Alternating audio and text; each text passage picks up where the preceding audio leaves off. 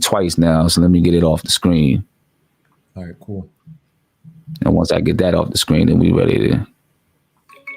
There. All right, and I'm still on your screen, right? So, yes, we are. All right, we good. Let's make it pop, man. Are you starting your intro on your side? I was gonna start my intro. All right. And you shouldn't. I can hear you. All right, I'm gonna start mine, but I don't think they'll be able to hear you. Hold on, let me see. All right, I'll mute your mic. Let me.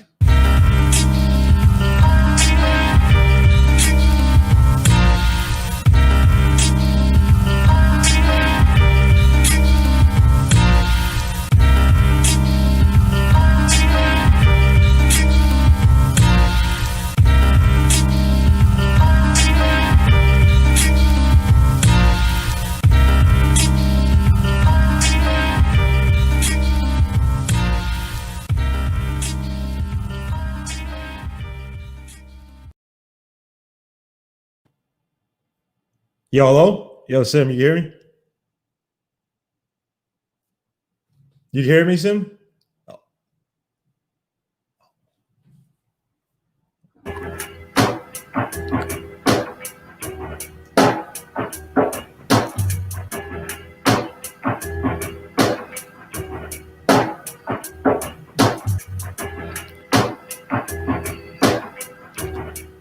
Knicks family, what is popping with you? We ready to go for the start of the season, ladies and gentlemen. Preseason game number 1, and we got a nice crew in the house to talk tonight. And we're going to have a good time watching this game, man. Big shout out. Of course, big shout out to Julito McCullum is joining us tonight in the chat.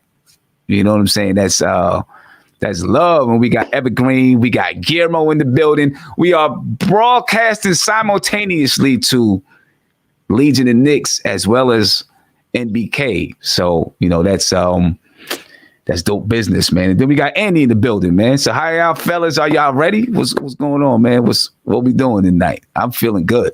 Die Hard Knicks podcast is in the building too. So whenever y'all ready, man, just jump in. Evergreen, what's popping with you, man? I see you walking outside. Yeah. I just touched down in the city, so I just wanted to step in, say hi, say what's up to everybody. Wish everybody a happy start of the preseason. Hope everybody's doing good. I'm still on the high right now from yesterday, you know what I'm saying? Yesterday was a very exciting day for me. So, yeah, I'm right here. A very exciting day for me yesterday. Funk Flex played our music, you know what I mean? So that's what's up. That's what's up. That's dope. Yeah, man. I was about to say something to Guillermo. He just jumped off. Die Hard, what's going on? No. I was just fixing the camera. I was about to say something. I was about to, just make sure everything was working between the two channels. So I think we're good though. Yeah, everything's copacetic, man. Again, man, tonight I'm not looking for no wins or losses, man. I'm looking for development of some of these younger guys who have come in. I'm not even necessarily talking about the rookies. You know what I mean? I'm looking at, DSJ and his jump shot decision making, how well he handles a point guard position, if he could be anything more than, a shooting guard who can't shoot in a point guard's body. I'm looking at Kevin Knox, footwork on defense, awareness, concentration. I'm looking at if he's add a wrinkle to his game. Does he have a nice Euro step, some type of change of pace? Does he, did he truly work on a post-up game this season? Also his upper body strength, as well as, like I said, the lower body strength. I'm looking at Frank. Obviously, he needs to be more aggressive to the basket, only going to the basket or a foul draw rate of 17.7%. That's not going to cut in the NBA, man. You got to be a little bit more aggressive. And to me, I guess speaking to Tibs, I said this to Frank, not to Frank. I said this about Frank. If you can't get to the hoop, beating your man to the basket, you could do a little Mark Jackson, post up at the foul line, the elbow, post up on the block. You know what I mean? Add more wrinkles to your game, man, and hit those open shots when you got them and continue to play your strong defense, man. So, again, to me, this year they brought a lot of competition to see where these younger guys are at, because Thibodeau, they're going to be moving fast. Not to say not trying to develop guys, but hey, if you can't beat out the veterans on our team, I won't say low level, but some of these guys brought in, might be time to move on. So let's see what they really worked on during the summer. Yeah, and I guess I probably need to ask everybody to go ahead and unmute. So I just sent you guys a message to unmute so that you're good. My bad about that. All right. What's up, family? Happy to be here with you all. I'm excited. It's a Knicks night. It's like a holiday, man. It's a preseason game. Only Knicks fans can make a preseason game, a game 7 of a playoff. But that's what we do. I'm excited. Thank you for having me, Sam. Shout out to everybody here, Eru, Andy, Legion, Evergreen. So good to be with you guys. I'm excited. A little disappointed. Not gonna lie. The starting lineup is not a lineup that I thought perhaps we would have to start our first game. But I'm optimistic. I think I'm trusting Tibs. I hope Peyton is gonna really learn from his mistakes last year and turn this around. And if those guys can beat him out, that says a lot. So I'm excited to see what happens this first preseason game. Yeah, definitely. Now, this lineup, I think we actually seen this lineup on maybe a couple of days ago. If you on Knicks Twitter, they had a bunch of guys that was in blue, a bunch of guys that was in white, and these guys were in blue. So you kind of, say, yeah, maybe this is going to be the lineup. But he could have been mixing and matching any kind of lineups. I don't think this is going to remain the lineup. You know what I mean? But, Elfrid Payton's going to have his chance. Yeah, he's trying it out. And Elfrid Payton's going to have his chance to prove. And if he doesn't, Austin Rivers, when he comes back from that groin injury, is right there. You know what I'm saying? And I think we started five professionals. We got 5 professional players on the team. There's nobody that's like the imagination. No imaginary point guards, no imaginary shooting guards, no imaginary centers. All 5 of these guys are all proven guys. So that's what stood out to me. So I'm excited. We're kind of setting the table. Setting the tone for what Thibodeau wants to do. So whoever else wants to step up to that benchmark, they have that's the benchmark that Thibodeau set for everybody. Yeah. I definitely agree with that. But Austin Rivers, I think that Austin Rivers is looking to have his day to shine, though. You know what I'm saying? He's been playing with teams. He's been playing behind Chris Paul, playing behind James Harden and Russell Westbrook, right? He's looking to have his time to say, all right, now I can shine a little bit. And I think he's looking forward to it. He's 28 years old, should be at the peak of his career. You know what I'm saying? So I wouldn't be surprised. Yeah, what do you think? I wouldn't be surprised if Austin Rivers had, if you can call it a breakout year at 28, but had one of the best seasons of his career. I mean, if you look at it, right? So go back to his Clipper years and then go back to the 2 Houston years. And I think the Clipper years were when he had some of his best numbers. I believe that was when he had his highest usage rate, right? So this is not to say he's going to be a superstar, all-star, anything, right? But when you look at the type of guards that Thibodeau likes, right? A guy who can kind of shoot off the dribble, create on a base level by himself, right? Be able to move, drive to the basket a little bit, also defend. If you look at his when he's in isolation against guys, right? When he kind of struggles with the pick and roll defense and stuff like that, but in isolation, he's not a bad defender. So he fits a Tom Thibodeau prototypical type of guard. We've seen those type of guards flourish under Tom Thibodeau. Jimmy Butler, not just Jimmy Butler, their levels obviously. Jimmy Butler, Austin Rivers, but Aaron Brooks. You've seen guys who flourish under guys who can kind of go iso. That's why you run guys like Burks, and you see a guy like Rivers again, hungry. He's going to have the high usage now. He's not going to be playing with as much talent as he did with the Clippers and the Rockets, but right. He plays to Tom Thibodeau's coaching. Again, it could be a breakout year for him. And just one more thing, real quick, because the competition thing is really important. They talk about the no fans in the crowd. That's one thing, but on the flip side, a lot of other guys got to realize, hey, Austin Rivers is gunning for my spot. Alec Burks, and not necessarily Alec Burke the player, but Alec Burke that, hey, this is the type of person Tom Thibodeau wants. If I don't match up to that, I'm out of here. So you can talk about a lack of pressure from the crowd, but that pressure is going to be coming from the guy sitting right next to you. So Austin Rivers, I could definitely see him taking over that starting position soon when he comes back. Yeah. I do too.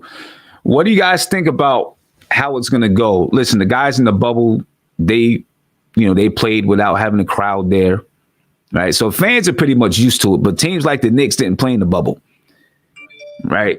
How do you think that's going to impact not just like the Knicks, but even going and playing away games, right? Now you're not playing in arenas with fans. That home court advantage is taken away a little bit. How you think that's going to impact, and will it level the playing field in some ways? Well, Frank. Oh, go ahead. No, I just want to say really quickly, I don't think there's any home teams anymore. I mean, I don't think anybody will have an advantage as if this was, a regular NBA season where everyone is being cheered on by their fans and being supported. Right now, it's like old school in the gym, like, practice kind of mentality where you get to really just focus and dial in. It's going to help those players like those Obi Toppins and those Emmanuel Quickleys, because they're not, the Knicks fans are there's something. There's something. And now that they don't have to deal with that, I think it's going to help them out a lot. Yeah. Yeah, I mean, you can see what happened to DSJ last year. You remember that what was it, Guillermo? We were at the game. Was that the second game of the season? Whatever it was. We were playing, that was the home opener, right? And they were playing against Boston, and they start chanting, we want Frank, when DSJ wasn't playing well.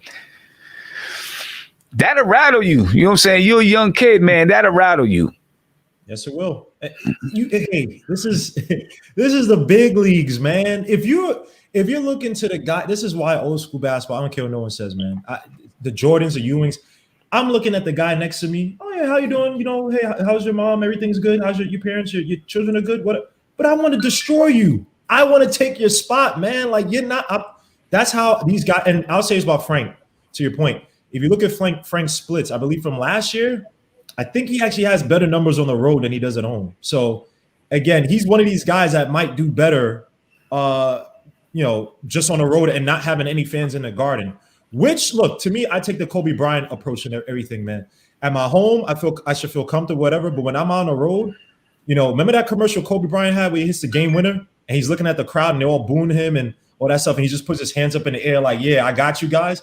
That's how I look at it, man. I'm trying to destroy you. I'm trying to take over your kingdom. So, to me, man, these guys, you got to step up, man. Don't take the kitty gloves off, man.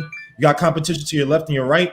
And your NBA careers are right in front of you because, again, we were the worst team and we have some of the worst players. So, or production-wise, we've had some of the worst players. So, guys got to step up, man. Be hungry. That's all I got to say to these guys. Yeah. Looks like we got about 14 minutes until game time based on what I'm looking at. So, if tip-off, I guess tip-off's not going to be at 7 o'clock, maybe 7:05 or something like that. Yep. Watching the guys warm up right now. What do you guys think about Detroit's lineup, Guillermo? I didn't get to hear from Guillermo, Julito, Eru. I didn't get to hear from you guys. What do you think about Detroit's lineup and what they did this summer? If you guys want to go first, you guys definitely go first. Well, I thought they did good in the draft. They drafted very well. And then they just kind of cleaned up things. They were missing small forwards. They were missing kind of like shooting a little versatility. So they kind of just painted the little happy trees in their little corners of the world. So I'm quite sure diehard Pistons fans are a little bit more happier, to look at their team. I think Killian Hayes is, he's going to learn from one of the greatest point guards of all time, in my opinion, Derrick Rose. And that's going to allow him to really grow.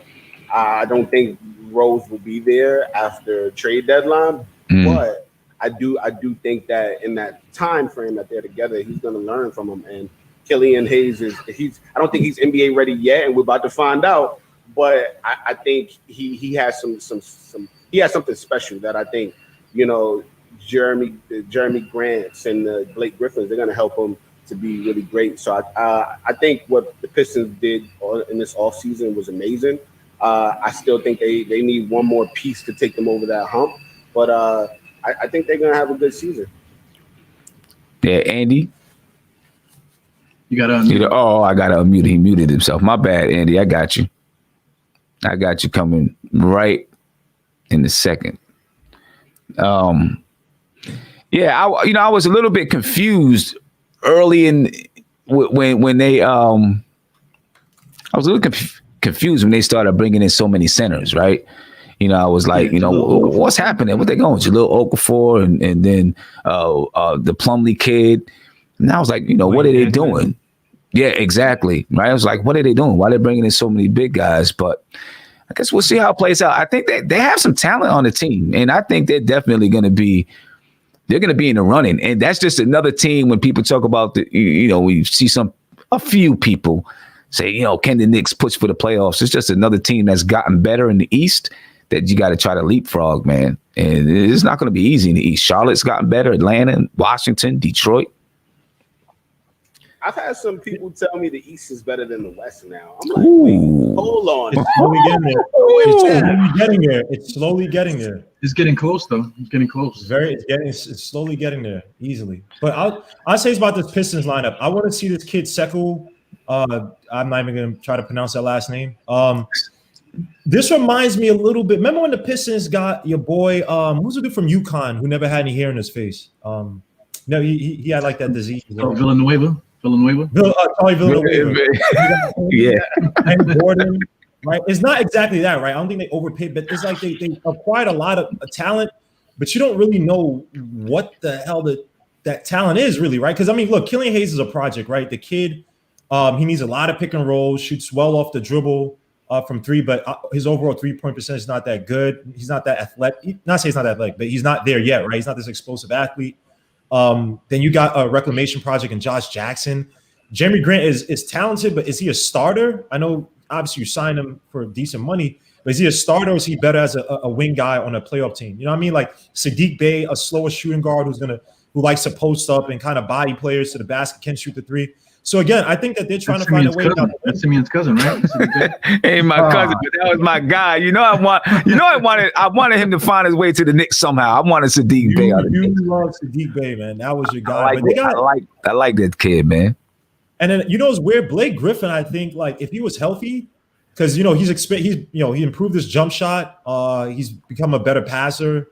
Still, but he just gets hurt every year. So it's like, what's their identity? Then you got Jahlil Okafor, who's an old school center who has not been able to find his way in the league because he can't defend and he can't space out the floor, right? So this is and they got Isaiah Stewart and then Mason Plumlee. So Isaiah Stewart, yeah. The identity is, man, but they're in the same boat as, I wouldn't say the same, but I think they got more talent than us right now, but they're in the same boat as trying to find. Now, Dwayne Casey, he doesn't probably get enough credit for what he did with the that Toronto Raptors team, right? Because obviously Nick Nurse is taking all the glory for the championship year, but, Dwayne Casey with a bunch of young players, that team might find a way. I just don't know what their identity is right now, but let's see against the Knicks. Yeah. What do you think about Dwayne Casey? Basically, without even having camp, said Killian Hayes is our starting point guard. You got your boy Derrick Rose. Didn't Derrick Rose say, "Hey, I'm here to mentor and that stuff"? When Derrick Rose talks, I know I'm not one of these people like, "Oh, I go by what you say and that stuff," but it seems sincere from Derrick Rose. It's not like I think he kind of sees around the world like, "Hey, if I play it good, let me be anti-Harden. And if I want to trade to a contender, play it good, do the mentor role, and they'll push me. They'll find a way to, make that mutual, amicable kind of split, get me to a team that's good. They'll get their asses, whatever. But I think Derrick Rose, he's saying, hey, I want to, I'm here to mentor these guys. I know what my career is, blah, blah, blah. I think that's great for a guy like Killian Hayes. So, that's good to have a guy in your corner who or it seems like, hey, this guy's truly kind of pushing for me. He's going to sit there and talk to me about the stuff that I need to do, help me with my habits. I think that's excellent, sir. Yeah. The only thing I get afraid of is with doing it so early. They basically came out before they even got in the camp. Right. And so that, to me, I'm like, not that he doesn't deserve it, but what if he gets in the camp? What if you say it before camp and then he gets in the camp and he's not performing? You know what I'm saying? Yeah, that's true. But you did draft the same thing like with Obi Toppin. They're saying that he's like special kind of talent. They've been saying that from the get go. And just for Derrick Rose is very aware of who he is. So I'm quite sure he doesn't want to destroy that kid's confidence because everyone says, "Oh, I'm Derrick Rose, ex MVP," and then this, that, and the other. So by taking the spotlight away from the Killian, that would Killian his confidence early on. That was corny though. It was good, but it was corny. It was both. That's what I'm here for. Killian is confidence. Oh my gosh! Does that rank with the Isaiah Facts? No printer, freaking terrible comment. I think it was better than that, but It was a little bit better than that. So we got about 7 minutes until game time begins. And you guys are watching this on MSG, right? Because you saw them practicing already, or they're warming up. They're warming up right now. Oh, just okay. I thought you said you've seen it. They're showing the Rockets Knicks game, the one from last year. Oh! No, I'm watching it on League Pass right now. So they're warming up right now. Yeah, but Guillermo, I'm surprised you couldn't pronounce what's it called his name. Isn't it Sekou? Right? Just because I'm Nigerian, that guy ain't Nigerian. No, I'm not saying that. But if you're a Nas fan, hold on, no. If you are a Nas fan, you know Sekou's story from Street's Disciple. Well, I said Sekou. You didn't say Sekou. You said something else. You didn't say Sekou. You didn't say Sekou. You said something else. No, I said Sekou. The narrative, bro. He's gonna go like Isaiah. He's gonna say jumbo out. Oh, come on, bro. Isaiah came and say Bo. He's talking about Boa. Boa. Yeah. No, ain't close to the name, bro. Yeah. What do you guys think about Blake Griffin and his career? I know this is Knicks channel, but Blake Griffin and what's he looking to do? I mean, he's hurt every single season. Where is he in his career? Right now, I'm watching him. They're doing a comparison between Julius Randle and Blake Griffin, what they average per game and all that kind of stuff. But,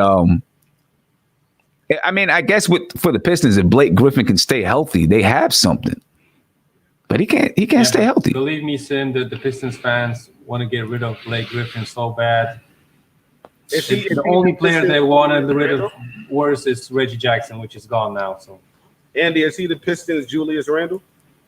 I think even worse, bro. If they could trade him to China, they would take, I don't know, a bag of shoes, bro. Yeah, I gotta stop itching on China, man. Come on, man. Like, there are people trying to revive their careers in China, man. Bro, if he wanted to jump for that money, he would get a shoe deal in China for him, a couple of dunks a game in that league. But he got some skills, man. He can facilitate, pass, rebound, he can do everything. You saw his numbers? They just compared it on League Pass. He got worse numbers than Julius. Yeah.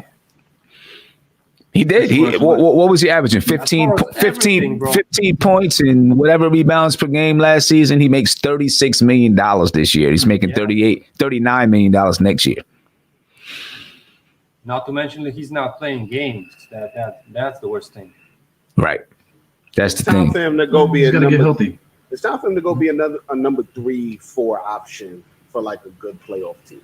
Yeah. I think with the Pistons, they still have him as the number 1 option when he's on the floor. And I think with Isaiah Stewart now on the team, it's time to move on from him. It's time to move on, and you're gonna have to bite that bullet. They're gonna have to pay him like we're paying Joakim Noah. It's time. Yeah. I mean, or they're going to try to trade him at the deadline. Him and Derrick Rose, give Derrick Rose a favor, trade him to a contender. Right. I don't know about Blake Griffin, but I mean, Derrick Rose makes 7.6 this year, and then he's a free agent next season. So Blake Griffin, that's the one, because next year's $39 million, but it's a player option. So you pretty damn well know he's going to pick up that option. You know what I'm saying? I don't know what they're gonna do with Blake Griffin. I think you're right. If he goes and he's a third option someplace, where you don't gotta rely on him to be healthy. A $39 million third option. I mean, that's an expensive price tag. Michael Jordan got the money. Michael Jordan got the money for him, man. I mean, if they're giving some draft picks away to do it. But they might not. They might just say, "Yo, let him play out his last season, and then we just move on." I don't know. Let me get to. I got a call. Let me get to a call. Caller, you live? What's poppin'? Hello, you there? Yeah, what up? What's going on? Who we speaking with? Harrison.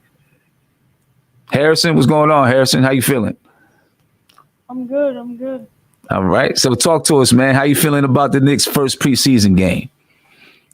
I don't know. I've been a lifelong Knicks fan. I don't know. It's tough. not doing so well, but see they got Obi Toppin Uh-huh. so far. What do you think about the rebuild?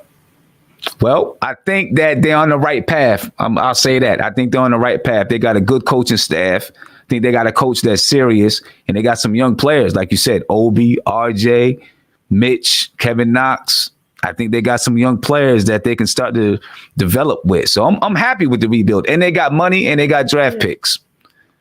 Yeah.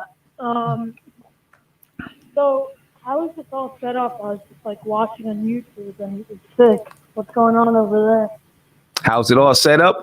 It took a lot of work to link it up, man. You gotta, do some research on how to use open broadcast system. That's OBS and Zoom and different stuff. I'll tell you what, I'll put my email in the chat, and if you email me, I can give you a breakdown of the things that I have. All right. Yeah. All right. All right. Appreciate the call, man. All right. Appreciate it. Yeah, the rebuild. Go ahead, Guillermo. You about to say something? Oh no, I was just putting in the chat, man. Please go subscribe to Julito's YouTube channel. I put it in your YouTube chat, man. So, guys, please go subscribe and support the august actor, Julito McCullum. Man. Julito the podcast. Random thoughts with Julito the podcast. Check it out, man. Random thoughts with Julito the podcast. Okay.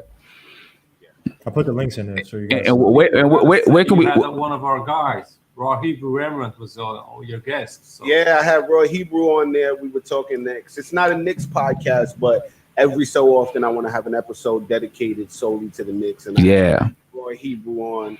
I know he's a friend of the show here as well. So that was amazing. I got to get you on Sim soon and Legion on as well, man. I love to, man. For sure. Yeah, I love to. It's always great when people can link up, man. Because the way we're doing it now, we're on. I'm on Guillermo's channel. He's on the channel over here, and as soon as we get it linked up, a little bit better, we'll have it where all of us would have been on Guillermo's channel too. So yeah, that's always dope. I gotta make sure that I put that name before we finish up. I gotta make sure I put that name in the chat. Yeah. Caller, you live. What's pop? What's good? What's going on, man? How you feeling? I'm pretty good. So talk to us, man. How you feeling about the season so far? First preseason game. We're about to start in a couple of minutes. Tell me what you're feeling. Bro, how are you feeling? I mean, I feel good. Well, I feel good. I'm gonna be honest with you. I don't care what happens today, really. I'm just excited that they playing basketball, and I just want to watch them play some basketball. That's it. You know what I mean? I'm not worried about wins or losses. I'm just trying to watch them play. I'm actually, we're gonna break down the game and talk about the game and stuff, but really, I'm focused on just enjoying this one, and then the next game, really start to get into the weeds on some stuff like that. You know what I mean? But I'm kind of focused on just enjoying the game because we ain't seen the Knicks play basketball in 9 months. I mean, I just want to see these guys play. Yeah. I mean, I'm pretty sure that there's been some kids who were conceived in March and have been born already. You know what I'm saying? So it's been a long 9 months. Yeah, man. You mean to be Nick? Bro, my name is Demetrius Bartholomew, bro. I'm so ready for the season. Yeah, man. I'm ready for it too. I appreciate your call, man. Appreciate your call. What do you guys feel about the beginning of the season, though? Like that's the schedule we have at the beginning of the season is it's a serious schedule. You know what I mean? And a lot of times the way you start your season can start to dictate the way your season goes. You know what I mean? So, we start playing and we start losing and the fans start getting frustrated because you got Alfred and Julius playing and that's how that's going to go down. Andy was alluding to it a little bit earlier. Then, now you starting to get pressure on, I don't think Tom Thibodeau is going to care about any pressure, to be honest with you. He's going to do what he's going to do, but then you start hearing all the stuff. from fans and this and that. It's a tough start to the season. How you guys feel about it? It's going to truly test their mettle, man. It's going to test their composure, right? You have to be composed. You got to follow through with the game plan that Tibs is going to put you in. Because, again, Tibs is going to find what works best for these guys, right? So, if you have a game where you're not shooting well, okay, contribute on the defensive end, right? If you have a game where, on the defensive end, you're not playing too well, all right, find a way to get to the basket, draw fouls, learn how to slow up the game, right? Situational basketball and awareness impresses a coach, right? When okay, this team is making a run, right? It doesn't make sense for me to try to shoot the ball early in a shot clock, right? To give them even more momentum, right? Slow down the game, play it smart, fundamentals, setting picks, doing all the dirty work to get guys open looks, right? Again, systems can truly cover for lack of talent. And compared to a lot of teams, we don't have the talent. So again, it's going to come down to you following through with the system, fundamentals, being in tip-top shape mentally and physically. And yeah, we know we're going to lose a lot of games, but it's also how you lose. Because down the stretch, if the Knicks are one of these teams where it's like, all right, we know they're not getting to the playoffs, but some fringe playoff team doesn't want to see us because they know we have a bunch of young Bulldogs that's like, yo, we can see this team next year being really good because such and such, develop into this player and they have a really strong team. I'd rather that than us, a bunch of young kids. And well, obviously you wanted the first one. You don't want a bunch of kids lost and confused, but all it is about composure and mettle, man. And if you could display as a young guy, man, you'll be here next year. Yeah. I think it's an opportunity for the young guys to go into this season hungry. They see they have an Alec Burke on the team who is he's a guy that's about a 10-year vet, and he wants to show and prove that he still got something in the tank. You got Nerlens Noel, who he ran out on that big contract, and he sees a guy like Mitch who plays exactly like him, and now he's saying, "Listen, you know what Ross said. You eat what you kill. You listen.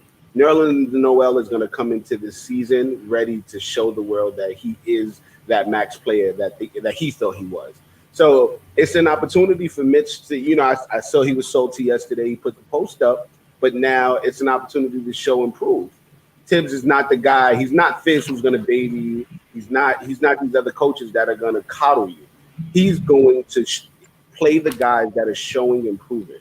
So I think it's an opportunity for young guys to go out there and really show that, they deserve the starting spots, and we'll see. Yeah, man. Hey, Prince, what's going on, Prince? You got yourself unmuted? I need to unmute you. You hear me still? Yeah, I can hear you. What's going on with you, man? It's been welcome. It's been a minute since we had Prince back in the chat. It's been going for a while, man. The game is about to start any minute now. What's going on with you, man? It's been a minute since you've been here. I know you're out there in Michigan right now. How they feeling about the Pistons, man?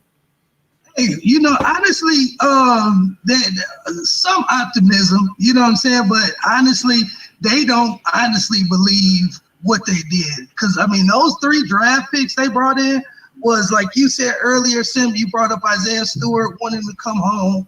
I would have loved to see him come home. That kid is nice. Then you brought in our favorite, you know what I'm saying, at PG, and then your favorite, Sadiq Bey. All 3 of those guys are going to contribute for the Pistons for the next, 3 to 4 years, 5 years. They have a nice nucleus. Tonight you got 2 veterans who are either trying to take them young guys under their wing or looking forward to moving on to their next chapter to try to win a ring or something. So, the Pistons, they looking nice. They front office did the right move. They wasn't playing favoritism and nepotism. They went out there, drafted, and, brought in some guys. I think tonight, like Tibs said, is going to be a great way for us to kind of measure ourselves to where we will be at, as a team and where, we're at right now. Because, again, I don't think the Pistons they're not a great team, but they're not a pushover either. We ain't playing the Bobcats. Yeah. The Charlotte Hornets. He said the Bobcats. You aging yourself now. Pistons start off with So the Pistons start off with the ball and immediately go down to Blake Griffin, pass the ball out. Knicks get the tip. Looks like it's Knicks ball. And First play of the game, man. Come on, it's time, man. That's what I'm saying. Let's go. And of course, I'm behind you guys because you guys have league pass. Oh yeah, I'm a little behind it too. Right. Don't worry, man. You guys in the fourth quarter already, man. I'm still freaking. Yeah. I'm watching on the cable. This prehistoric thing called cable. You know. Right. Nah, you like that? You went up strong. That's you like that? He looks bigger. He looks bigger. He actually looks like cut, like lean. Exactly. Yep. Yeah, he looks cut. He looks lean. Which is exactly what you want and what you need. You know, Tom Thibodeau was talking about the guys that were, came in shape. He's got to knock his free throws down, though. Went 50% on that one. He didn't mention RJ, but I don't think he needed to mention RJ. You know what I'm saying? I think it's already known what how RJ is going to come into the game. So.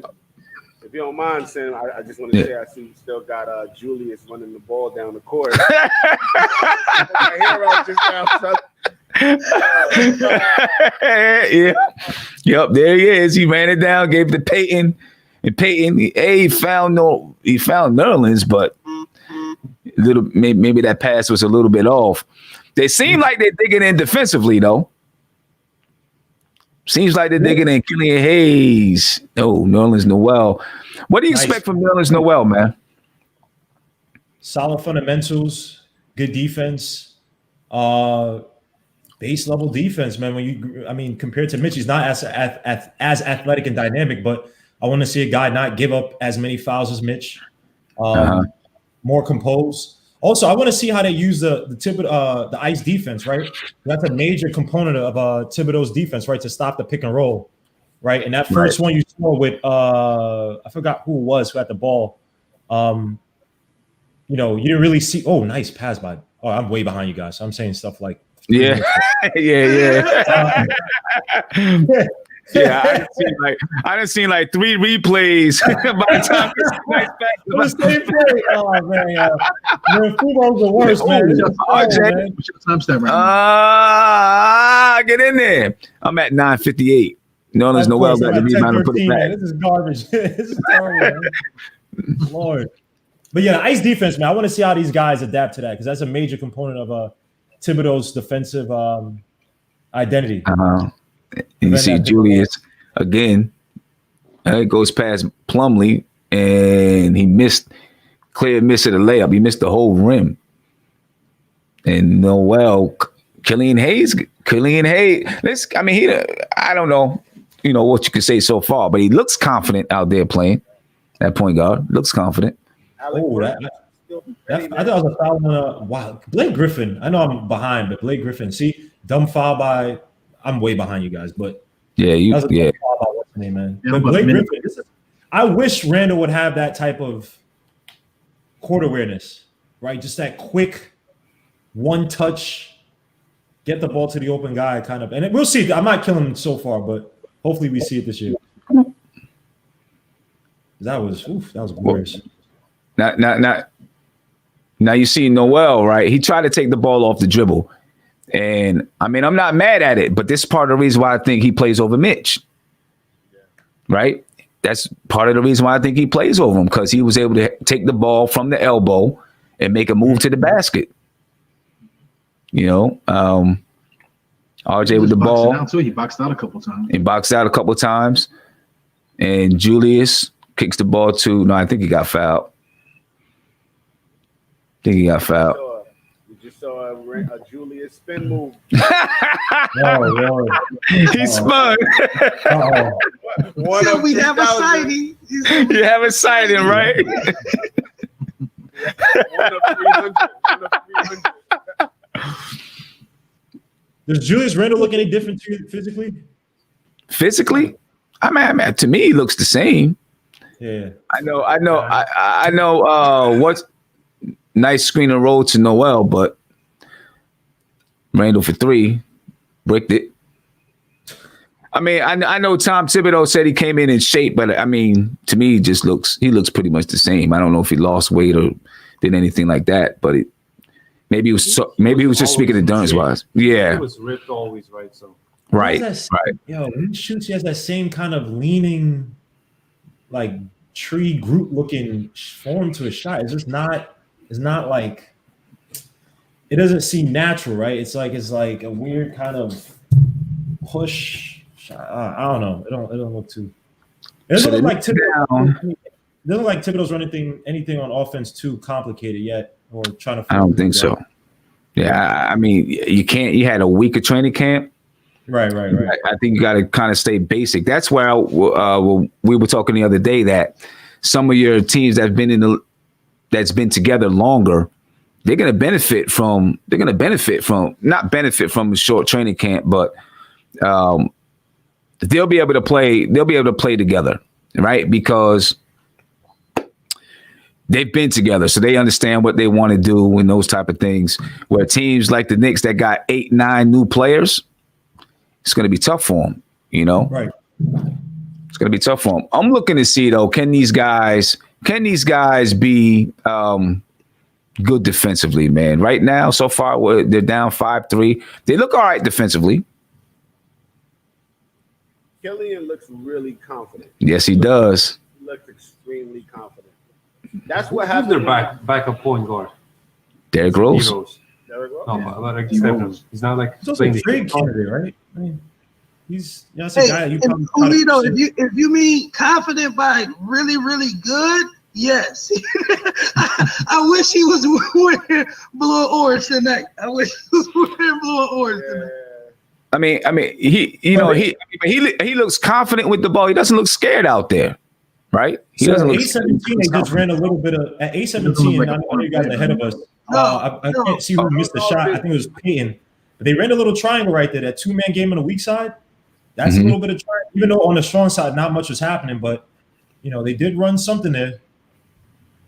I don't know if it's due to sloppy play for being a preseason game, but I just want to acknowledge that we got 4 steals already, man. Yeah. Steals, man. I don't know if it's Tibs defense or just sloppy play, but that's exciting to see. Yeah. They play defense. We'll see if we can lock in. I mean, they look like they're D'ing up though. I can't hear the sound because I don't want the sound to come through the thing, but they look like they're D'ing up. I can't hear if the sneakers are screwing or what. They're playing. What'd you say? I saw Pinson clapping. I don't need to see that, man. Dancing and Millie rocking because we made a layup. Like, come on. Let me ask you guys this: if Obi and Killian would have both been there, what do you think the Knicks would have done? Still, no comment. I don't think Killian is a Thibodeau type of point guard, so I think he still would have been convinced to take Obi, right? Yeah, you see who we got starting tonight. Come on. We got Elfrid Payton starting tonight. We got Elfrid Payton starting tonight. I mean, Thibodeau does like veteran point guard. Oh, why didn't he stop and pull up the 3? Oh, Payton pulled another one. Oh, woo! Come on, RJ. RJ, I hate that I'm ahead of you guys because you seeing it, right? I know, right? Crazy when y'all see this stuff, man. RJ with 2 wide open this 3. Yeah. But you see the form though, right? He has more of a I seen the form. It's not as janky. No, this is fine. This is fine. Let him. You got to get the air balls out and all that stuff. But look, it's more of a flick of the wrist versus that weird kind of hitch to a shot. So he's definitely worked on it. Definitely worked on like stabilizing his arms and just flicking the wrist with the ball. He's gonna have a lot more air balls. You want to do that, man. Seek back. How you get that up? Oh, I mean, right now RJ's taking what, 5 shots? 0 for 5. 0 for 5. Julius took the ball off the court 5 times. You said he what? Julius took off the ball up court 5 times, bro. Look, RJ got. He's gonna get buckets. I'm not mad. He's 0 for 3. 0 for 3. 0 for 3. Mark is asking to be let in the chat, Andy. Mark trying to get in. Is trying to get in here. See, I locked it. Let me unlock it. Now let him in there. Promise, don't knock to disturb the chat. Yeah, Mark can't come in here wilding out. Mark is about to come in here and lose his cat because Alfred Payton just turned the ball over or something. Yeah. Watch his eyes when he comes in. Yeah, so far looking at stats. Yo, dog, man, you're stupid, man. I heard you. Depending on how big his eyes are, that's yeah. Right. Looking at stats, Noel's 1 for 3 from the field. He's got 4 rebounds. Randall's 2 for 3. He's got 2 rebounds. Barrett is over 3. He made a free throw. 50% from the free throw line. You know, first preseason game. We're not thinking anything into it. It's just the first preseason game. First preseason game, but you know we don't look trash though, Sim. We don't. We're playing defense. We're up 7-5. Yeah, the guys look in shape now. I'm impressed. A couple of times on defense, I feel like they've been moving in unison. You know what I'm saying? Like they've been moving towards the ball. All 5 guys are like kind of moving together. Yeah. So I kind of like that. Yeah. Yeah, that's always good. And here comes Big Bubba. Big Bubba in the building. Man, why that big bubble crap, man? Oh man, what are you in the bed? Low-key, I like that name. Is mad funny. Low-key, I didn't fit you, bro. I ain't gonna hold you. I was laughing when he called you that. That's sticky. It's gonna be funny when your girls call me that, though. Oh boy, here you go. Here you go. And now, Dick. Here we go. I'm gonna be a little PG on because I had some. I'm not gonna say. What is Andy? That's the one I respect. I don't respect none of y'all. All right. Mad 'cause I got that exotic name, Big Bubba. Listen. I'm gonna unmute you when you get in a place where we can hear you. How about that? Because we can't even hear you. Gotta show some ID. You can barely see him on the camera. Right. Right. Because you know, people by the name of Big Bubba, they do things in the dark that you don't want to know about. Exotic name when he goes to. Yo, Did you guys? I know you guys are ahead of me, but did you see that pick and roll that Barrett and Noel just did? That, I mean, you guys probably already seen it, already passed, but you said the pick and roll that who? That RJ Barrett and Noel did. That may have been the. I gotta watch it again. Hopefully, I could. Do I have this recording? Yeah, I can show it just now. I'm even further behind you, man. I don't think that was a smooth pick and roll, but that was definitely impressive. Even though he did good to know. So we got DSJ first off the bench. Let go. Yeah. I like this guy. Noel, man. Defensively, he is. Yeah, man. Yeah. He's defensively. He plays, man. Like he knows when to use his explosion, right? Like he knows when to kind of control himself. Nice inbounds play. I'm way behind, guys. I'm sorry. Don't worry, I'm there with you, man. That man watching the game. Yeah.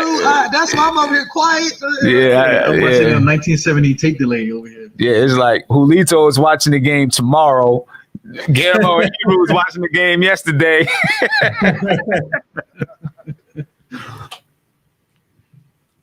I'll give y'all the play-by-play. Don't worry.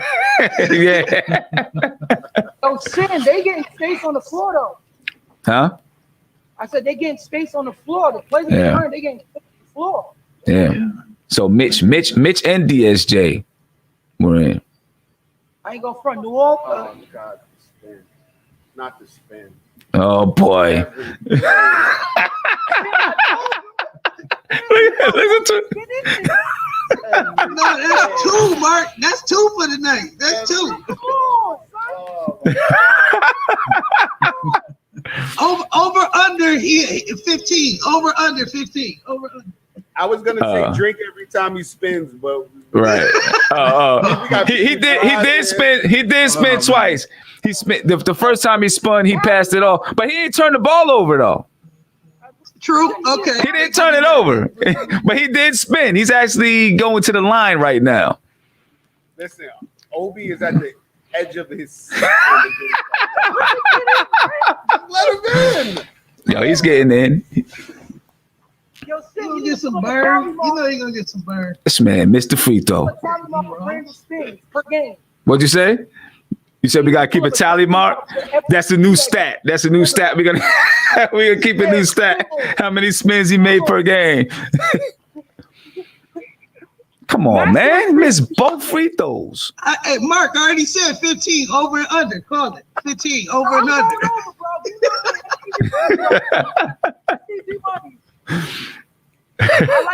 Ooh. Yeah, they played D. They flying. See there. I'm just watching Mason Plumlee try to. Come on, man. Just watching Mason Plumlee. Go up against Mitch, and this is the issue with Mitch for a little while, man. Mason Plumlee was able to just kind of push him out the way. He didn't score anything, but he was just able to, bull guard his way. Come on, Burks. He had his hands up, though. That was good. Obi's in the game, fellas. Oh, here we go. Here we go. Let's do it.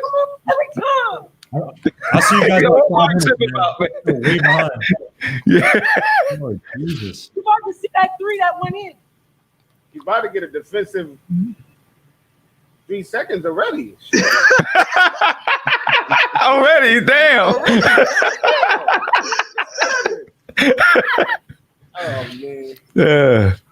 Like, come on. Goddamn. Oh, big Obi on the Man. floor. Let's see what he does.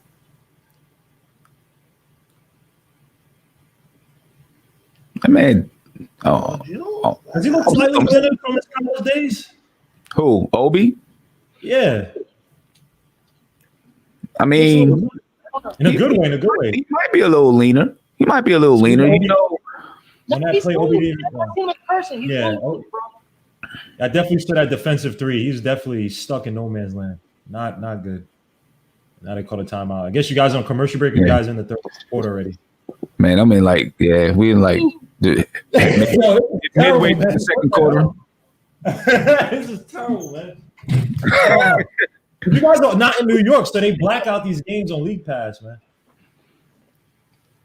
Yeah, so I'm trying to refresh mine to get up to Julito. You know what I mean? So I can, cause he's like, oh, Obi's in the game. I'm like, oh, hold up, and I'm gonna wait another 35 seconds before I get to see it. My bad. Nah, it's good. About to cancel. It's good. Overriding. Expensive anyway. Right? Then you seen that 3 that went in, right? Only the Knicks that happens to, bro. Man. Yeah, I seen it. Yeah, I seen it. Man. Yeah, I seen it. Though. I see him in person. That dude is lean as hell. Legs are skinny as a mug too. Yeah, he has a good stature. Like he has a good stature, but he's lean. Yeah. But you can still, but he's lean, but you can tell that he's gonna grow and get bigger and stronger. You know what I'm saying? Yeah. Yeah, I don't look at him and think that he's gonna have injury problems, but you never know. You never them legs, man. Them legs look a little scar, like you could scoff at them. Yeah, I mean, he got little chicken legs. You ever watch Snoopy and little Woodstock? You got Woodstock legs. It take one of them injuries when somebody fall on you, and them legs will go somewhere else. Yeah. But those legs, that's the reason why I can jump like that, though. Yeah, I know. You know what I'm saying? That's the reason why I can jump. Because if you see someone who got, big legs, normally big calves, they can't jump as high. And they slow. Well, no, that's not true. It depends. If you have strong fast twitch muscles, right? You could, right? If you have big thighs, right? And well, it all depends. I don't know. I've seen guys with like tree trunks be able to jump and dunk, and the skinny guys. Yeah. But in the NBA, it's completely different, though. In the NBA, you got to be in, you got to be in tip-top shape to have, tree trunks for legs and still jump. Right. You see Ray Allen legs? Ray Allen got the best legs. This conversation is going in a direction.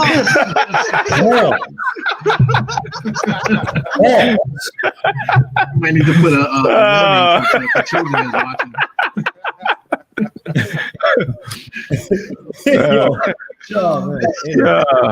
So we back. season. Dennis Smith Jr. All right, so we got the young guys in the game, young kids in the game. I like this. Yeah, we got Frank. I like this, and he just banged the three in Frank's face. Okay, Obi in the post. I see you, boy. So here we go. This I like seeing the young kids, man. Dennis Smith Jr. and Frank on the floor together. Oh, what's going on? What's happening? What they doing? I know one thing. A lot of y'all need cable. Man, don't come in here making noise, man. Come on, man. Go back into your cave. Go back into your cave. Prince, don't talk about cave. We ain't been here in 2 years. Yo, this dude Obi Toppin, man. It's the first play, but oh man, I'm excited. Like I'm a Knicks fan, but right? It's athletic, man. That was a good hustle, though. That was good hustle, right? Oh. Yo, somebody said that Mike Breen and Clive Frazier got more trade value than the team. That was funny. Dennis Smith Jr. missed the pullback jump shot, but it looked better. I think it looked better. But Kevin Knox in the corner was really nice. I like that. I like that move. I mean, I know you guys are way ahead of me, but that's how you move, fellas. That's how you move. Hey, okay. DSJ got a slightly better jump form. It's all right. Yeah. Right. Okay. I like that pass he made to and that's Frank's defense, I give it to him on a few plays before. That's his move. That's his move. This is the lineup. Obi with the terrible. That three. Yeah, you late, but you're gonna like this. I don't care anymore, man. I'm not letting you guys have any more fun.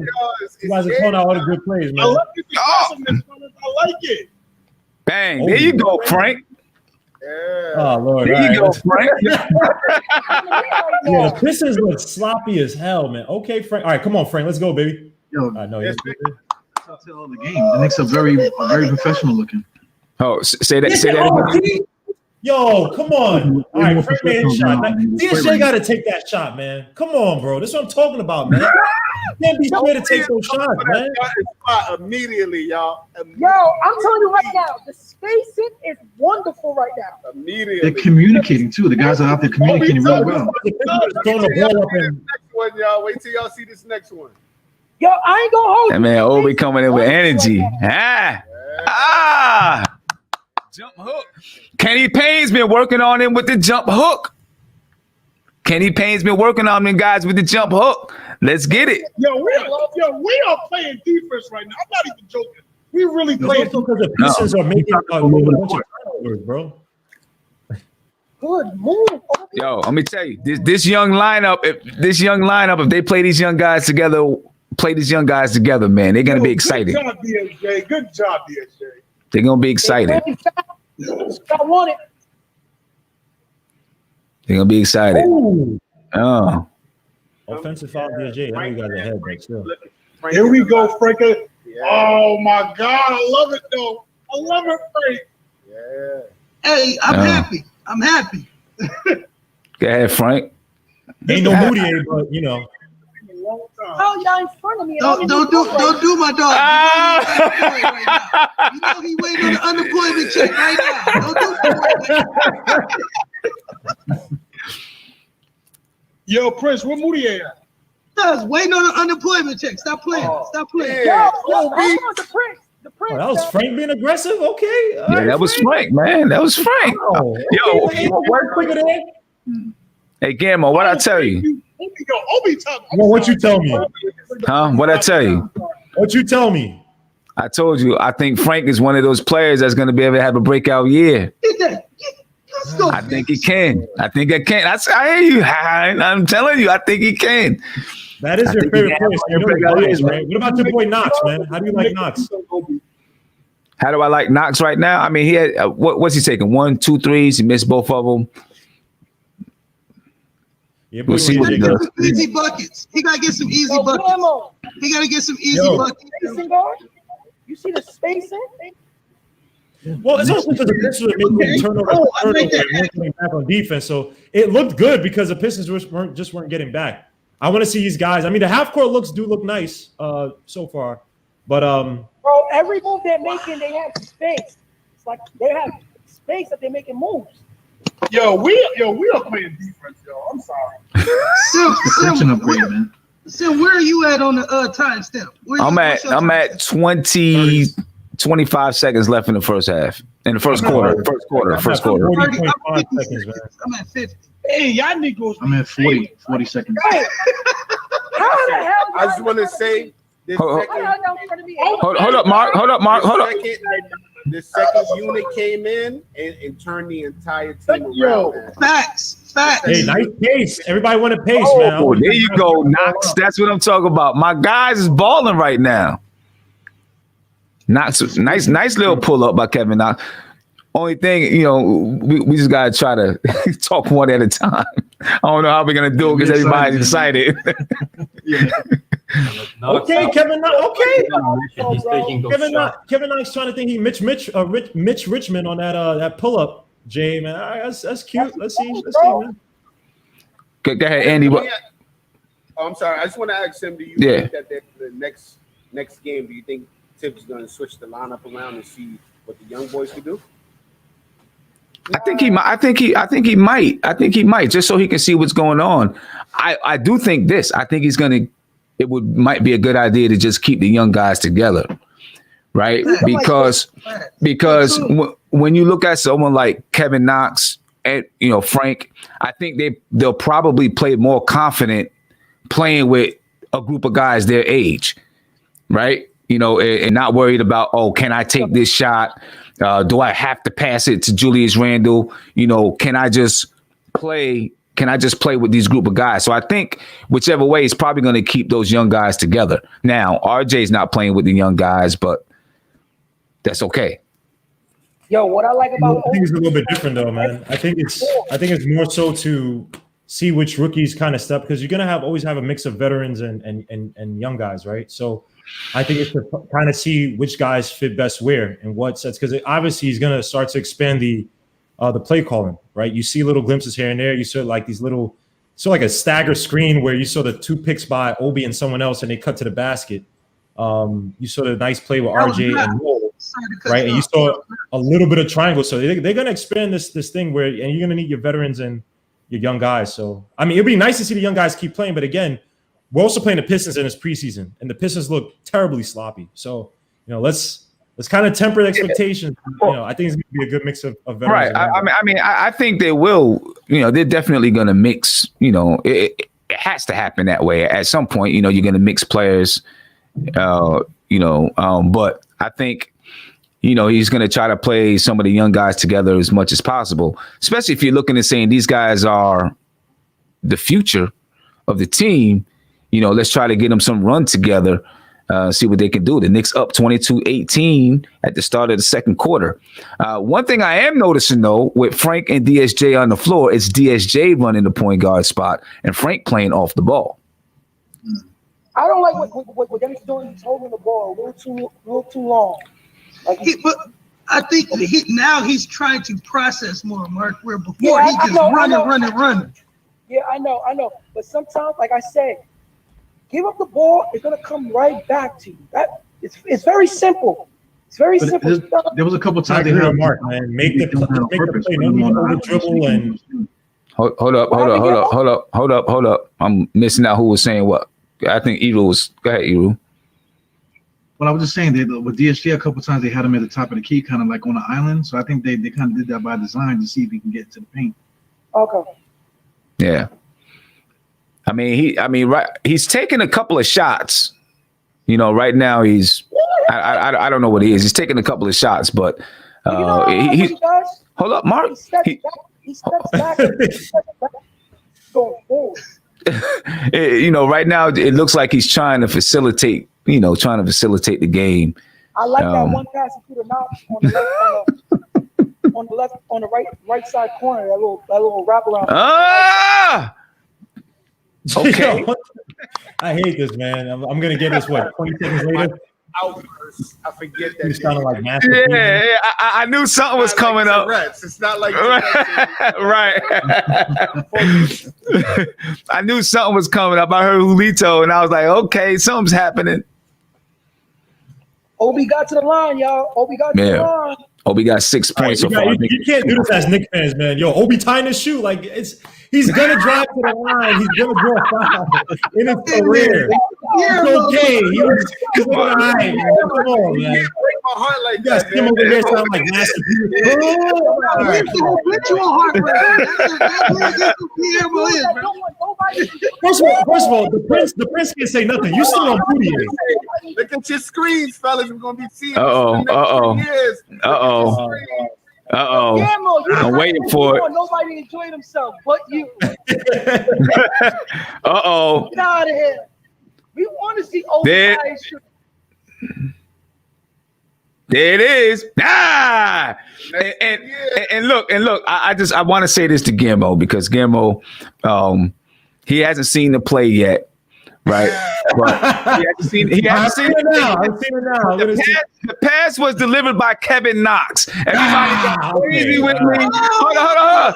No. Yo, look. Everybody got crazy when I said I think Kevin Knox could play a little bit of, screen and roll with Mitchell Robinson and guys, and I had to do a video to show it. Right? Kevin Knox can pass the ball. I'm telling you. These young guys is balling. They up 25-18. These young guys is hooping, man. Real quick earlier, Sim, like you were saying about the lineups, about the young lineups. I think them cats had a chip on their shoulder. You know what I'm saying? I think they probably all had a little huddle like, hey, let's go out here and show coach, like for real. Like we ain't starting. Okay, let's show them why why we should be. I think Obi wants to take over Randall's spot, man. I think he's just like, look, I don't care about you trying to trade him for assets at the trade deadline. I want to take this dude's spot, which that's how you should look at it. I mean, he should look at it. Obi are going to be the leaders of this team. Everybody look at it like that. Do you see how he's moving? I mean, he should be looking at it like that, right? Like, yeah, of course. I'm here. I'm the young guy. I want this to be my spot. I want to eat, man. I feel like all the players are doing it though. Yeah, they should be. No, they should be. Not all of them admitted it. Only a couple of them admitted that they wanted to be starters, but the energy in this game, man. The energy in this game is showing a lot. Yeah. That's his plan. But if you watch the defense right now, Detroit can't get into none of their sets, bro. Word up. Yeah, I mean, they're actually doing a really good job on defense. I know people don't want to hear that, but so does that mean defensive philosophy? And like you was talking about earlier, Sim, hey, we're gonna know their plays, and you're gonna know how to stop them. And it looks like we know their plays, and we know how to stop them. Yeah, I mean, I think, yeah, they're moving together, and I think just right off the bat, it's the energy. Yeah, just playing with energy. Nope. They're making quicker decisions with the ball. Get some layups. You gotta get some layups. I think what matters is when we're playing like this, come halfway through the season. Yes. Move, Knox. Good move. It's anybody can play like this first game. I don't know about that. Knox move right there. That's where you want to change of pace for him to stop up. Yeah. The momentum was taking him one way, but if he literally stopped, right? Those are the type of moves you got to develop because he moves too linear and. That was an odd angle, you know what I mean? Yeah. Nah, but Julito, I see what you're saying, right? It's the first game. They're gonna have a lot of energy. The first game, even though it's a preseason game, they're gonna have mad energy. Are they gonna continue to do this when halfway through the season after they've lost 4 in a row? Do they come out with energy and play like that? You know what I mean? I just like the floor movement, and I like the spacing and the pace. This is the pace I've wanted for so long. They're moving. I love it. Obi is just getting abused in the paint by Okafor, though. Okafor is he's bigger than him. What do you expect? Yeah, that's what Okafor does. Baby right now. That's gonna happen. That's gonna happen, but I don't know.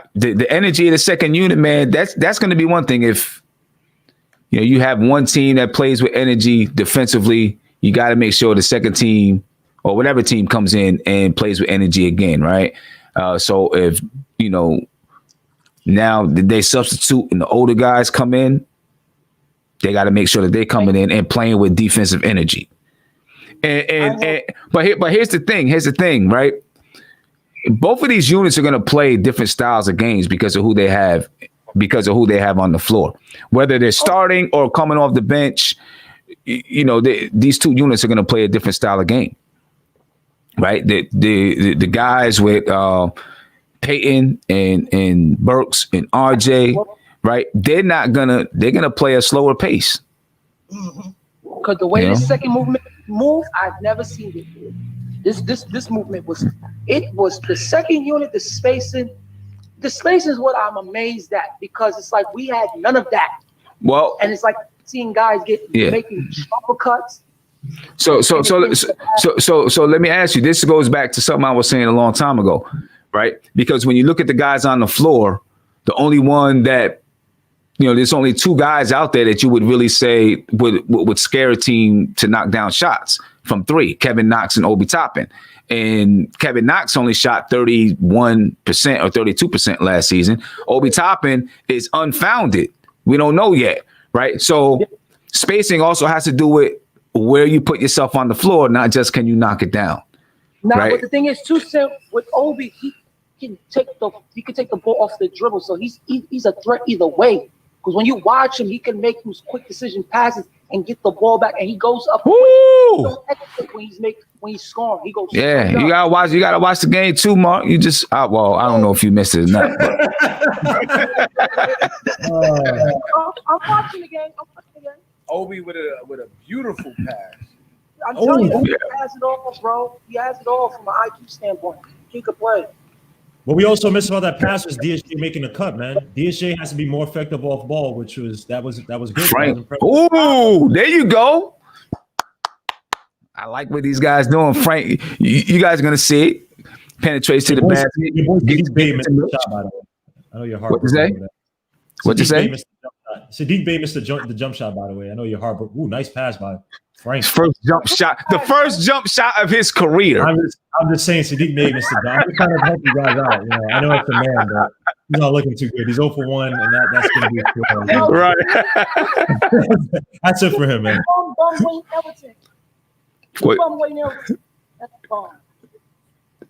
Why you gotta do something like that? Yeah, because now he did 30 last year with those shots that he was taking. Mitch knocks down 2. Sam, I didn't know you was a Sadiq Bey stan, man. Yeah, I like that. Yeah, I like that kid, man. I like the way he plays, man. I wanted the niggas to get him bad. I thought he could help them out, man. That boy was the best shooter in college, yo. Yeah, I like that kid, man. Shoes when he was a kid. I like that kid, man. He is from Maryland, though. Oh, good defense, man. They're playing deep. Yo, Sim, they are rotating. That's what I've been talking about. Everywhere the ball goes, they rotate. They're flying. Quick. They're flying around. They're converging. They're converging on the ball. Payne might be the starting point guard, man. That defense has been very, very effective, man. He's playing. Hold up, Mark. What'd you say, Guillermo? No, I was just saying, Payne defensively. I mean, he's always been a good defensive player, but I think that just looking from here, he looks even better than I've seen from last year. I mean, it's one game, it's pre, but and DSJ was active before that foul, right? Very active hands-on defense, aggressive. Right. Now that bum want to make a shot. Oh my God, I hate plays like him. I don't know who you talking about. Wait, but I'm pretty Come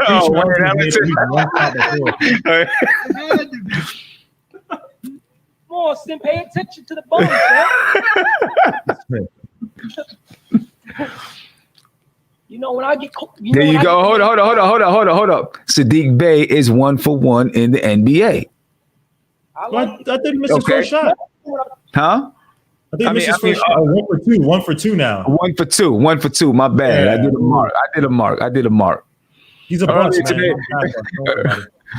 Earlier today, Mark said, I think the Knicks are going to go 10-20 in their first 20 games. No,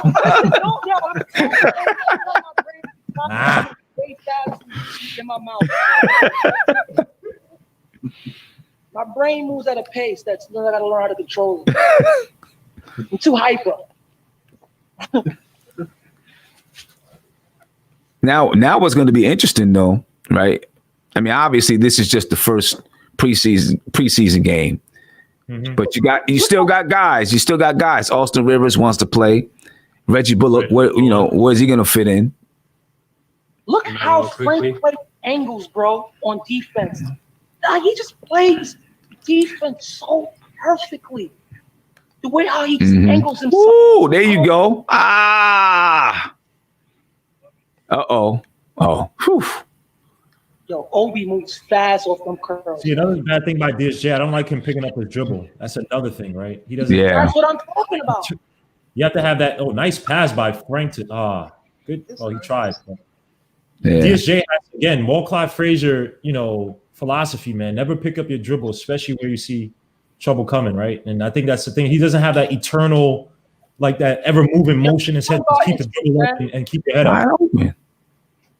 Well, they're running the plays too, so you got. Here we go. Look at Obi running the break. Gets the ball back to Frank though. Frank finds him in the post. I knew that pass was gonna. He'll learn. Hopefully, he learns from that one right there.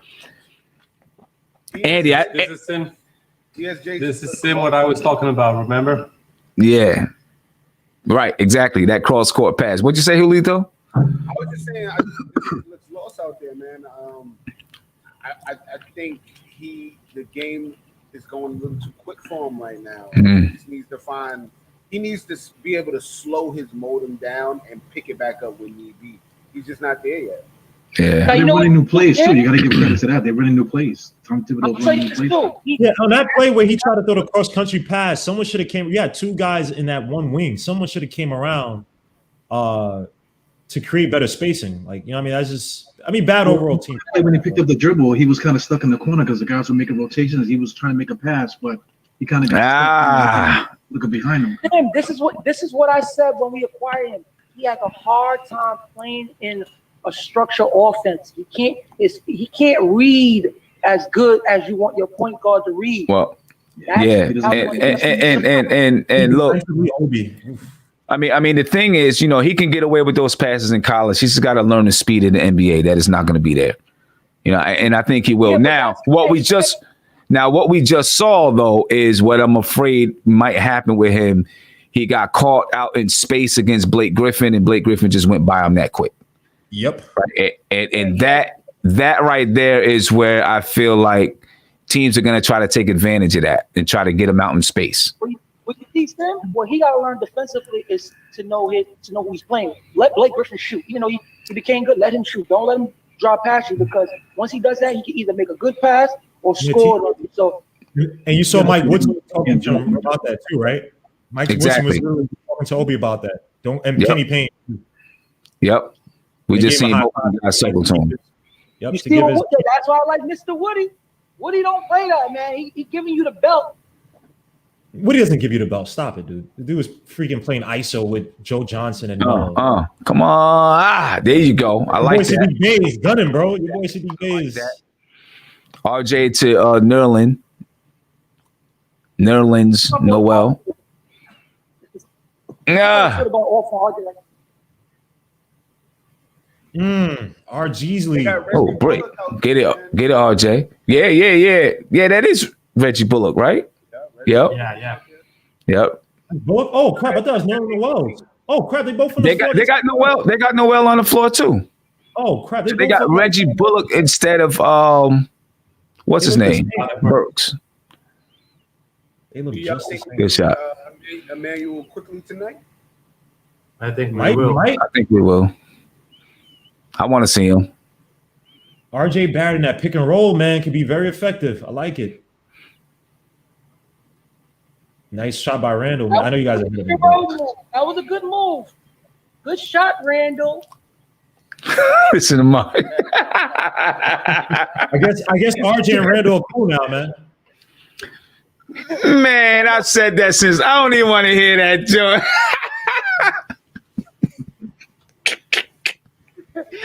Let's see when RJ Barrett has a technical shot and Randle comes and takes it for him. Let's see what happens, man. He ain't coming to take it from RJ. This guy. He's not coming to take it from RJ, bro. You can guarantee that. We haven't heard from Hayes, man. Hayes hasn't been really doing anything this game. Hayes is not. He was tired in the first quarter. He's a project, man. Take it easy on Hayes, bro. Take it easy on him, bro. I just said he's a project. I'm just saying it's gonna take time for you to see bro value. He's talking about taking slow. This guy's talking about, yo, when Obi tied his shoe, bro. Yo, that's the first time he tied his shoe in the NBA. I'm like, dogs. Like, Obi's gonna do a first for everything in the NBA. Take it easy, Camo. I would love to see this guy with Jordan Hill, man. Oh my God, Mark Let me celebrate let me celebrate. Celebrate over a preseason game? Man, I'm excited. We're playing basketball. Relax. First of all, this is not your team. This is not your team, so we don't even know why you're here. This is not your team, bro. We know who you're rooting for. Dallas. I root for a player. Sorry. Listen, I asked him earlier. I said, why did Dallas tweet that picture with Luka and Boban and say, tell me a better duo, and left out KP? He couldn't say. All Mark did is drop his head. Damn. Drop his head. Bro, but what I say, Sen, I'm riding with my dog to the end. That's all. Well, the end is soon, bro. He has what, an Achilles and a meniscus? That's not. Oh no, he had Achilles, meniscus, and an ACL. That's not. Dang, RJ's 0 for 6 right now. That's fine. It's okay. He can't get a bucket. He can't hit a bucket. RJ's form was nice. I like the form of his jump shot. Is nice. The flick of the wrist. I like that. People on Twitter right now saying his jump shot broken. Nah, it's not broken. They're looking at it because he missed. Yeah, because he missed. But if you look at the form, he's literally flicking his wrist. He doesn't have that weird herky jerky. What the hell he's doing last year? So I mean, his it's the first game. I'm not tripping, but just looking at the stats, 0 for 6. He don't have any rebounds. That's unusual for RJ. He usually has 1 or 2 rebounds at this point. I think he averaged 5. I'm looking at the stats right now. I don't think he has any. He also missed two wide open 3-pointers in a row, and one of them was an air ball. Listen, I like that stop and pop that he did. I like that. I don't care. I like that. Take it. I'd rather Nerlens Noel, man, 6 points, 5 rebounds so far. He's solid, man. He just scored again? Oh, that's RJ Barrett. And RJ Barrett defensively too, man. He's looking good, man. Again, if you're not shooting well, and guess what he scored on? A mid-range jump shot. Hey. A mid-range jump shot. Hey. With the 3, man. So this is what that's going to be a guy. I'm like between Reggie Bullock and the other dude Burks, right? Who's going to play between the two, or do one of those guys replace one of the young guys? And there it is, Knicks up 38-35, or do one of those two? Do one of those two guys replace one of the young guys? Come on. Yeah. So when RJ having a game like this, shooting, you put him right in the post and let him bully his way into the paint. Oh, look at Reggie Bullock. Whack. RJ, boom. There you go. Okay. There we go. That's what you need. Get him close to the basket. If he's not shooting, get him close to the basket. That's the thing right there. He just hit a bucket close to the basket. You know what? You know one thing I like what Tibs is doing? All the guards who are playing the ball handlers are getting over those screens. Very aggressive in getting those screens. Right. That's something that we didn't see enough of last year. Or not consistently at all, man. Not consistently at all. That used to bother me. Crazy. I know it's I just like the pace, man. Yeah, the Pacers. How many stats broke out? RJ cooking, y'all. I know it's the first preseason game, but he's doing what he needs to do. Hold up, Mark. No.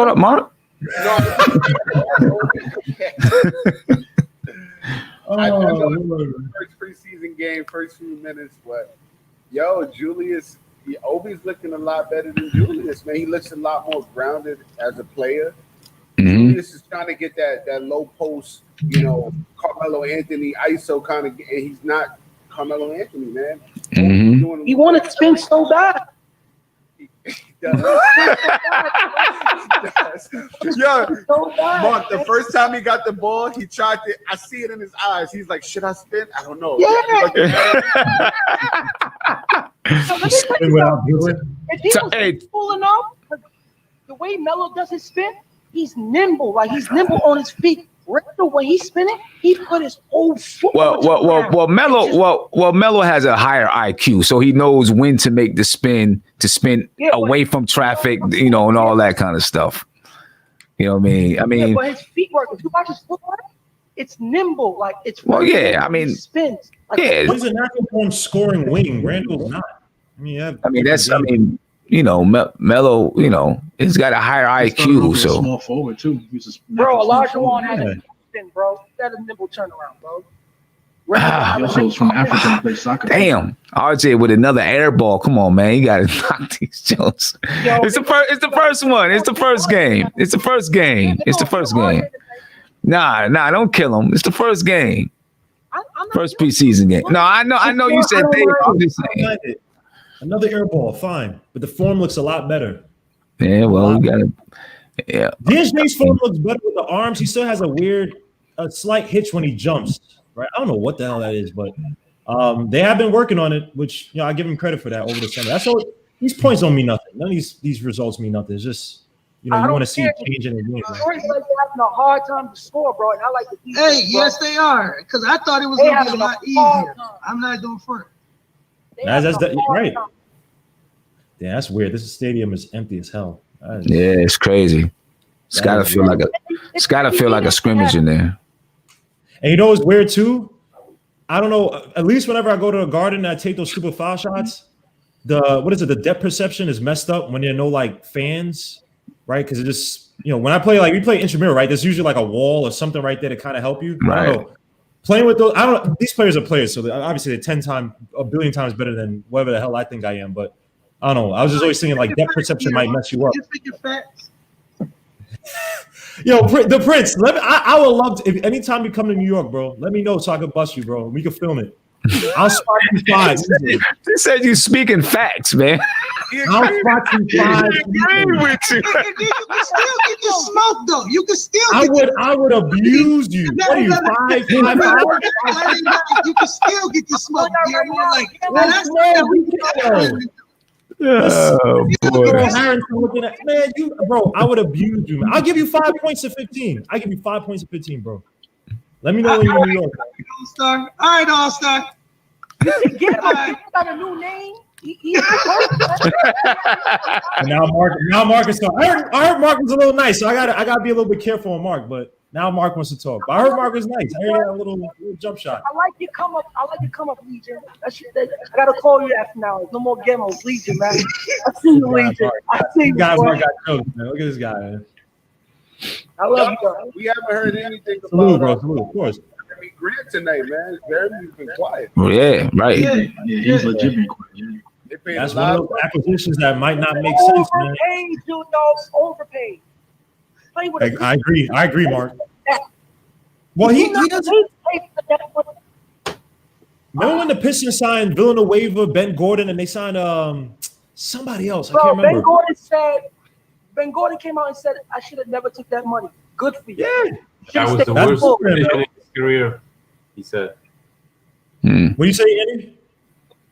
That was his worst decision in his career to sign with the Pistons. Yo, that boy was really, really good. I remember the game he scored 24 points in the fourth quarter for the Bulls. He scored 24 Not even points. that, bro. You could have been playing with Derrick Rose. Imagine if you had Derrick Rose, Ben Gordon, Dang, Heinrich. Yeah, that'd have been crazy. Come on. That's a Reggie championship Bullock. team right there at the time. Reggie Bullock is fighting too, man. Alec Burke might be a shooting guard. My God. I'm joking. Randle will make What do you do? Man, listen, man. He's not passing the ball to anybody. Yeah, no, Come on, man. Get him. Don't worry about what Julius Randle does. This time will come. We're gonna wait it out. We're gonna wait out patiently. We're gonna wait it out patiently. Wait till y'all see what he just did. Literally, the entire team is waiting to pass to run the ball down the court. I didn't say. I want Sim eyes to believe when he does. I didn't see the play yet. I just seen the Knicks score. Okay. I think I see it. I might see it. I didn't see the play yet. I just seen the Knicks score. Nice pass by Alfred Payton to Noel. Woo. Noel is playing out of his mind right now, man. Bro, he's just all over the place. Cutting to the basket, defending at the rim. These guys won it, man. This is what I'm talking about. Get competition in here, man. Awaken some of these guys, man. Is Scal on the He just got cut today. Oh yeah. He got cut, and then the Knicks picked up a guard. Yo, Sim, did you see early in the game with Theo Pinson clapping? That dude had to get a cameo, though, right? Right. I'm not mad at him. He can Millie Rock on the bench.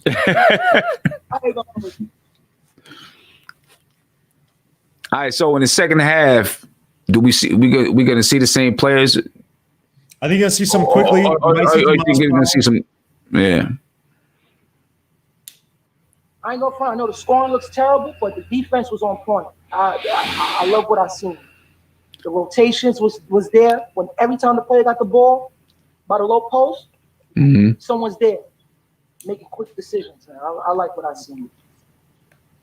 They still scored almost 50 for the first game. Like you wish you could see him a little more efficient with it. It was just sloppy. It's just sloppy. I mean, that's expected though. That's expected. Hey, Mark would put his life on it that we wouldn't score 100 points a season or two ago. Yo, listen. Damn right. Yo, we was crying to score 400, bro. Yeah. 46-43. I'm at 104. That's where I'm at right now. But the Knicks, man, they're digging in defensively, man. They're digging in defensively. That's what it should be, listen. If they're gonna dig in defensively, I can deal with any mistake on the floor if they're gonna dig in and play defense as a team. You know what I mean? That's all I want to see this season. That's all I want to see this season with them. The defense. Make people work. Okay. Now Obi and Randall's in together.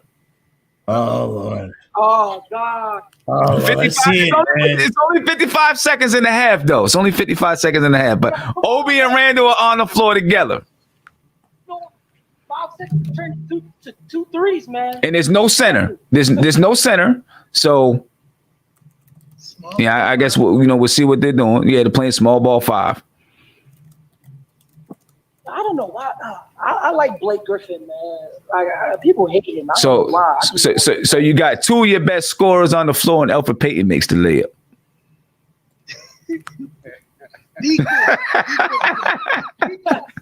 You said he's a decoy? I can't wait till we no longer see Alfred. Yo, Sim, you know what I don't like about That was a good play, though. He's so methodical. You said what? That was the right play. Yeah, that was the right play. That was the right play to make. He got 5 assists already. No. Who, Alfred Payton? It's good, but he's so methodical though in what he does, and it's so easy to guard him. Wait, who you talking about? Sorry, Mark. Who you talking about? Payton. Oh, Payton. Alfred Payton, like the way he plays. Payton has like one tempo. He doesn't have that, faster, slower. He just got one speed. Yeah. I mean, hey, look. Alfred Payton can pick up his dribble when he's driving. The only thing is just that he can't shoot. So you know that when he's driving, he's driving, right? He only has really the floater as something else other than a layup. Right. But I don't think he's like a one note type of DSJ player. You making me look? Come on, RJ. I ain't going front. Twitter going crazy on RJ right now. They scoffing at me. He be all right. He be all right. Killian Hayes is icing his shoulder. What's going on with that? You got RJ Barrett. You got Killian Hayes good D, good D. Man. It's the big leagues, man. Where's Derrick Rose going to get traded to? Because where's Derrick Rose going to get traded to? I was thinking that somehow the Lakers would try to pull for him, but they got Schroeder now. Where the hell would he go? I mean, he'd fit on the Clippers, but they don't have anybody really good. They don't have any.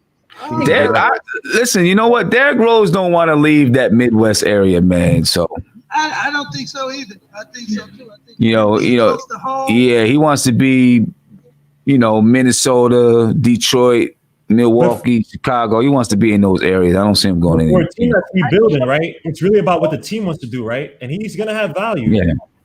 So the Knicks are up. Trading though. Yeah. So the Knicks are up 48-47 at the half. All right, let me see. I'm gonna start with you, Andy, and then we'll just go around. I'm gonna go Andy, Guillermo, Julito, Eru, Prince, and then Mark. So Andy, what do you think?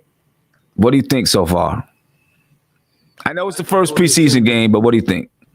Yeah, like I told you before, I was looking up on the rotations, and as we saw, and as I was thinking, Tibs swapped guys. I was thinking he's gonna do in pairs or threes. He subbed him almost the whole second squad. So we saw how that's gonna work. And at the end of the second quarter, he tried to mix it up the first squad with the young guys. Even we saw Obi and Randle for the last 55 seconds. We couldn't read anything from that because it was like 2 possessions and they didn't even get the ball to their hands.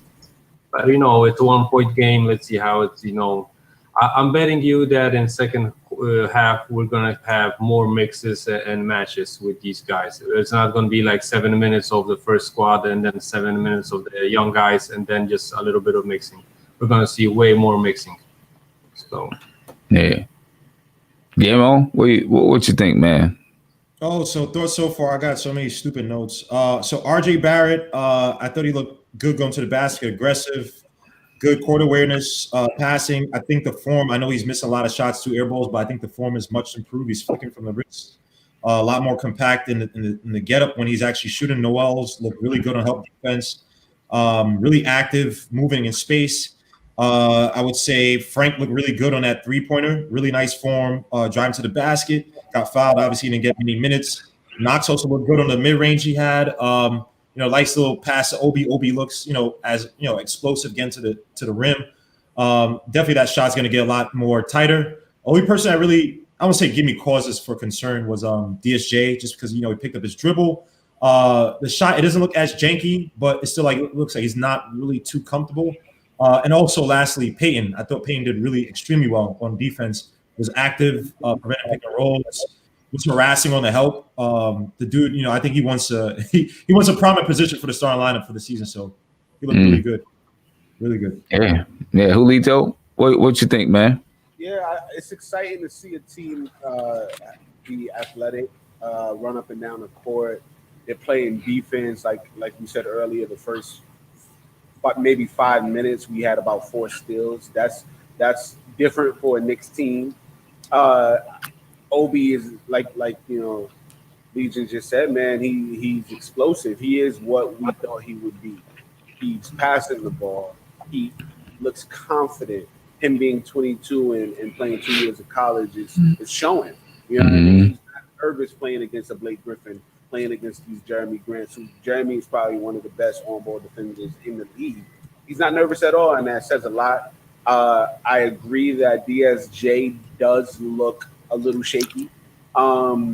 It's a lot of work that needs to be done, and I think it's really mental with DSJ, with him getting out of last year's turmoil and all that he went through. I want to see him really get a lot more confident. But to see Knox and Frank out there playing aggressive, they had a few turnovers, but to see them playing aggressive and going to the basket and trying to at least score for Frank, seeing that it has me excited, man. And to hold them, the Pistons 47 points in the first half, it says a lot. So I think there's a lot of room for improvement. But it's good to see this.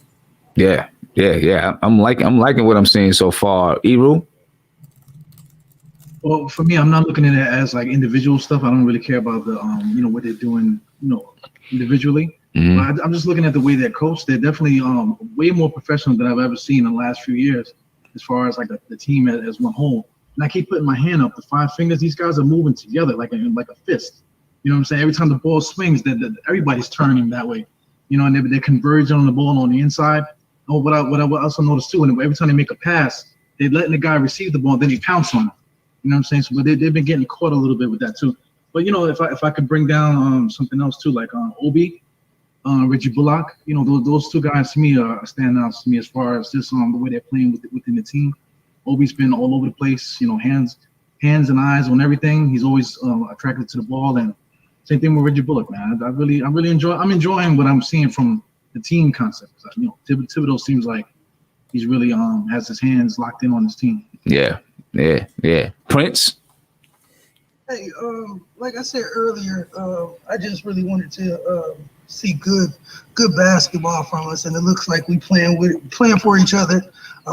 We moving together like Eru and Mark's been saying all night. We haven't seen the Knicks move like a defensive unit in forever. So I mean, to see that on game 1, that's means Thibodeau has been speaking to what he wants us to do, and that's run. We seen that, like you was talking about earlier, Sim. They ran when it comes to transition, and the pace has been great. Spacing has been great. It's just one thing I would like to see, maybe if we can get some easy buckets. That's what I was saying about Knox. Like get a couple layups, a backdoor cut, easy dunk, because that makes the basket get bigger. And then shots will start falling. Same thing with RJ. Like get some easy buckets. Get to the foul line, knock some free throws down, and hopefully that bucket gets bigger for him in the second half. But right now I can't ask for much more. Outside of, like I said, just find ways to get easier buckets. Continue to play good cohesive defense, and hey, let's hopefully get a W tonight. Yeah. All right, Mark. You already know, man. They get the ball and they're pushing the ball. I like the space and the pace.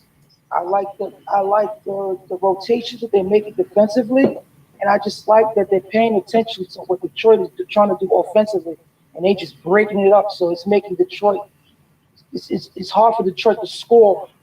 So when they're scoring, it's about like loose balls, a lot of loose balls happening, and again like easy basket by the rim. But that's just good defense, deflecting the ball and stuff like that. I like what I'm seeing just from the defensive standpoint. But what I want Tibs to do with RJ now, since he's not shooting well, put him closer to the basket. Get him a few plays. That's where you get him a few plays close to the basket and let him feast there. And then he'll get more. I don't think his confidence waver, but it would just open. It would just get his game a little more open when you score easy in the cup. That's what I want to see. But see, this is where when you have a really, really smart point guard, they know, listen, RJ's not cooking. Let's find a way to get RJ some easy baskets close to the bucket. You know what I'm saying? And, that's when you need that kind of point guard. I don't know if Peyton thinks in that manner. You know what I'm saying? Like is thinking the game that way, or is just playing to, this is what Tom wants us to do on this play right here. We're going to do it. And you want them to follow what the coach says, but sometimes you just got to be like, we got to get RJ to rock. The coach wants you to see what he can't see. Yeah, exactly. Yeah. But you as a point guard, you have to do what's necessary on the floor. Whatever the defense give you, you have to make it work on the floor. You have to. And the thing with those 2 point guards, they're thinking, they're holding the ball a little too long when they don't have it. Just give it up. Give it up. Because the ball is swinging. I like what Obi did when he got the ball and he made that half court pass. Yeah, well, but that's something good to have, because he's going to get double. When he gets better and better, he's going to get double because he's quick enough and he's going to be strong enough to finish in the cup. So he ain't hurt right now, and he's fast, man. He's fast. Yeah, I'm gonna tell you where obviously I'm impressed with Obi, right? Obi Toppin, not taking crazy shots, take smart shots. He's got 5 rebounds. I like that. He's got 5 rebounds, right? Because that's one area where I was like, is he going to be able to rebound? He's got 9 points, 5 rebounds. But I'm really impressed with Nerlens Noel. And just looking at the way that I know, but you know, for his career, he's another guy who hasn't been able to break out. He's 26 years old. He plays defense. He's got 10.6 rebounds. He's not afraid to go off the dribble. He's not afraid to pull up the mid-range jump shot. Mitchell Robinson, I think you already lost your starting spot. I'm sorry. No, Sam, you know what's so crazy? He had a $7 million deal from Yeah, I know. I think This guy hates Mitch. I don't hate Mitch. This guy hates Mitch. Okay, let me ask you this. Is there anybody in this chat right now that thinks, from looking at what we've seen so far, that Mitch is going to start over Nerlens Noel? Preseason game. Yes, because I can see the difference in the way that they play in one preseason game. Wow, this guy hates Mitch. Look at him. He came out hiding smile, man. I don't hate Mitch. I'm with Sim. I have to say, I'm with Sim. I don't hate Mitch.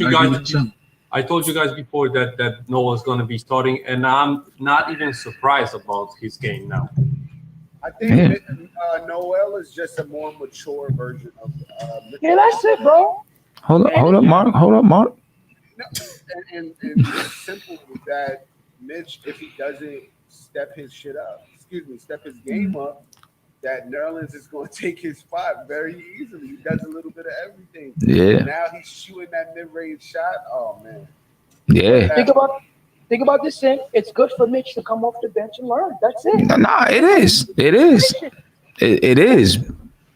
To me, it's not simply about ability, too. He was out there leading the defense, too, leading the charge, talking, pointing, and stuff like that. That's something that Mitch doesn't do. So he has a learning curve. And then, you know, just in situations of the game, he just has the experience. But, you know, like with everyone else, I like the defense that I've seen. You know, all guys moving together. It seems like everybody is obviously we can't hear it, but it seems like they're communicating with one another. And, you know, they're digging in defensively. You know what I'm saying? You know, they're down, you know, they're down in a defensive stance. They're not standing straight up. Like, they're digging in defensively. And offensively, you know, they got 10 turnovers, right? But it looks like, to me, just there's a little bit more control, though, on the offense. Like, they have an idea of what they want to do. You know what I mean? And, you know, right now they have some rust and things like that. But yeah, I like what I'm saying. And then you still got a guy that you can. I'm not sure yet. I have to check it out. And then you still got a guy, another guard that can come in and give you something with Austin Rivers, you know, that can add more of that basketball IQ, more of that defense too. Let me get you a phone call. Call you live. What's popping? Hey, how you doing? This is Kenny again. Hey, what's going on, man? How you feeling? How you feel about what you're seeing so far? Very sloppy, but at least we got a 1 point lead. Obi looks very active out there. Mm-hmm. A lot of nice buckets. His athleticism is impressing me so far.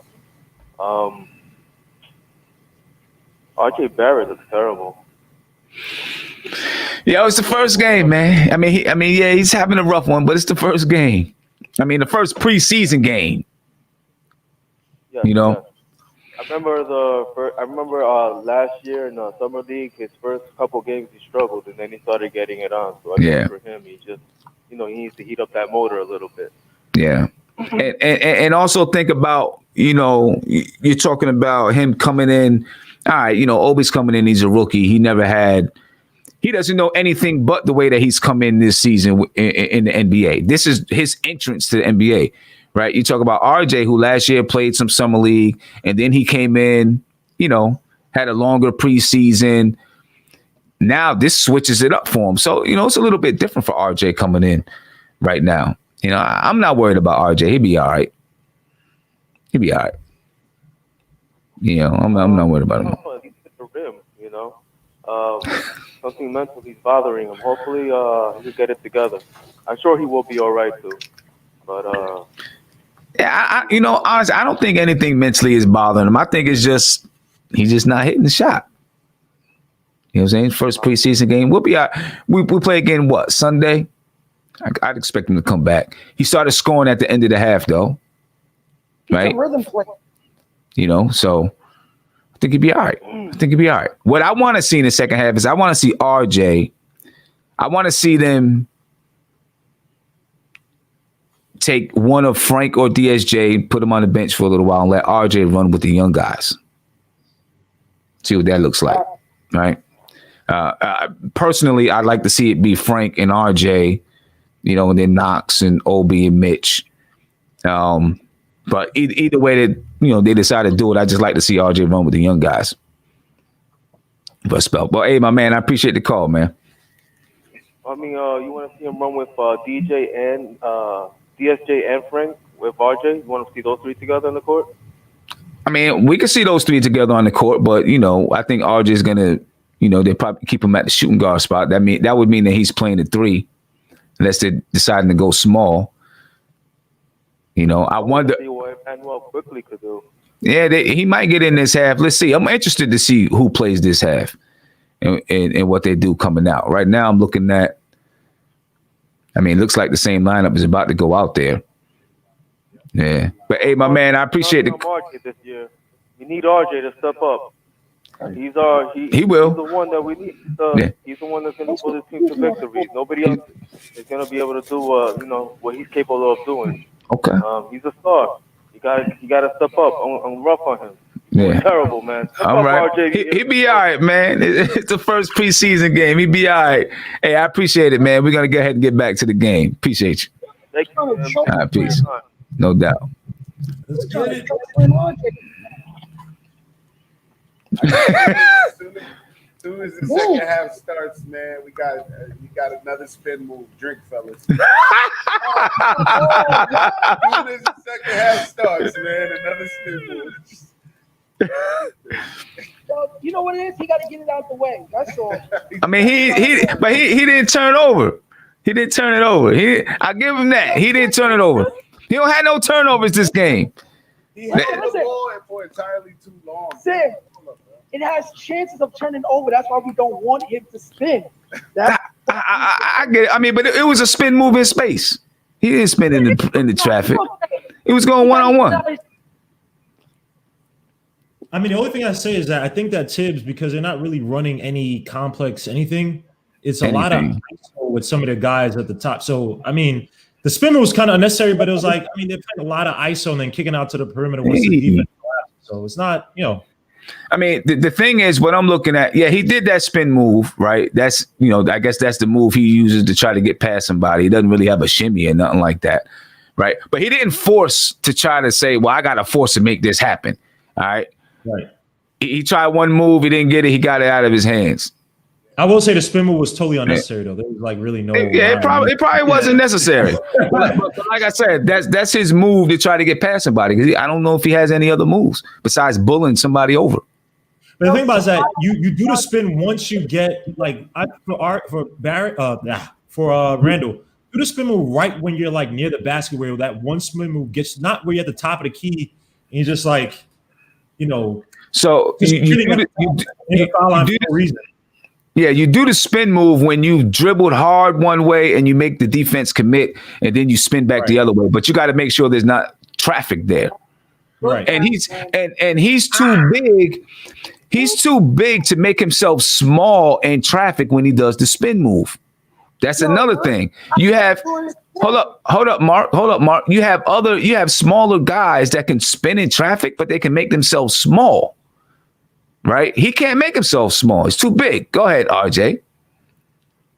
That was a good move by Randall. Sam, I ain't gonna argue. Switch the ball, quick pass. Okay, boy. Tibs with a quick timeout already. Julius. Oh, okay, RJ. He leaves a wide. I'm telling you, RJ with a nice mid-range. Oh, Tibs is cursing him out. He's cursing him out. That's what he needs. That's exactly what he needs. Yeah, I seen him call time. Yep. That's exactly what he needs. Randall. He leaves him. Look at Tibs. Look at Tibs. What is Randall doing? That was a bad turnover, though. Good. It's a bad turnover. Scream on him. And then this is what Randall does that can look at Tibs. take the energy out of a team. he will lose the person he's defending, and then get mad when you don't switch over. Right. And you know what I'm Loses saying? composure. Right. And then gets mad at RJ, and then RJ's the one that's getting screamed on like that wasn't your man, that you got lost in transition. Like that's what Randle does. That makes us not like him. And see, that's where Tibs has to come in. But we seen Tibs screaming at him, right? Like Fizdale. Look. Fizdale would get on Frank or Knox. He would get on the guys that he was not afraid of. I don't want to say it that way, but you know, he would get on those guys, right? He didn't touch Randle. He didn't touch Peyton.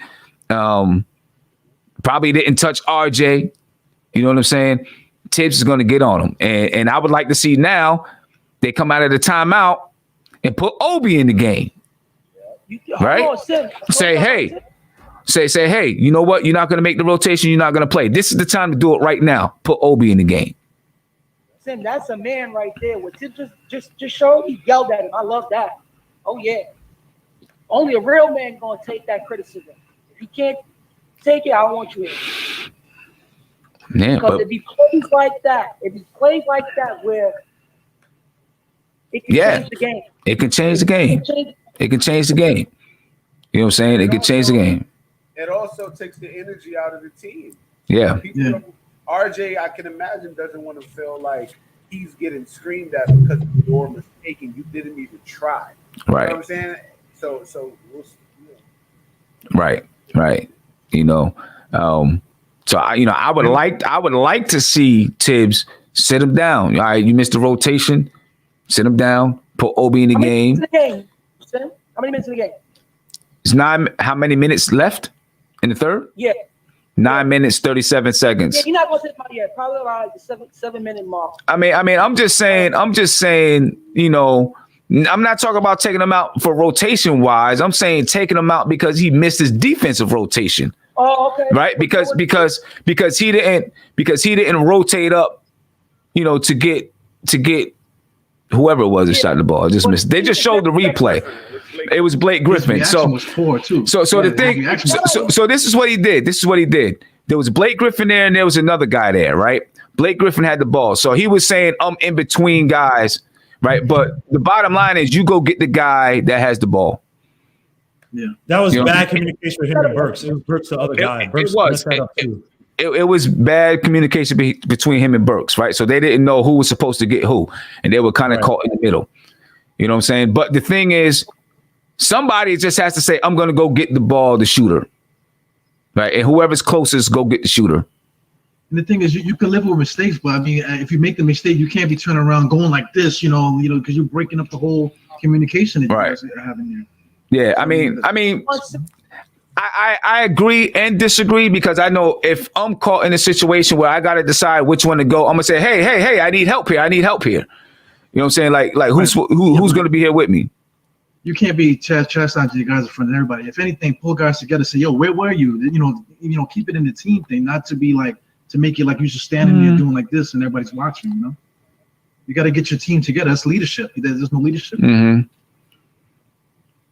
Let's see. I love when you just keep yelling.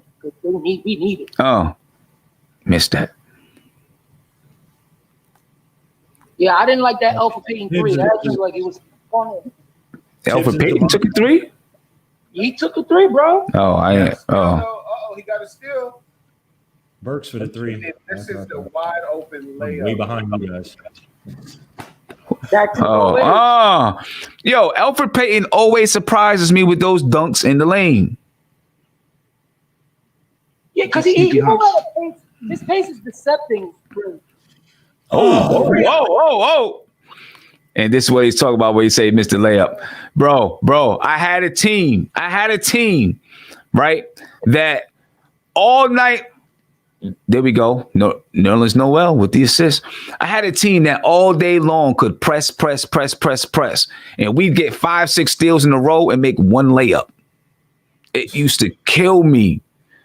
You know, I mean, but I knew like our defense was going to be stellar. Nobody was, we stopped teams from getting the ball up the floor, but we could not score. We had to play that kind of defense. I ain't going front Sim. I think Noah can stay. He can stay here. This guy just changes up after one preseason game. Oh. Now, we were at the halftime, Guillermo. Yo, I mean, you can't front though. Yeah, not yet. He is hooping. He's just active, bro. I don't care. He's just active. He's moving. He's just doing the right thing. I love it. And he's not fouling stupidly. No. Like Mitch does sometimes. He goes My friend, up in the air and stuff. Pass the ball. Yeah, see? He got the foul, but you're not paying on the other side cutting. You got to look up for that. That's when you pick up your dribble. You have to anticipate that your boy Peyton is cutting the baseline, right? Pick up your dribble and make the pass. Come on, bro. What are you doing? And you turn around the other way. Why would you turn around the other way? Wow, Randle, get your act together. Hell no. That is beyond dumb. That's just not smart basketball. Randle's get him out the game, man. He's just not playing good, man. Yo, I don't know. We got some young guys to look at, man. Get them up out of here. I mean, you can pull them out, but they up 9 right now. You coaching, you got to make a decision. Yo, Detroit can't shoot the ball, bro. And this is what I said before the game. They can't shoot the ball. I mean, Detroit, Look at Randle. Just put up Randle. Why would Randle turn away from the basket when he's right there? Just put it up. Y'all see what I'm talking about, man? Oh my gosh, this dude is weird. He's a weirdo. Yeah, he's a mental midget, man. Yo, bro, he's right at the. Why would you do a fadeaway? I don't know. I don't know, man. I mean, that's a shot. Yeah, I think y'all pulling that strings for real. Yo, I feel like y'all pulling that strings. You know what I'm saying? Because gotta go straight. There are people out there that have all night been playing worse, and people are pulling that strings. That's all right. I'll let y'all have it, though. I'm gonna let y'all have it. I called it on DJ. DJ did not have a good night. Yeah, I'm gonna let y'all have it. I'm gonna let y'all have it. Right? Hold on. I'm gonna let y'all go ahead and have it. I ain't gonna say nothing. RJ been throwing up bricks all night, and nobody, everybody. It's this, that, and this, and that. If Randle takes a good shot and it misses, right? It's like he took a good shot. No. But RJ's taking some bad ones too. Whoa, RJ took bad. RJ has taken some bad shots. He took a 3-point shot on a fast break that I felt he should have went to the basket because he had the lane to the basket, and then he got it back and pulled another 3-point shot, and it was an air ball. But it was like, but his form was good. And 2 shots, he's open. That's not a bad shot. Okay.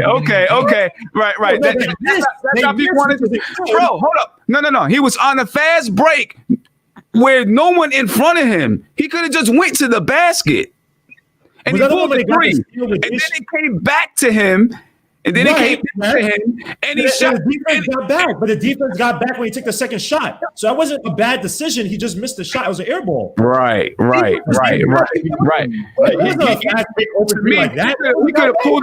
could have pulled the ball back out, or he could have went to the basket because the defense closed out on him. He could have went past him. But that's okay. Go ahead. That's okay. Certain parts of the game that never happened. No. Randle gets the ball right at the basket and does a fadeaway away from it. Hey, go ahead. I mean, sometimes people take a shot. It wasn't a bad shot. He could have took a better shot. It wasn't a bad shot. It could have been a better shot. What I'm saying is people going to pick at strings.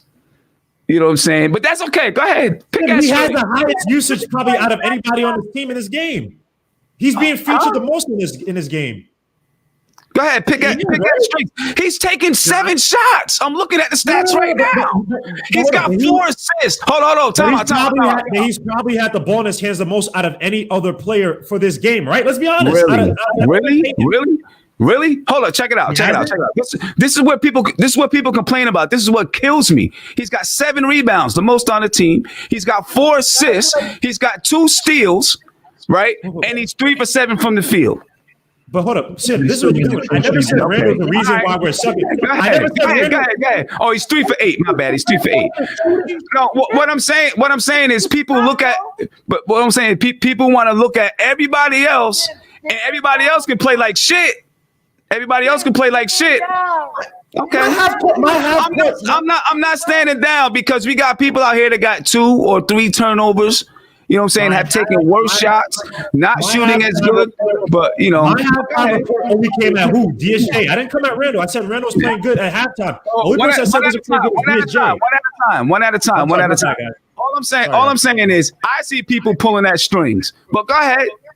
I'll let you pull at strings. Bro, we was all waiting to pounce on him. I know that it don't matter. It don't matter what happens. People are gonna pounce on them. But you know. Listen, it's okay, bro. Just stand down on this one. No, I'm not standing down because it just makes no sense to me that, you know, when someone's on the court, every little thing that they're gonna do, you know, but if someone else makes it, they like, oh. And no one got him on his rebounds. No one said anything else about the rest of his gameplay. He took a bad shot right at the rim and he faded away. Okay. All right, go ahead. Watch the game. This guy's making up. RJ Barrett had a fast break. Come on, Sim. Bro, see right here. He missed a layup, right? He missed a layup, but that was a good take. It wasn't. It was off of a screen and roll. But what I'm saying is, everybody else has made mistakes on the floor.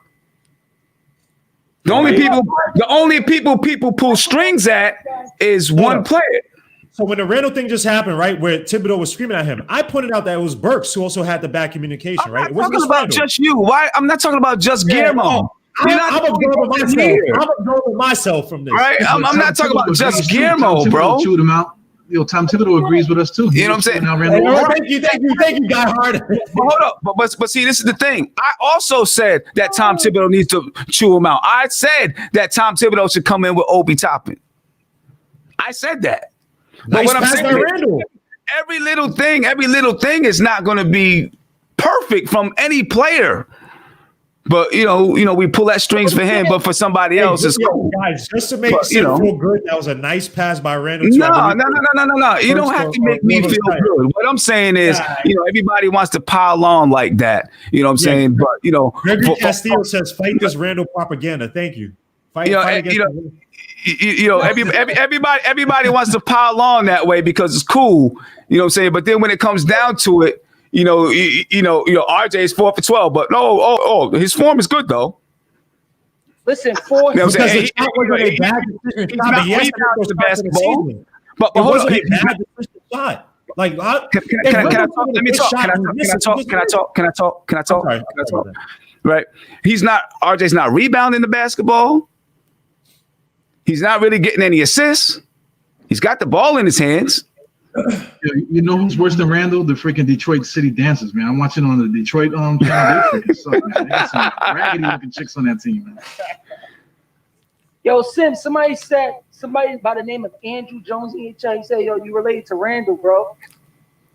You related to Randall, bro. That's his godfather. He's on. Yeah. That's cool, Andrew Jones. I'm just saying. I'm just looking at the stuff. You know what I'm saying? I'm just looking to see what I see. RJ's the baby and Randall's the outcast. Obviously. Obi is the baby. Obi is the he's the guy. We know that. It makes it worse that now we want to see more Toppin and Randall is right. I know it's really gonna smack him. Yeah. I wonder what Amari Spellman is doing right now. You know what we're doing.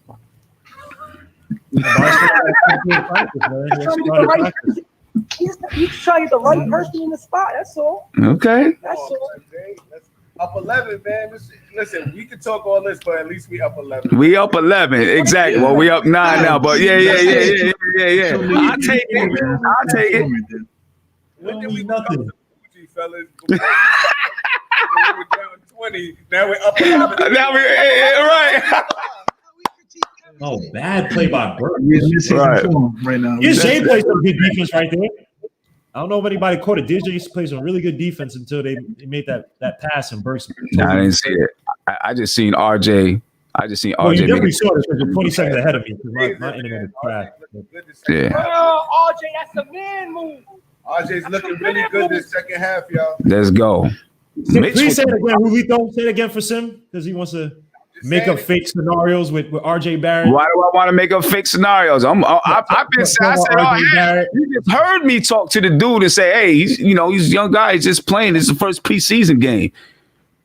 Yo, your boy I'm Jeremy. just not going to be unfair with my criticism. Oh my God. Scenarios though? I am going to criticize everybody. I'm not going to be unfair with my criticism. You say scenario, I say scenario. Look at RJ again. Look at RJ again. Told you he's Hold looking good the second half. Pull up. Toppin back in the game. Uh-oh. Young guys, get the young guys back. Was that Mitch or no? Oh, that was Mitch. Was that Mitch? I don't know. Oh, that's Mitch. My bad. What the hell was that jump shot? I don't know what DSJ, man. I'm not sure. I don't know. I don't know. Oh, nice. That was a tough pass. I mean, nice pass by DSJ. Good quarter. I want to see Frank, man. I do want to see Frank. Yeah. Frank is out there. I just don't think Frank and DSJ out there at the same time is working. Yeah. I mean, it's a preseason, but I want to see quickly in that DSJ spot for that second year. I want to see that too. Yeah, me too. He might come in the fourth quarter if it's like gotta give him some time. Yeah. I don't know, but that's a travel by Frank. I don't know if that's a travel, man. I want to see if Tom Tibs, like right now they're trying to use DSJ as the point guard, right? To facilitate and run the floor. And you heard Tom Thibodeau in his interview say, we're trying to get him to run his team, this and that and the other thing. But I'm starting to feel like, the best move is to let somebody else do it and just let him play off the ball and play his game, man. You know what I'm saying? DSJ play off the ball? You saying you want him to do that?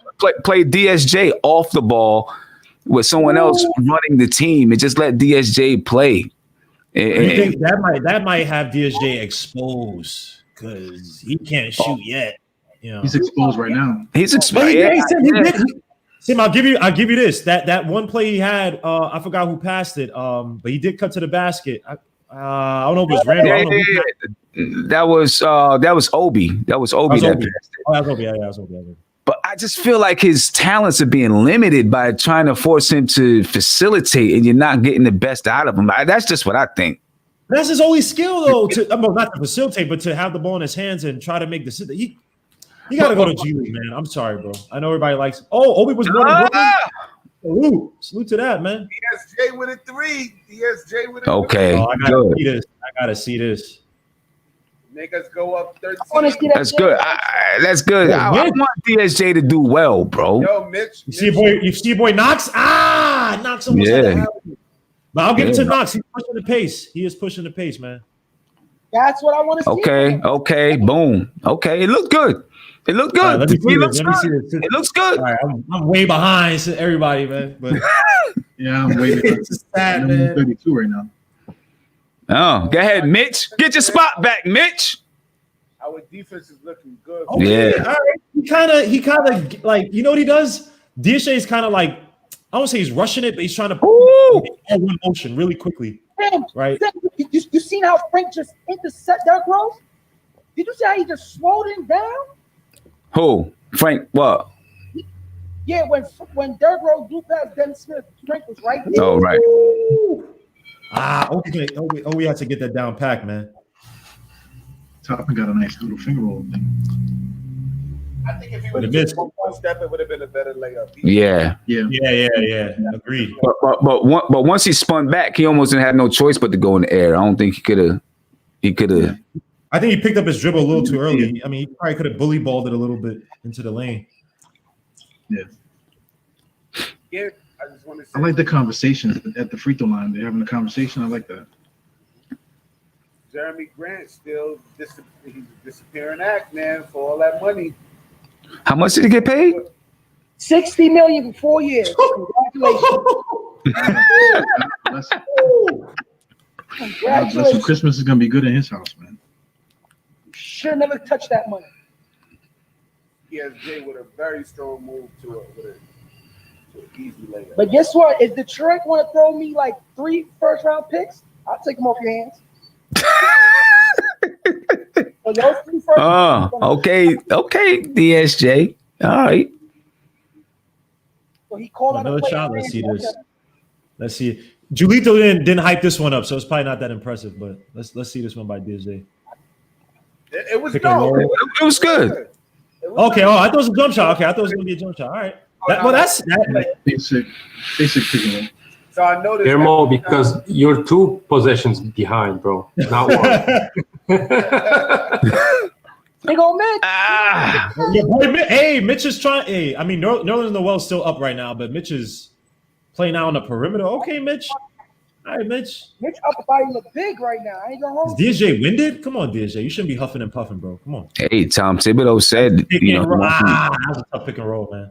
You gotta push that pace. Yeah, They fouled Mitch, man. yeah. they got. He took off the mask. Put the mask back on before you get fined or something happens. I don't know. Yeah. Yo, he said, what the F was that? This dude's facial expressions, man. It's crazy. I like Tom Thibodeau because he don't sit down. Yo, let me tell you, Nerlens, you know, look, y'all can say I hate Mitch. I don't care. Nerlens Noel is cooking. I know he's not in the game. I'm just looking at his stats, man. 14 points, 7 rebounds. He only got 1 block. He got 14 points. He's got 14 points. 5%. He's played in 20 minutes. 20 minutes. Yep. He's cooking. It's cooking. No, well, it's good. It's good with Mitch because he don't have to have all that responsibility. That's true. He also played a lot. He also played the majority of the minutes, though. So we got to see. Maybe second game they play Mitch more. Guillermo, they didn't even run a play for him. Yeah. No. They ran plays for Nolan Noels. They did run plays. They didn't run a play for him. They ran a play. RJ Barrett literally had a play. We had a pick and roll Nerlens Noel's, but the pass I think got intercepted, or it couldn't get the alley. But they run a few for Nerlens Noel. But he also moved well off ball, right? Where I think it was Randle Obi, where he went through the middle, caught the ball for a dunk. So, but again, he's gotten the majority of the minutes over Mitch. So we'll see. Because I know Simeon. Look at Simeon smiling. Yeah, I mean, yeah, he's got the majority of the minutes, but I don't know if Mitch would have done what he's. I don't know if Mitch would. I don't know if Mitch would have done it. Ever since you got that kazoo from his old agent, man, it's been all downhill from him. What's that, a kazoo? What was it? Not a kazoo. I can think kazoo. A harmonica. They not connected, like on the alley oops and stuff. He's not his footing ain't right. I don't know what it is. Yeah, I feel like he's not getting his feet underneath him. Getting up fast enough. Or maybe it's that they know what Mitch is going to do. They know they're gonna, they know it's going to be the alley oop. So, take his feet from him. Yeah. But hey, kind of sloppy though. Hey, Guillermo, Guillermo, that harmonica broke. So ever since then, I've been down on Mitch. No, I'm joking. I was about to say, I could tell when he gave it to him, like, this might be some cheap type of what's in it. Of course. But then Mitch has like 6 agents, so you don't even know the guy was, good or not, or Ooh. Oh, good block by now. Do something though, right? I want to see Frank against your boy Killian. He's going now, right? Yeah, your boy Ellington with the ball. Oof, that was a bad play, Ellington. I know Mark loves that. Yeah, Knox. Let's go. Your boy Knox is looking good, man. Knox not looking too bad. Not too shabby. They called a block. Did they call a block? They called a block. Free throws is the name of the game. Ooh, nice block by Knox. Knox on defense. Okay. Oh, he got a Euro step. It's not a Euro step. It's like JFK. He can go close or something. Okay. Knox with a little Euro step on a fast break. What? Yeah, it looked trash. I mean, it's trash. It looked like a local step. I mean, it's something. You know what I mean? Yeah, he could have just went straight through. He didn't have to do Euro stuff. Yeah. Oh, he could have done. He could have jumped and dunked on him. Yeah, got to make them free throws. Yeah, he definitely changed his jump shot a little bit. No, it's the same, bro. Obi Toppin and 1. Oh, man. This is This how guy who we think is just messing up, yo. This guy, man. Nah, when the Pistons make their comeback, man, he's gonna call it out, man. My bad. Now you good. You good. I don't give a damn. This is preseason. Then you see them. Ah. And then Sim does a massive pee on after, man. This I gotta get better. And look, and wait till he gets stronger. Okay. Yeah, this year is terrible, man. Ooh, you see, Obi Toppin spin moves have purpose, Sim. You see them. Every spin move was to get. Nobody said. Nobody said it. Did a spin move on the left. And then right. Yeah, nobody said that, but I mean, we should do a video of Obi Toppin under control versus random spin moves, man. But he did also it. spinned off the body too. That's what you're supposed to do. He tried to gather himself. Thank you, Errol. Thank you, Die Hard. Thank you. But he did it under control. You gotta make the foul shots. Bro. That's all. Team gotta make foul shots. Yeah, I don't know if he one of those teams that shoot like 60% from free throw line, man. Yeah, they could be. They could be that. They could be that team. We're gonna find out. They could be that team. Look at Frank. Frank is just causing this kid not to get what he wants. Killian is trash. Oh my gosh! Listen. Yo, you said Killian is trash. You said that. Yeah, man. Like he just drove baseline, lost his footing and stuff. I mean, I don't see nothing good about that kid. Oh my gosh, man! You guys are. Yes. So they got to stop going with this. What you call it right now? Because teams they're crunching that. They're not letting Mitch get alley-oop to the basket. They're crunching it down, and it's a turnover every time. Wayne Casey don't let you get in the paint. There you go, Frank. Yeah, they're a lot more killing it. You see that? Yeah, I know. They're playing them a lot more off ball. Ooh, the mid-range look nice, Frank. Okay. All right, Frank. Good shot. I see you, baby boy. Frank is playing good. I give him credit for that. Look at Wayne Ellington just want to shoot. Go ahead.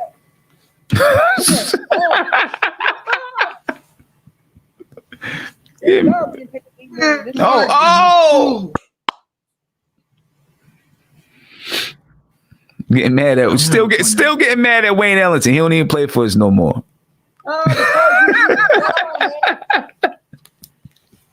Hey Frank. Oh, okay. Good.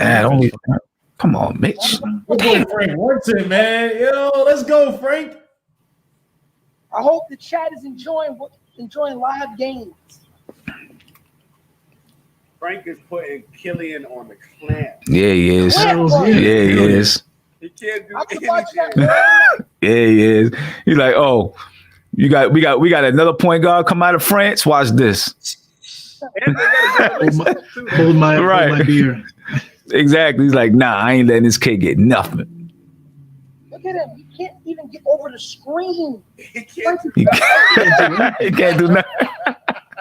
Frank got his hand in the beer, man. That's what it's supposed to be, man. That's what it's supposed to be, man. Look at that. Yeah, Frank got his hands in his pocket. I love that. Tee him up, Frank. Get out of here. Oh. How they call a foul on that? Push. That's when you need to push, Sim. When you got the defense backing up like that, that is when you need to push. Look at Frank. Oh my God. But look, this is what I was talking about before, right? When you talk about Frank Ntilikina, people always talk. But hold up. People always talk about, if he doesn't show something this year, do you give him another contract or whatever? What I'm saying, in my opinion, you give him what he's worth, and if you look at him now and say you're a defender, so this is how much we think you're worth, because I feel like you need his skill set. If he's going to end up being just a defender, then he ends up just being a defender. Cool. But I think you need his skill set. He's showing a lot in this game, though. He's showing a lot. They can't run nothing without their point guard. Stupid pass. You got to keep Frank right now. This defense, that defense. Stupid pass.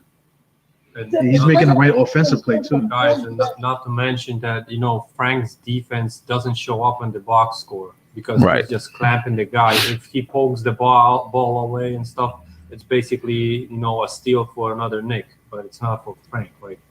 And deflections, disruption, and stuff like that, that's Frank's game. So I like that one play where Derrick Rose had beat. Oh, come on, Knox. I want to see him run more pick and roll with Obi. They're playing Obi a lot on the perimeter. I want to see him use pick and roll with Obi. Because they want him to dive. They want him to dive from the side. Open up the floor. Come on, Knox. Rimmed out. Good shot by Knox. That was a nice play they set up for Knox, though, even though he missed. You see, I don't like Dennis Smith defense. Almost got fouled. He's in the hands, bro. Timeout by the Knicks. Yep. I don't care. What Frank did tonight is the best thing. I love it. Yo, Ron Cleveland's trying to say what's up to you, Sim. Man. It's Nick saying what's up to you, Sim. Ron Cleveland, what's going on with you, bro? How you feeling, man? He got 300 subs, Sim, in a week. Big Ron Cleveland. What's the name of his podcast again? Man. It's the Knicks. Yeah.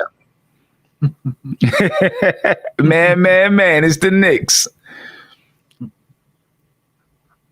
Big shout out to Ron Cleveland. Let me see what we got going on here. Right now. I'm sorry. We can't trade that. Sorry.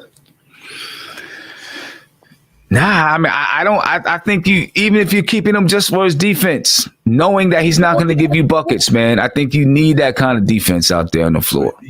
But he's been playing good on offense, though. He's been getting into space, hitting that mid-range jump shot, making the right play offensively. So, I hate Frank, but he's been playing really good. He's been playing really good today, so I give him credit for that. I give him a lot of credit. That's all he needs to do. It's the mid-range. He's only taking 2 shots, though. Yeah, but he's getting into the right space in order to create offense for everybody else. So I like it. I think he always does that. Yeah. Look at this trash, guys. Yeah, I know. I can see it. Yeah, that's what I'm seeing on my screen. Right. I see. I got the same thing. I got the same thing. I know. Throw a roll of quarters at that girl, man. Jesus Christ. Andy transforming right now. I see you, Andy. It's getting cold. 3 a.m. I'm getting tired. That's why my boy is. You in Poland? What do you expect with that tundra up there? Andy, I didn't know you were in Poland. That's amazing, man. Bro, Andy is the man. I got my Knicks warm-ups on. Yeah. Andy is in Poland and he's on all the streams. It's crazy because everything is opposite. It's crazy. 6 hour difference, so it's 3 a.m. now. I thought you was in Brooklyn, Andy. Jesus. So nobody here rep Brooklyn. Don't speak of Brooklyn in here. I'm from Brooklyn. What are you talking about, bro? No one cares about. Don't mess with Brooklyn right now when the season's hot. Where you from in Brooklyn, Julito? Flatbush. It's Julito. Julito? It's all good. Yeah. I love Brooklyn. I love Brooklyn. I love Brooklyn. Flatbush, okay. So we got beat. I'm not a Brooklyn by any stretch of the means. Straight up. Mark, no one cares about Queens, bro. No one cares about Queens. Your man's over there in Brooklyn pulled the fast one on us, but we got done for. And you know what? My bad, fellas. Noel has 10 points, not 14. I was looking at the plus minus. My bad. Oh, yeah. Oh, wow. Mark, overhype anybody that goes against Mitch. Mark, I'm a huge fan of yours. DSJ is competing. I'm excited. Is it a phone call? Latrell Sprewell is, I don't know. Wait, what's this guy? Oh, that was the American Dream. Latrell Sprewell. He's saying that to you, Mark. He agrees with you, Mark, which is. Oh. Mark, I'm a huge fan. I appreciate your passion. You hear that, Mark? Tell him to repeat himself. He said he's a huge fan. He appreciates your passion. Did he say repeat himself? Listen, I love all the fans, I love you guys. Just call in. Don't be scared. Speak your truth. I want everyone in the chat, all 900 of you, call when you have the chance. DSJ looks good tonight. I'm excited by DSJ. He's competing. I understand he's DSJ looks mixed. Where do you get DSJ looks good? He's competing on defense. I didn't see any competitiveness on defense last year. Let me tell you what is impressive to me tonight, and not just Nerlens Noel, but when you look at the scoring right now, 85 points. right? I mean, but I'm looking at RJ Barrett 13, Noel got 10, Peyton got 10, Obi Toppin has 11. Who's next? Smith Jr. has 7. Alec Burks has 7. Julius Randle has 6. Frank has 5. Right? I mean, you got good balanced scoring. Yeah. And when you look at the shot disparity right now, right? RJ Barrett has 14. Randle has 9. Peyton has 8. Alec Burks has 7. Obi Toppin has 8. Noel has 6. Dennis Smith Jr. has 6 shot attempts. Frank 2. Kevin Knox 4. Right? I mean, that's if that's the way you're gonna play, that's the way you're gonna play, right? You know, that's moving, sharing the ball, and the Knicks are shooting 51.5% from the field. Yo, Sim, if you just see Frank on the last play, he's making these point guards give up the ball. They kick out of nowhere. Yeah, I give him that credit. I think Thibodeau made the right decision starting Noel. He made the right decision starting my man Noel. He's been great. Yeah, he made the right decision. Of course, Sim is going to say that. Of course. You can freaking start Odin Polynice. Oh yeah, Odin Polynice. Come on, man. Eldon Campbell. Like, all right, come on, Obi pulled a 3. You know his 3 step. It looked like he's shooting with a arc. Yeah, he's got good arc on it. I mean, it was online. It just was a little bit, it was online. It looks strong. Huh? I said his shot looks strong. Yeah, it was online. How many? He's only pulled what? 1? No, 2. 2 threes. 2 threes. He's 1 for 1 for 2, right? Yeah. He didn't make a 3 tonight. They're still playing very hard. I don't think Obi made a 3 tonight. Every rotational play, bro, it is pretty to watch right now. Yeah. What you say, Guillermo? I don't think Obi made any 3 tonight, right? No, he made 1 in the first half, I think, at the top of the key. Yeah. He did? Oh, crap. Yep. I love that Tibs called timeout. I thought he did. Maybe he didn't. I think it rimmed out. I think both his shots look good, but I think they rimmed out. Okay. All right. Maybe it did. It did. It did. It did. He didn't make it. Don't you love Tibs' passion, man? First game in the preseason, and he calls timeout when somebody doesn't get back. Don't we miss that? You gotta love it. Love it. You gotta love it, man. Damn right, caller. Muscle memory in both the physical and the mental, man. You gotta make sure you're not making dumb mistakes. Who told y'all that? What's Mark talking about now? I don't know. I have no idea what Mark's talking about, right? Like everybody's talking to Mark is just like chirping in the background. I don't know what he's talking about. I remember people saying Tibs don't hold anybody accountable. Who said that? Who said? Punk hate Karl Anthony Towns. Who said? No. You put them girls up in misery. Yo, you're not letting go these Detroit dancers, man. They got the uniforms from Rainbow. It's so cold in the Knicks City dancer, man. Yo. Oh man. Yeah, what a shame.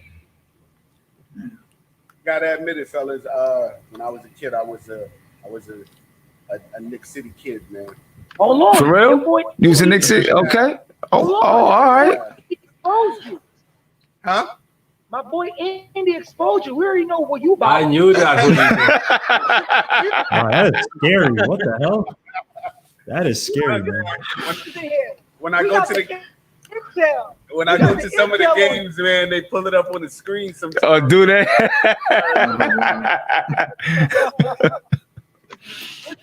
Yo, We This chick is. all get caught slipping. We all get caught slipping one time in our lives. That's Jay-Z pulling what's it called up on the screen at Summer Jam. He pulling Prodigy up at the screen at Summer Jam. Come on, man. People getting like, that's a thing for in one play. Oh, Randall's teaching Obi? Look at what the hell is this? I'm way behind you guys, but wow. No, I see what you. So it was kind of. Now you're back. Come on, Frank. Stewart's in the game. Stewart from Detroit's in the game. Isaiah Stewart. Back up. Yeah, they better guard the paint because that Stewart kid is really relentless. Oh, nice play by Frank. Frankie. What the? Mitch, what the hell is this? Mitch. Oh, that's cool, Frank. Oh, okay, they snatched it from him. At least it was aggressive move by Frank. Mm-hmm. Give up the ball. Every time I see Frank or somebody, they just give up the ball. Give up the ball. Obi needs pull it, Mitch, pull it. With the cross court passes, man, it's not working. I mean, he'll learn that. Yeah. He's got to learn it. He could get away with it in college, but he's got to learn the speed of the NBA, man. Yeah, he said that about that. Yeah, see, Mitch don't want to take. Well, I mean, Tip probably didn't give him the green light like that, but still. Yeah. Still, Mitch, all that stuff in the summer, man. I didn't see no shimmy, no sham guy. Come on, man. Right. That stuff he be doing in the summer is useless, bro. Come on, man. Garbage. They sat Knox and DSJ down. Who they bring in? Reggie Bullock and Alfred Payton. Excuse me. I want to see quickly. Man. It looks like Tom Thibodeau is doing these rotations like regular season rotations. Yeah. At this point in the game, you would think he would say, "All right, let me bring in quickly," or some of these other guys. Right now? I want to see RJ with this movement. That's what I wanted to see. But here you go. Cross court passes, man. That's 2 in a row, Obi. Yeah, he's gonna have to learn that. Sit him down. It's not there for him. Toppin reminds me so much of Amari. It's not even funny. Yeah, I know. Body size and everything. Pick and roll him. They didn't run no pick and roll him. You gave him a shush. You shushed him again. Huh? What you say? You shush Mark again? Oh. No. I just seen the Obi pass, and I was going. I was about to say that's 2 shushes. Right. That's the 3rd time you've been coming after me. I couldn't get on the Zoom with y'all, man, but I was dying when that happened, man. What can I do when he's the moderator? But I watched you 3 times, Die Hard. You came at me 3 times. Next one, I'm gonna hand it. Come on, Frank. Come on, Frank. Man. You gotta get strong with the ball, man. That's all I love. I love when people joke on me. It's funny. Yo, accept the fantasy league invite, man. Oh yeah. I'll do tonight. Damn, Arrow got you. What the hell? Hey, Julito, you want to get in the fantasy league? Yeah, sure, I'm down. I sent. I got the link, right? Yeah, I'll send you the link. What about the Prince? Have y'all done y'all drafting yet or not yet? Nah, I think is it next Friday? Yeah. Next Friday, something like that. It's like a week. It's like a week from now. But the Knicks play that night, so if you guys want to change the date on that. Oh yeah. The Knicks play that night. Yo, dang, let's do DJ A in your chat. Tell him to go somewhere. Go find another chat. You don't like what's happening right now? Go find yourself another chat to listen to. Who we talking about? Now, EJA in the chat. I'm watching the chat room. He's trying to talk slick. Talking back to, if you want a boring stream, go find it somewhere else. Yeah, we cool. I don't even know who we talk about. Oh, I haven't even seen what he said. Don't worry about it. I'm just handling my affairs right now. All right. They think they safe. You're the Prince. You want to play the fantasy? Yeah. Send me a link. I know down. Put in. You can't draft Moutier unless he's on a team. By the way, just hope you know. Yeah, the Prince. I'm well aware of that. I'm well aware of that. Don't think we forgot about you and Moutier. You left, bro. Moutier. Donald Trump unemployment checks right now. Leave him alone. I was trying to, listen. I was trying. Wait, so hold on. Let me ask the Prince. Who's your next project that you're gonna ride with? Last time it was Moody. We ain't got no time for no projects no more, dog. We did the projects. It's over. My boy, Fizz said he was what did he say? We gonna get you right, kid. He didn't get it right, so we're done with that. Yo, on God, yo, we really hate Fizz, bro. Yo, you know what sucks about this, though? You know what sucks about this? That there's no summer league, right? So you can't even see some of the young guys like Powell and probably Manuel quickly, right? It just sucks that these guys were really, because you have to use these games to kind of get guys warmed up, see where the guys that you most likely will play. So guys like Iggy and there's no call the foul, ref. Let's go, Frank.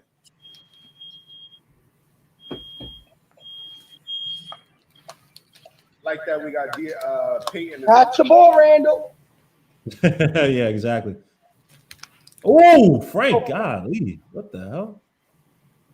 EJA said, Mark, you talking big on the stream. All right, we just gonna dead it. We just gonna dead it. Just dead it. Damn, son.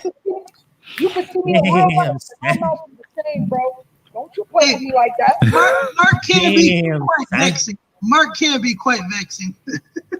Damn, what's up with these free throws, man? Oh, shoot. I'm like this in real life, EJ. Let's go, Frank. Right now, the Knicks are, what are we, 8 for 18, 9 for 18 or whatever from the free throw line, man. Terrible, man. Terrible, Sim. Gotta shoot better. You gotta make teams pay for hurting you or for following you, man. Exactly. All right, come on, Frank. By the end of the game, we need to get to the line at least 25 times, 24, 25. Where we at right now? 18. 18? We took 18 free throws so far. I mean, it sucks because we're up by 13, right? I would love to see like late game situational yeah. Right? It just sucks that we're up, but you got all the young kids. I mean, you got Rand. Oh, no, you got no. You only got Frank, who's really so-called young. Well, they just took Frank out, so they put him RJ. Yeah.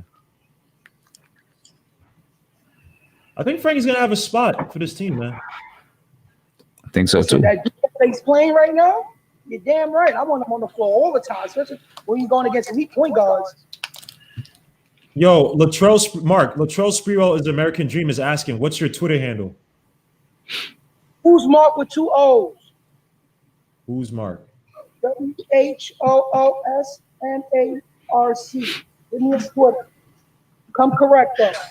You ain't know? I do. Mike talking about. I'm telling you, if you follow me on Twitter, you cannot be sensitive. I don't want none of that. I don't want none of that sensitive talk.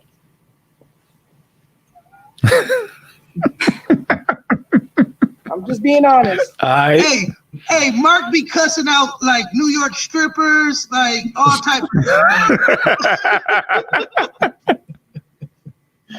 I be throwing my little humor around. That's all. It's just humor. I be playing. Yeah, I seen that tweet too, man. That was crazy. No.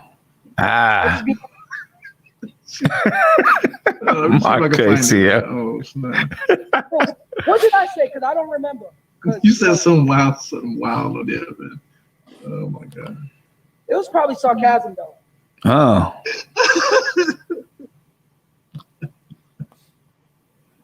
See, Peyton's communicating. I like that. Communicating to RJ. Make sure you get where would that got into the corner? Payne Payne's gonna be working hard to try to be in the starting lineup, man.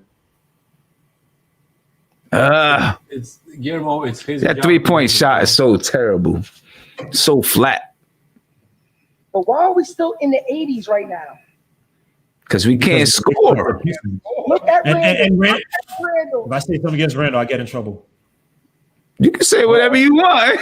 Wow, Payton shot 2 threes from different areas and they hit the same part of the rim. Like that is amazing. I say your boy Sadiq Bey, man. Overpaid shot. He should never be shooting the ball. Seriously. He gotta shoot it. Roll to no. I mean, if you're open, you gotta at least let it go. He might not make it, but you at least gotta let it go. Yeah, this is where Tibs need to get RJ in the action. Get him in the action. Let him score. RJ is trying to unbreak his shot, and that's the issue. Mm. You need to get versatile with your offense after a while. Like you're saying, you're not getting that paint, man, and go to work. You're bigger than that, whoever you're playing against for the most part. But you know what, too? He's playing with Randle, and that's where he operates. So it's just, like I said, he cannot. But they can move. They can move people around. Yeah, you can play on the opposite side of Randle. You could definitely do that. I mean, RJ, I mean, the threes weren't falling. Again, he's working on a shot. You know, he's drove to the basket. He hit a mid-range. He's shooting threes, right? So I think RJ, not to give him any excuses, he didn't look that, he looked good in spots, but I don't think he's like holding back his offense. It's Look, he started off 0 for 6. He's 6 for 14 now. Wow. Okay. Oh, hell. Damn, I'm still in the stupid Kevin Hart commercial, man. Damn it. I hate this, man. Damn it, man. Wait, who lead the Yo, Sim, honest to God, I hate Wally Zerbiak. He be smiling. He be smiling too much to me, bro. I wonder what Alan Hahn's gonna say tonight about Frank. Oh man, Alan Hahn be getting on Frank too. He be getting on Frank too. I'm tired of getting bad shit. Bro. Randle Wells is trying to eat. No one's trying to eat, bro. Getting his spot back. It ain't happening. Who? Norland and Well? Mitch ain't getting his spot back. Why? See, I mean, Randle. Dumb decisions, man. That was a dumb decision. He went right to the double team. I mean, no damn sense. Oh, here's it. And then he picked up his dribble. Like, he's just being Randle, Gammo. That's all. I hate to do it, but can y'all imagine Cade Cunningham with this team, man? Listen. Imagine Jalen Suggs. There we go. Come on, RJ. Did we get Nice move. If we get Cade Cunningham, that means this season was a waste. If you could get a guy like Jalen Suggs. Jalen Suggs is right there, bro. Ooh, RJ Beasley. Stop playing with my son. Yo. Oh, he did the.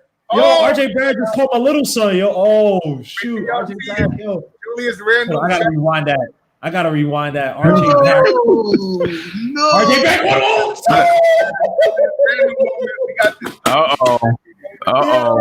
That's my guy. That's my son right there, yo. It's coming, y'all. Okay, let me see. I'm about to see it right now. Oh God, now. All right, that was horrible. Yeah, that's the moment of the night right there. That was horrible. And we only up 6 now. Look at it. That was horrible. Oh my, he tried to spin. No, he didn't try to spin. He tried to put it between his legs and go past somebody and fell. That's the same move he did against the Nets. Yeah. Oh my God. He didn't make it to 90 points, man. Come on. We gotta. He's also, people talk about Obi, but Randall's also very too top heavy too, man. Like he doesn't have good balance. Yeah. Moves, bro. Rebounding, get it. 13-point lead, 6-point game right now. Luckily, it's only 50 seconds left in the game. As long as we got the dub.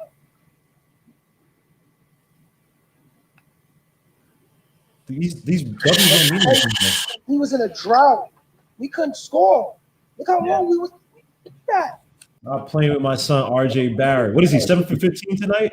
7 for 16. 7 for 16. Stop playing with my son RJ Barrett. Stop playing with my son RJ Barrett, man. Come on.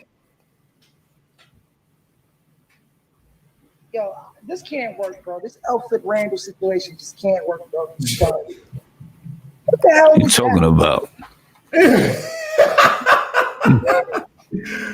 As Randle makes an and one shot at the foul line, which you should be doing a lot more. Okay, Randle. What you doing? That's what I'm talking about, Tim. If he took the more of those shots at the foul line, I have no problem with that. Just shoot it right there. No, Tim, they call miss. If you look at Randle's percentages, I think like within the foul line, like not Randle. They call Randle Crack Bandicoot. Somebody called a fidget spinner. That was hilarious. Yo, yeah, I seen that earlier. That was a good one. Oh boy. Yo, so we got Theo Pinson to basically be our cheerleader on the bench. Oh, come on, man. He's better than the Detroit cheerleaders. He's better than the Detroit cheerleaders. Theo, he said, I'm about to check tonight. I'm about to Millie rock to the cash checking place. He walking around giving everybody a dab. Dab? Right. Come on, man. Let him live. Let him live, man.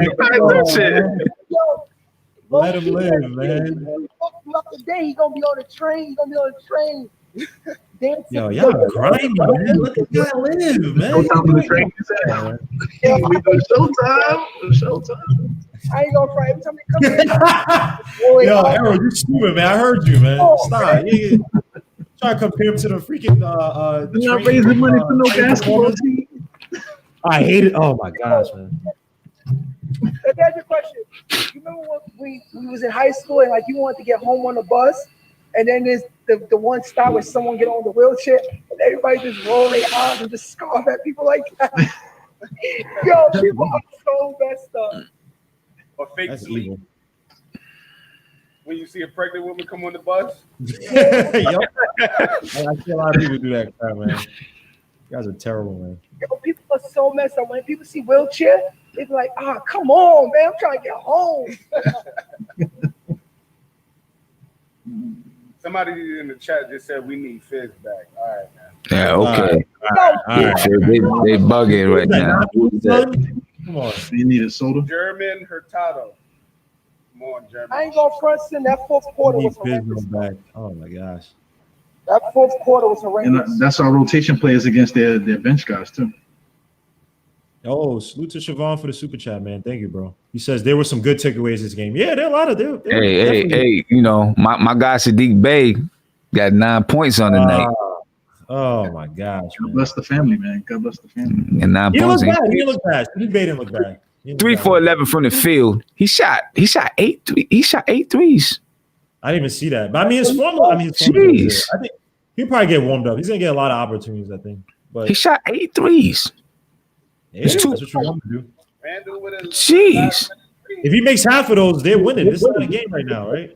So. Now, this fourth quarter was horrible, Sim. How much the Knicks scored in this quarter? But it was horrible. They scored 13, 14 points in this quarter. Oh, it seemed like they was in the 80s forever, bro. Tibs was pissed about something. Yeah, because look at Couldn't execute, Mark. Wasn't executing. No execution. The shot clock was running down. What you want him to do?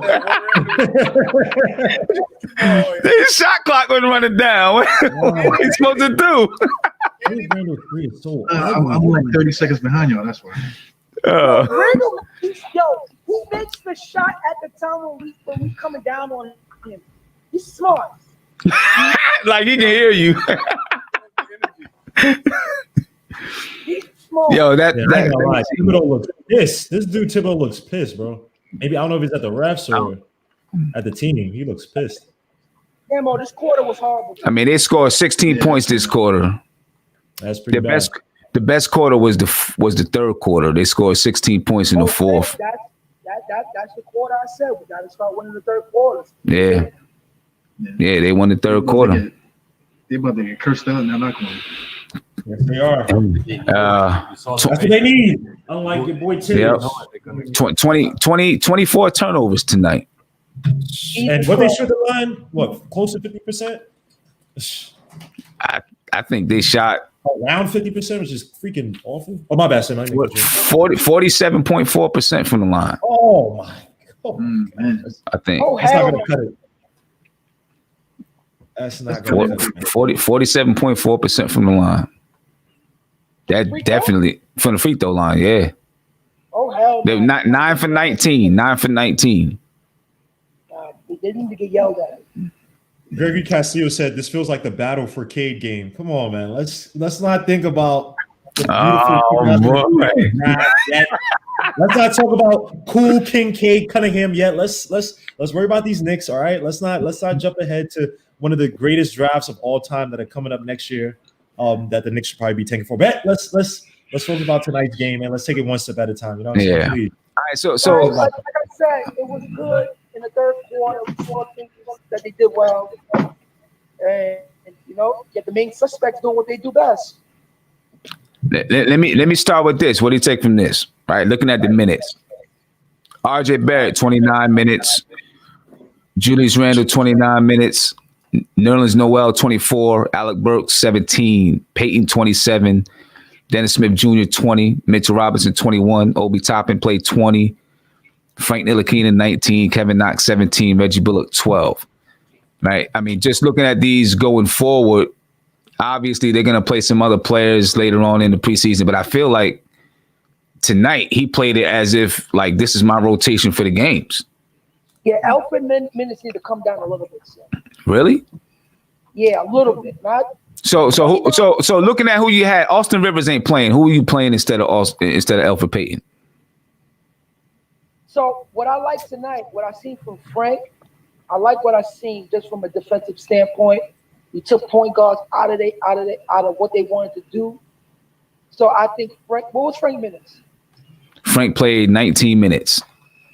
That need to go at least 22, 23, especially for what he could do on the defensive side. That's where Elfrid Payton's minutes to come down a little. I don't know because Frank had 0 assists. Elfrid Payton had 7. He had a lot of. I mean, there is, yeah, but he does a lot of that. Yeah, he does a lot of that. The ball is just moving when he's on the floor, so it's like he's not going to get those assists because Elfrid holds the ball. So it's like but Frank was being played more off ball. Frank has exactly that's a totally different role. Elfrid Payton was probably our best point guard tonight in terms of getting the ball around, getting the guys when they're pick and rolling, seeing the open guy. DSJ, as much as people want DSJ to win, he had a lot of sloppy passes, right? Passes that it's a guy. Whether I know there were some fouls on Mitch that they probably didn't call, but as the point guard who looked the most fluid tonight, it's probably Payton. Out of everybody else, listen. He was 5 for 11 from the field. As a matter of fact, besides Nerlens Noel, Reggie Bullock shot 66.7% from the field. Elfrid Payton was tied for 3rd for his field goal percentage. This man's game is good. Not going on 30. 30 is too much for him. 26 is cool. He played 27. You said 26 minutes is cool. He played 27. I thought you said 29. My bad. I thought you said 29. 26, 29. 3 minutes. 3 minutes and 31, 32. I mean, it was just a sloppy game. Josh is here. So, here's a couple of good takeaways that I have. Right, some good takeaways. The shot disparity. Right, 16 shot attempts for RJ, 11 for Randle, 7 for Noel, 7 for Burks, 11 for Payton, 7 for DSJ, 1 for Mitchell Robinson, 9 for Obi, 5 for Frank, 6 for Knox, and 3 for Reggie Bullock. Not one person like really dominated all the shots. That's cool. All right, that's good. People playing together. People's playing together. I showed that people was playing together. Yeah, that's good. Cool. That's a good takeaway. The rebounding battle, we had 62 rebounds. Knicks always been a good rebounder team. We got some echoes going on here. That was me. Sorry about that. We got 62 rebounds to 50. We always been a good rebounding team, Sid. Every year. Yeah, that's good. 62 rebounds to 50. Obi Toppin had 7 rebounds. I like that because it's something that I was a little nervous about, but he had 7 rebounds tonight. Obi Toppin had what? 11 points. Obi 11 points, 7 rebounds. He shot 4 for 9 from the field. 3 for 5. As a matter of fact, he was second. I was about to say he's our best free throw shooter. He was second, 3 for 5. He went to the line. I mean, he went to the line the most tonight. That's good. You want one of your best players to go to the line as much as possible. Mm-hmm. So I like the fact that there's a good shot disparity.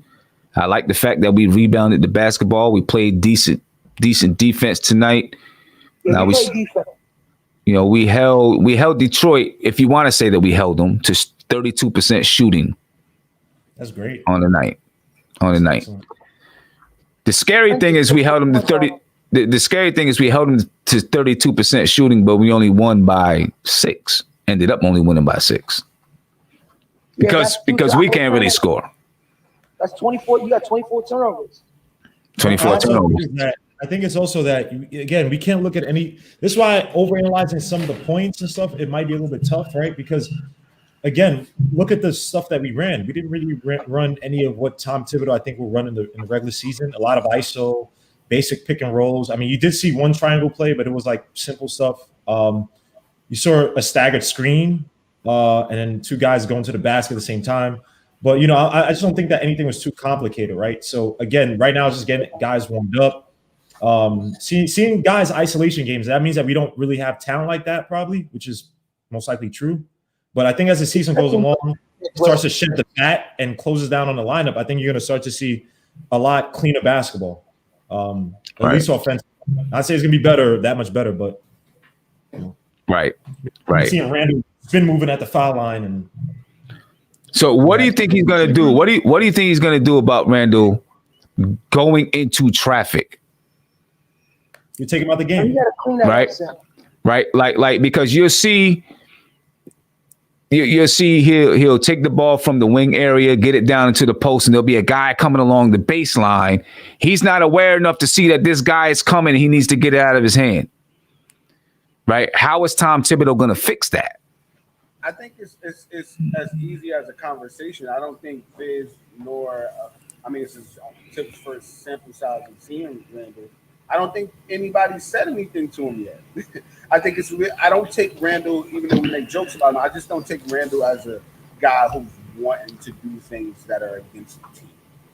So all you do is you say, listen, we're going to need you to really facilitate a lot more. And I think you can't change something that you don't know is happening, right? So talk to him about it, sit his ass down, we'll let him watch tape and hey, you saw that spin move that under the legs, you need to change that. And I think once Tibs does that, things will look different for him. Yeah, because he gets down in deep and gets himself in so much trouble, and he doesn't have like good hands. It doesn't seem like. But it seems like it's easy to tap the ball out of his hands. He doesn't have good hands or good grip on the ball or something. You know what I'm saying? So then he has really poor body leverage. Like if you look at him, it's like he falls over too quickly at times when he's trying to do these moves. Like, he doesn't have really good body balance, right? Maybe his upper body is just too heavier, the hips and stuff. So Thibodeau's gonna shut that down, man. Where it's like, hey, I'll let you play out these first few games just to get your feet wet, but once it's real time basketball, you're gonna be posting your butt at the foul line to shoot the shot or right at the block to post up properly. all that other stuff you're doing before with Fizdale, and it has to go, man. It's not effective basketball. I wonder if he got small feet or something. He might. Does he have small hands? You know what I'm saying? I don't know, because Patrick Ewing had small hands. Like Pat Ewing said, he couldn't even palm a basketball. Really? Right. So yeah. So I wonder if he can't balance on his feet. I don't know. Maybe he wears a size 7 or kind of something. he goes on a tippy toes and pushes the ball. Like, right. If you think that's a very weird form for anybody, like it's not natural when he shoots. So he's just too top heavy. He's too strong, man. He is top heavy. Bro, he's a bruiser, and that's what bruisers do. He wants to do too much finesse stuff for him to be so big like that. You know? Well, the thing, since I'm talking, man, I think Daisuke, that Asian guy, he's gonna have to put a mixtape together and show him, yo, stop doing these things, stop spinning into the thing. You got to see where the defense is coming from. He like that play that you just described. He spin right into the defense and never stopped turning. It's like, if you see the defense, you can't make a counter move. He just kept going. So that needs to change. Even with that, Die Hard, when he gets the ball and go into the paint, and then he tries to drive, he's not looking up. He's always looking down. So by the time he looks up, there's already 2 people at him, and then he panics. He has so many plays where he just panicked and just threw the ball out. Luckily, we caught it. Or that play too, when he was fighting for the rebound and he caught it, and then he went up to the free throw line with the whole play that we were arguing about. I mean, that drives me crazy. He should just go straight up. Him taking 2 dribbles. Mm-hmm. Sorry to cut you off. All he has to do is maybe add a spin fake. Pop. That's what he needs. They think you're gonna spin already. You add a fake, you go the opposite direction, maybe. Yeah, something so simple. Something so simple like that. Yeah. But I also think he's still. I mean, just with this game. He gets intent on going to the basket instead of getting the ball out of his hands quicker, right? So he waits until there's 4 people around him, and then it's a struggle to get now when he gets it out, those guys are wide open, but there's a struggle to get the ball out, right? Because he gets himself too deep. He's got to recognize quicker to get that ball out of his hands. Hopefully Tom Thibodeau and those guys can work on it. We'll see. You cannot give him too much responsibility. It has to be so simple for him, because when he start thinking that he could do things, he gets into trouble. When he'll make a shot, that don't mean that you come back and try to make another shot. Sometimes you let the play develop. If it comes to you, or it's the last second, you have to take it. Cool, but you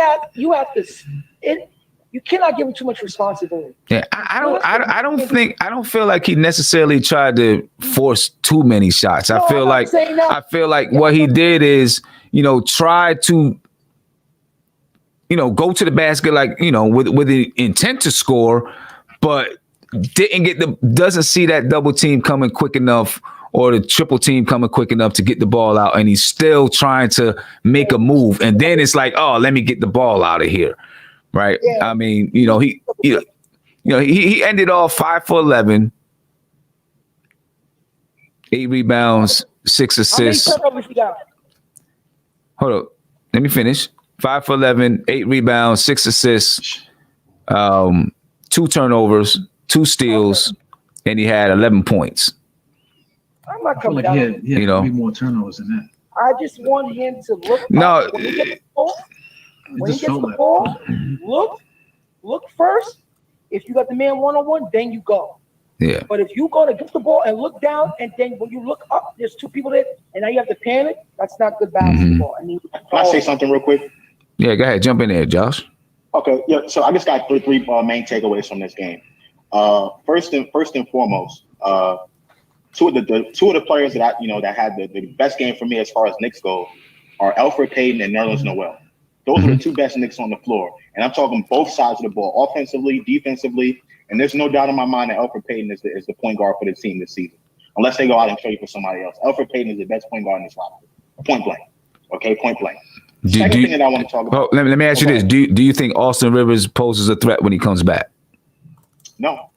He's never been a starting caliber point guard anywhere else. All right. Elfrid Payton started for us last year. And he's more familiar with the players on the roster. So that's number one. If he could just hit threes, it's such a different story for Peyton.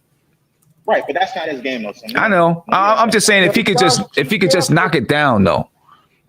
If he could just knock it down, it'd be a different story for him, man. Yeah, but Peyton, can I just say something real quick? Alfred Payton, Tom Thibodeau did not bring in Austin Rivers, right? Like, yeah, Alfred Payton has some type of continuity with some of the players here, but it's a new day, right? I mean, last year's team regime, that's long gone, right?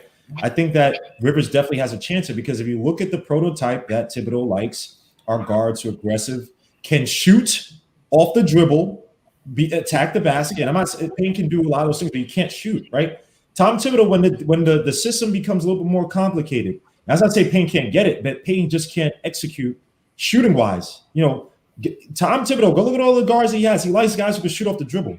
And that's going to be really important when he's running triangle looks, when he's running horn plays, probably some motion offense similar to what the Spurs run. So, again, I just feel like Austin Rivers, when he gets healthy, he's definitely going to be in the running. Alfred Payton, as good as he looked tonight, he's limited as a point guard.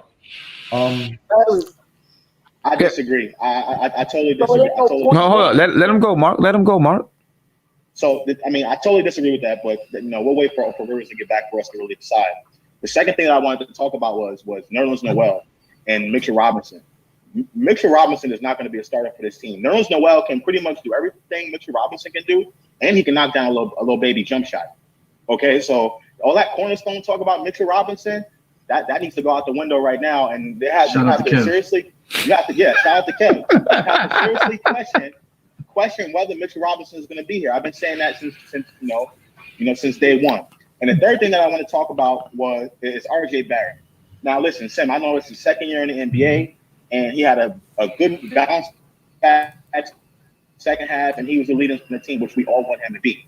But there's no reason why you're wide open. You had 3 air balls in the first half. That's not supposed to happen.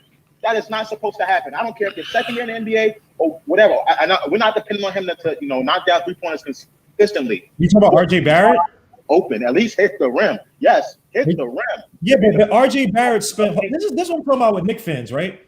We're not realistic. RJ Barrett literally went the whole summer changing his shot form, right? A shot form he's probably had his whole career.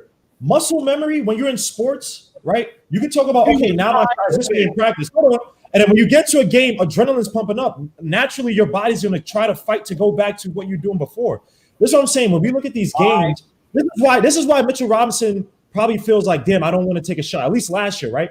Because you have people going to criticize him when he's trying to do something new. RJ Barrett's form looks a lot better. Even though they were air balls, yeah, you're going to shoot air balls because your body's not used to it. Let's wait at least 20, 30 games into the season where it's like, okay, he's not shooting air balls every time he's in a game. It's like, look at the mid-range shot he shot. Perfect form and everything. And it looked beautiful. You know what I mean? So it's like, we got to be realistic. The point is his form different? Yes. And does he look natural? Yes. So if that's the case, let's wait till a few games go. And it's like, all right, then we discern that if he can shoot shots or not. You know what I mean? Like, we can't. Why are we killing him for the preseason? He's trying something new. That makes no sense. Let me respond to that. So, prior to this game, right, on MSG, you're breaking up bad, Josh. Where the Knicks wound up pulling, and RJ Barrett had a game too, right? When they shot.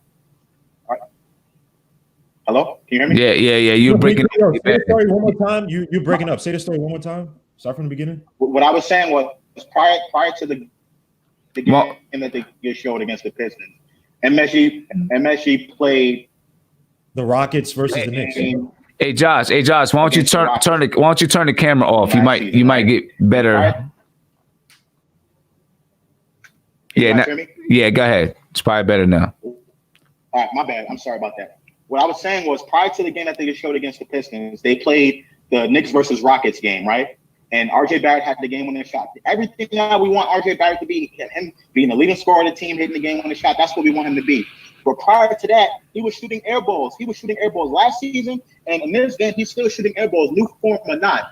Now, we got to hold him accountable. This entire time, I'm listening to you guys while the game is going on, and every little bad thing that Julius Randle did, You guys were criticizing him on his behind for every little thing. But RJ Barrett had 3 air balls, wide open air balls in the first half, and no one said anything about that. No one said anything about that. Like, people don't have. We talked about it.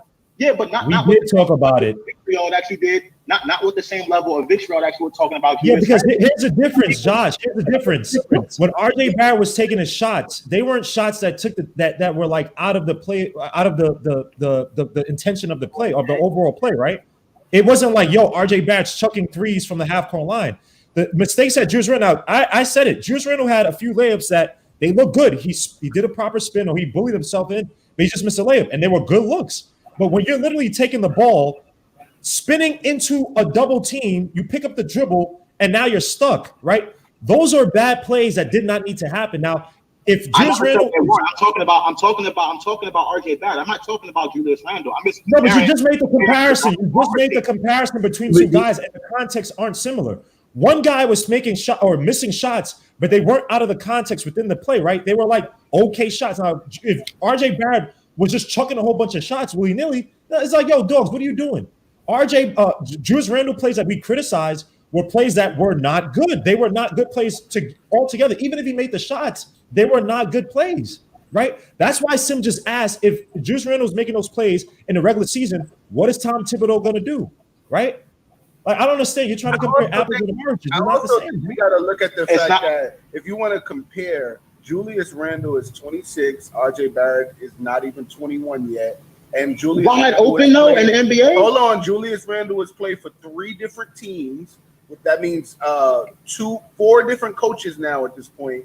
And if he's still doing things that you would think an Obi Toppin would do, or RJ Barrett, or even a Kevin Knox, then we're going to look at that and we're going to judge that a lot more than we're judging in RJ Barrett. And also, I think when it comes to Julius have been he'll do a move that will literally suck the air out of a play. RJ just missed a shot. I think we can live with a missed shot rather than a person coming in the game and 9 months. It was like 9 months since they played basketball. So I mean, like to go crazy just about he missing, wide open jump shots that he probably would make later on in the year. It's like it's kind of a waste of energy. Guys, let me just say this real quick, right? It's not like he just missed a shot. First of all, he missed 3 of them, and they were all air balls that he was wide open on. It's one thing to miss a shot. And what I'm saying is it's one thing to miss a shot, and we're not dependent on RJ Barrett to knock these down consistently. It's not even about making it at this point. It's about being a threat, because what's going to happen is the Knicks already don't have shooting as it is.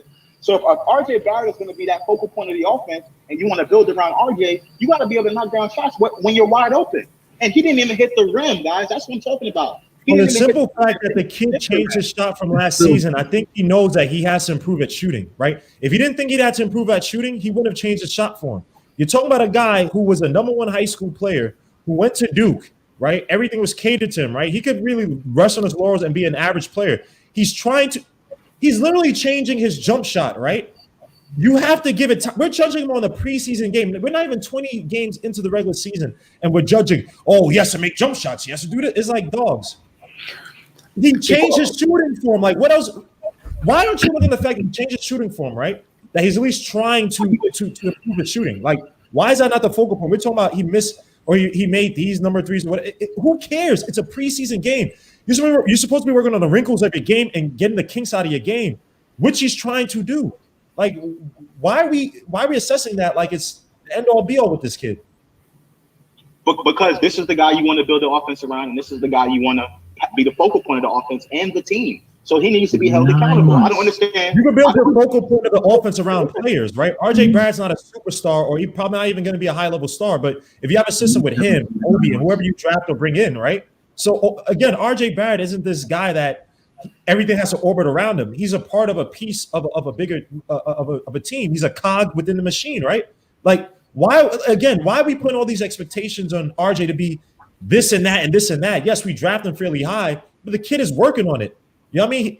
His second half production last year was pretty impressive, right? Compared to a lot of, and it's like, we're not even giving him the benefit of doubt. All right, this guy's working on his game. He can really drive to the basket. Yes, still working that as well too, but we're judging him on one preseason game? Like, come on, dogs. That's unfair. You got Randle on one preseason game. Randle is a 7-year veteran? you talking about? RJ Barrett was shooting air balls last season too, guys, by the way, whether he changed his form or not. And then, like I said, he's the guy that everyone wants to build around. They want to make the focal point, that they want to make the number one guy on the team. So I'm holding him accountable. Yes, he had a great second half. He had a pretty good game. He led the team in scoring. I said that. I preface my point. You're comparing RJ Barrett shooting to a guy who can't pass out of the double team. Like, dogs, like, that's not comparable, man. That's like me saying, yo, yeah, Steph Curry, if he makes a mistake, I'm going to compare that to, to freaking Killian Hayes. It's like, no. I mean, but I agree and disagree with Josh, though, right? I think, it's one preseason game of RJ Barrett. He came back strong in the second half. He realized he wasn't knocking down the three, stopped pulling the threes, right? He ended up he started off 0-6. He started off 0-6. He ended 7-16. Right. I mean, he scored 15 points. He led the team to scoring 15 points, 5 rebounds. I'd like to see him distribute the ball a little bit more if he could. Right. But he ended up having a good game. He was still 0 for 4 from 3.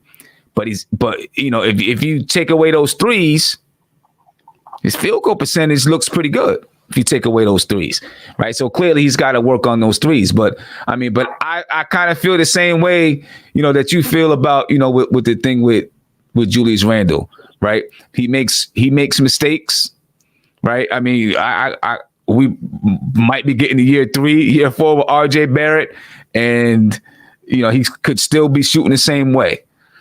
Right. I mean, he makes mistakes, but it's, get him out of here. He's trash. He's garbage. Somebody else makes mistakes, it's just kind of overlooked. And I kind of feel the same way. And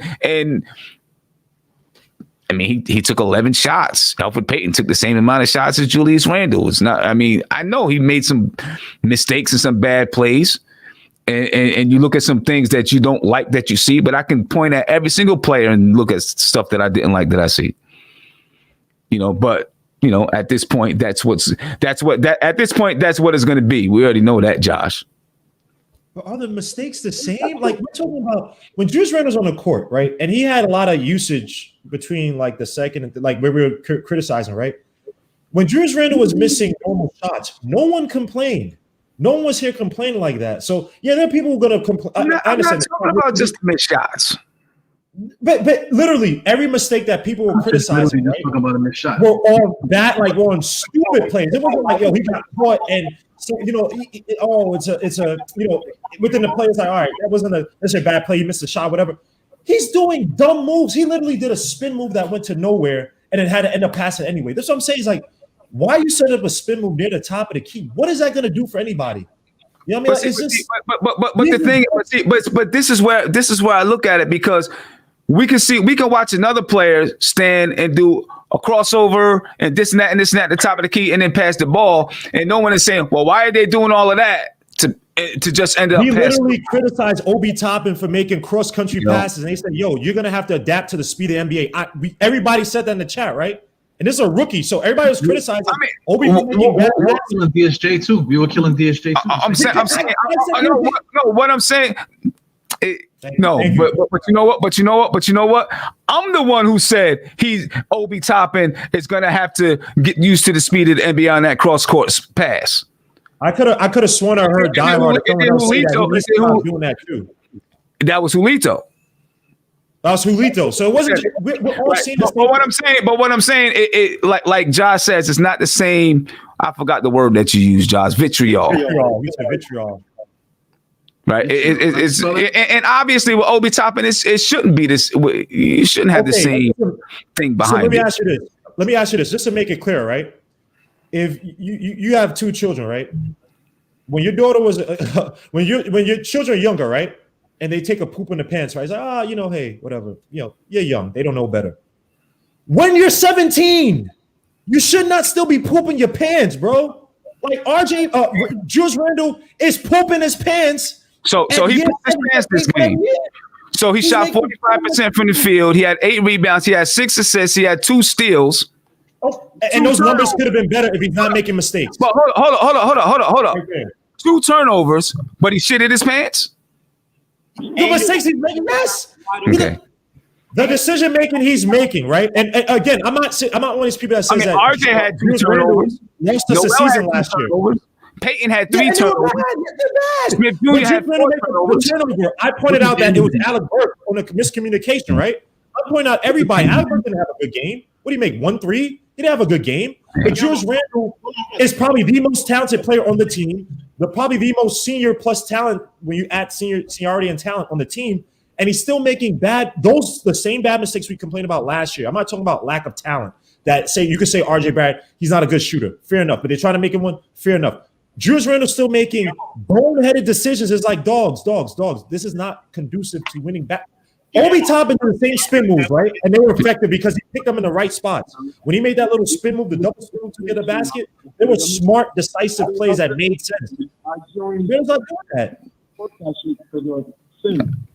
So I don't know. What's that sound in the background? You got a phone call. That's not your phone. Somebody's calling you? No. Oh. Yeah, I want to hear what Andy got to say about all this, man. The only thing I gotta say is like it's 4 a.m. here. I was on, bro. I'm like 20 hours up, and like 20 hours ago I was on the show. So I was like, we know how Josh works with this, bro. He always puts some controversy just to make people's blood pressure go higher. Maybe he has a point, probably not, because RJ. If those shots were bad shots, I would agree, right? But they were open shots. He just didn't make them. Bro, if he's going to do it like notoriously every game, he's going to have, air balls. That's going to be a problem. I think it's just the rhythm of the game. It's like they had probably a week of hard training camp because it's only a week. So I'm guessing, maybe he lifted too much, today morning or whatever, right? Might be such a tiny thing. So sweet, man. This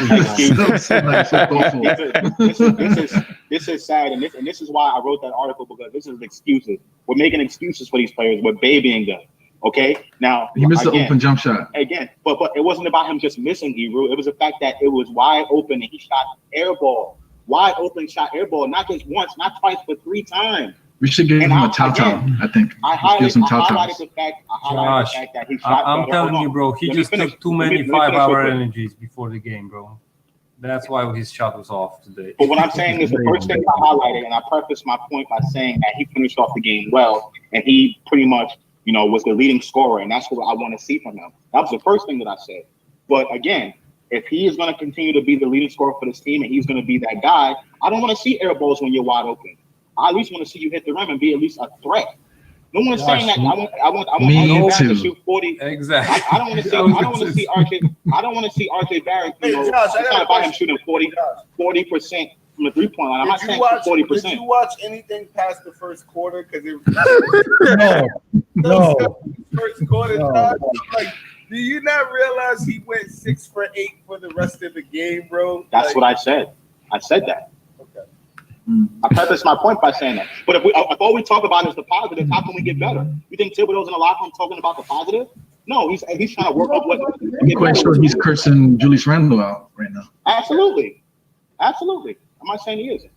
Yeah, he's cursing them all out. DJ had help today.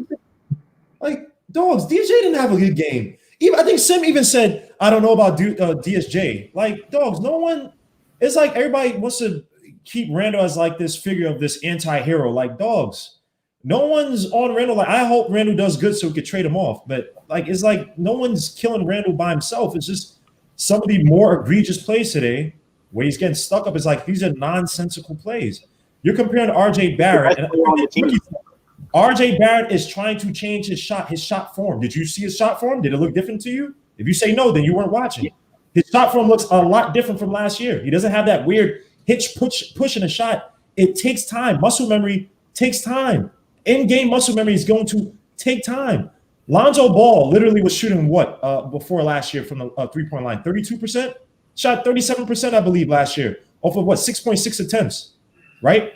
If you don't allow a guy to at least try out a new form when a shot is janky, like how is he going to improve?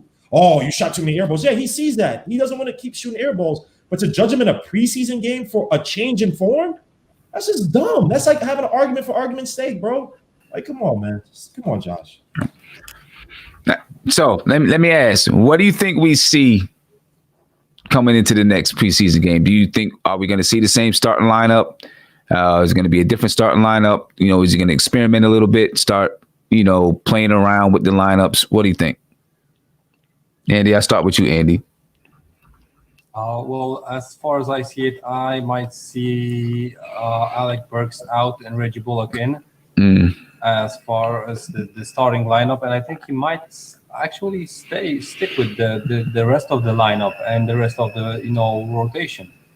It might be like that unless, of course, you know, Austin Rivers is going to be available. And, you know, then maybe Reggie and Alec Burke are going to sit the whole game. Or, you know, they're going to cut minutes short for Dennis Smith Jr. or something like that. I don't think he's going to try. I think on the second game, he's going to still try to do, you know, really similarly.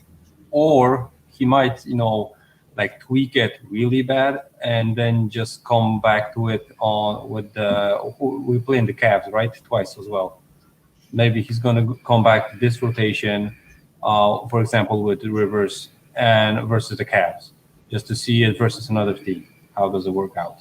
Let's call the starting five and the young guys as the, you know, bench model. Okay. Guillermo, what do you think going into the next game? Any? I think what kind of changes you think? You said that. Who's going to start? Oh, who's going to start? No, I thought you said somebody's definitely going to start. My bad. Oh no. He might tinker around with the lineup a little bit more. I think it's probably good. Me personally, I like to see Frank a little bit more as an off guard. Maybe start with the team because I don't know how many minutes he got. I just don't think he got enough looks, especially early on when he was looking good with the shot, that first three, and then he drove to the basket. I'm not sure. I think we're going to see more of Mitch just because I think that Thibodeau was assured that he knows what he has in Nerlens Noel's.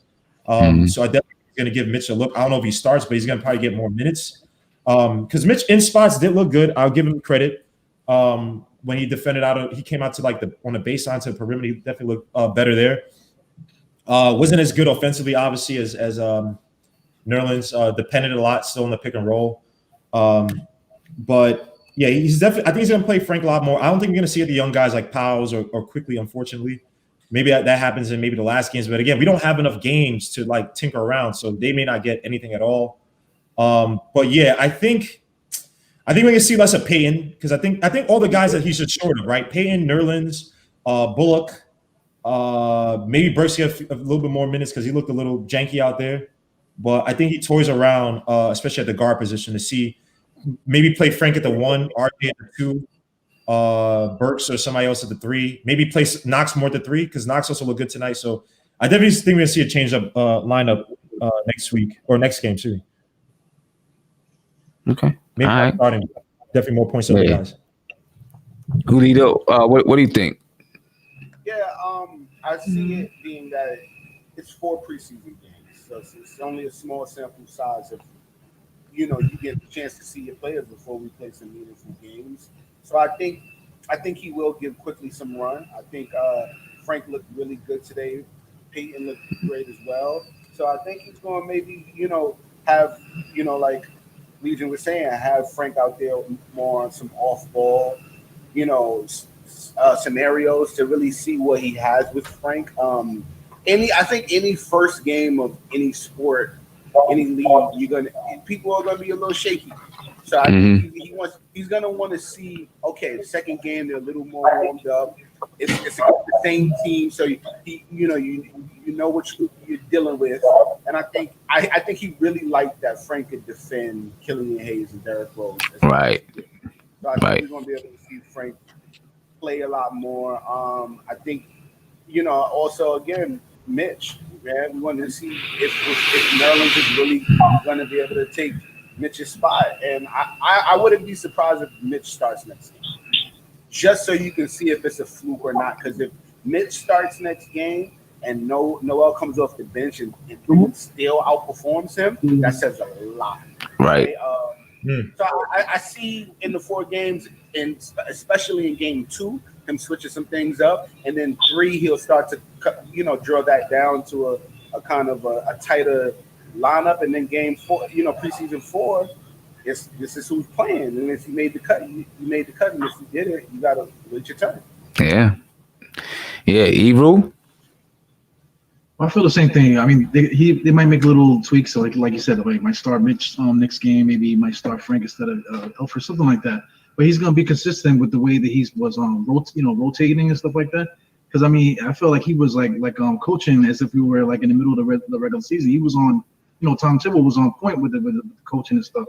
So I think he's gonna keep it that way because everything is kind of being expedited, so you can't really play games of the preseason, or you're going to be like Fizdale, still fooling around like 2 months into the season, trying to figure out who your starters are.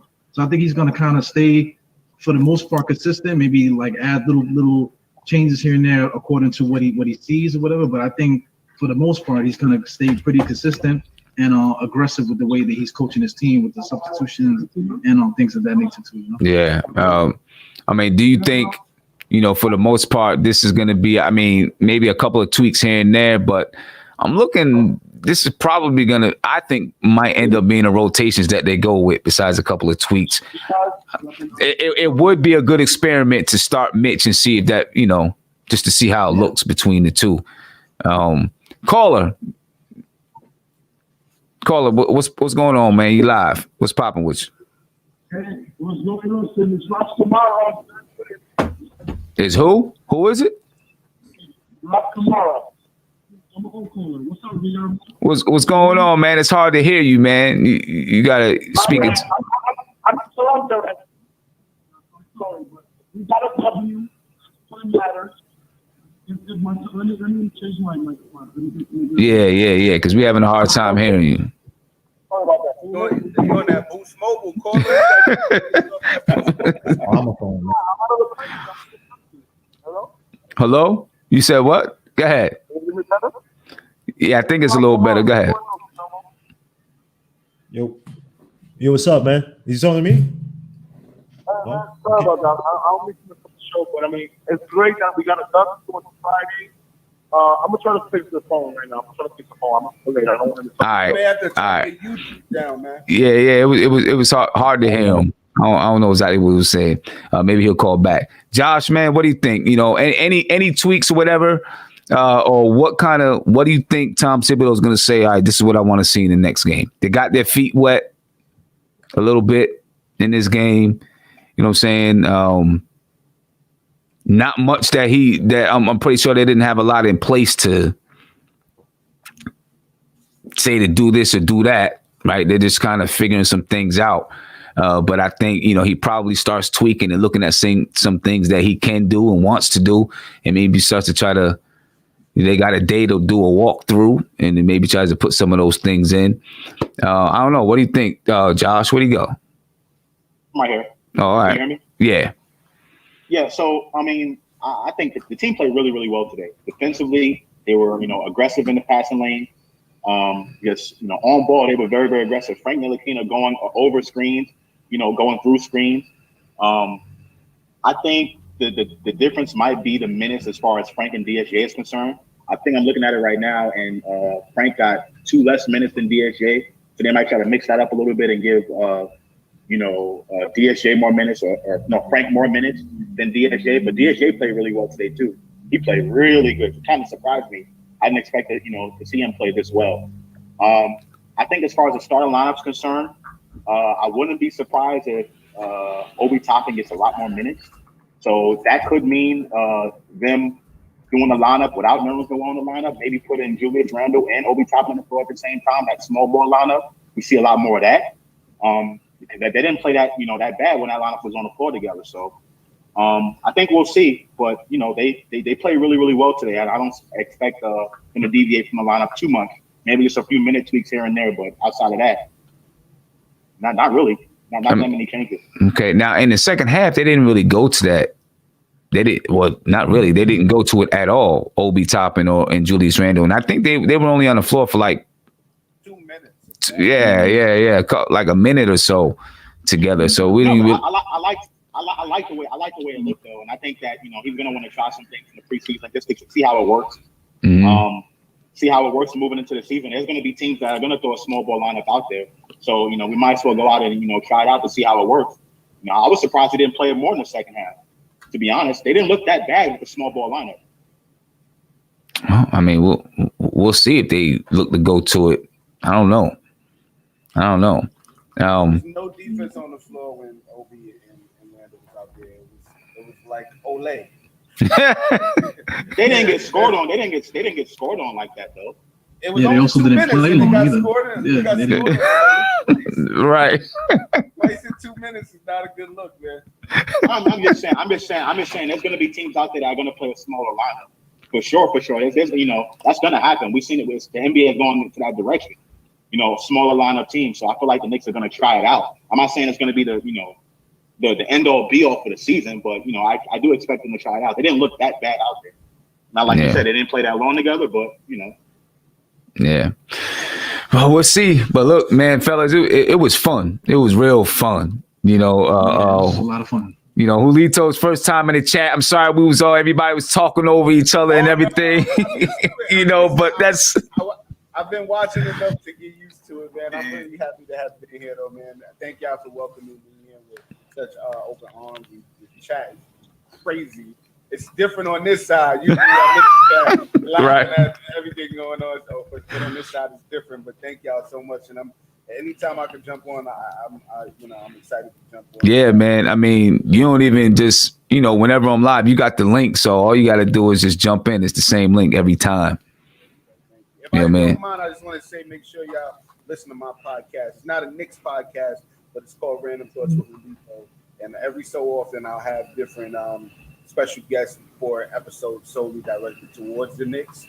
Last time I did it, I had Roy Hebrew running it on there. My next episode, knock on wood, I'm gonna have Simeon and Legion on there, and whoever else wants to join. But thank y'all for having me, for real, man. It was really a pleasure, and I had a ball, man. Yeah, man, I appreciate it, and I put that. Is the YouTube channel Random Thoughts with Julito? Random Thoughts with Julito podcast. My latest episode, I had Rick Gonzalez on there from Coach Carter.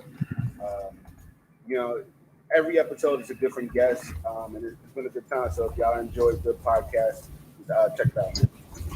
Yeah, I'm putting the link in the. I just put the name. I'm putting the link in the chat right now, so people can go over there and subscribe to it, ladies and gentlemen.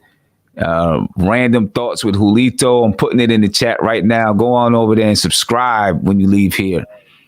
I just want to say in the chat, man, leave Josh alone, man. They be roasting him, man. Oh, it's Josh.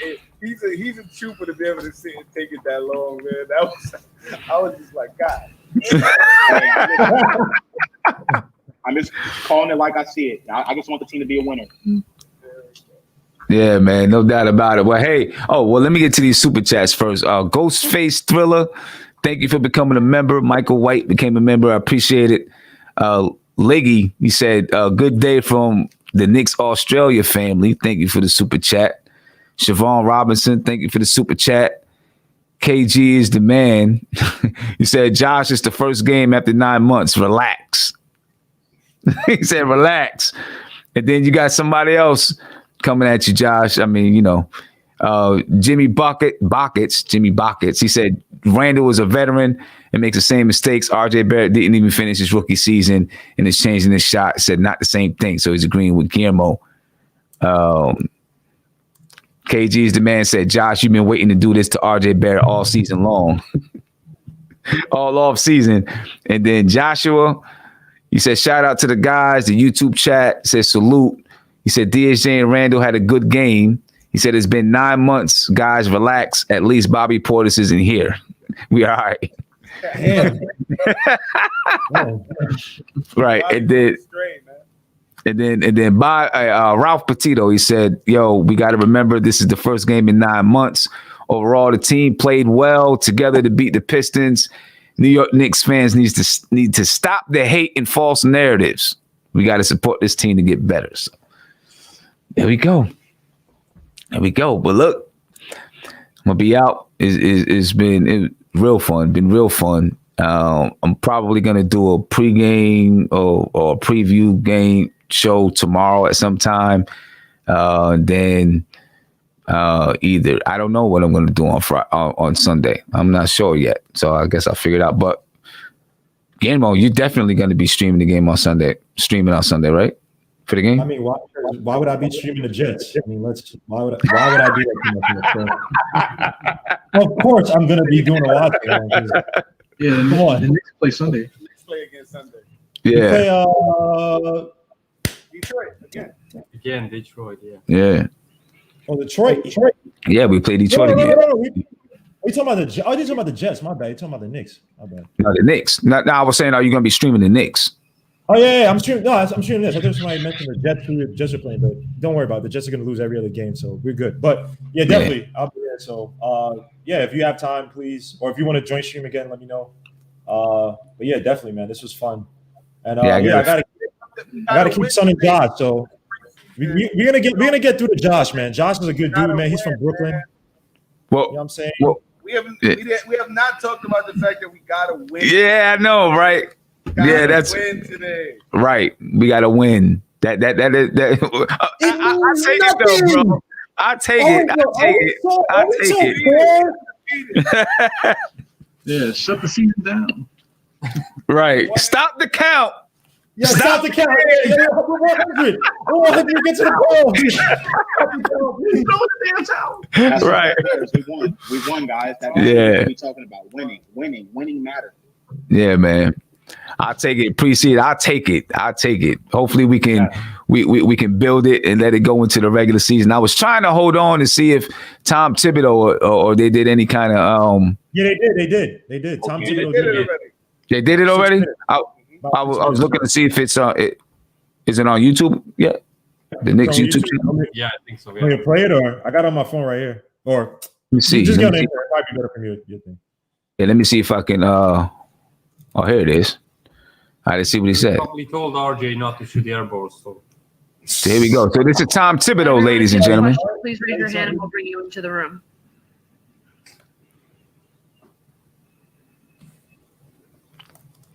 First question, Steve Popper, Newsday. Hey, Tom.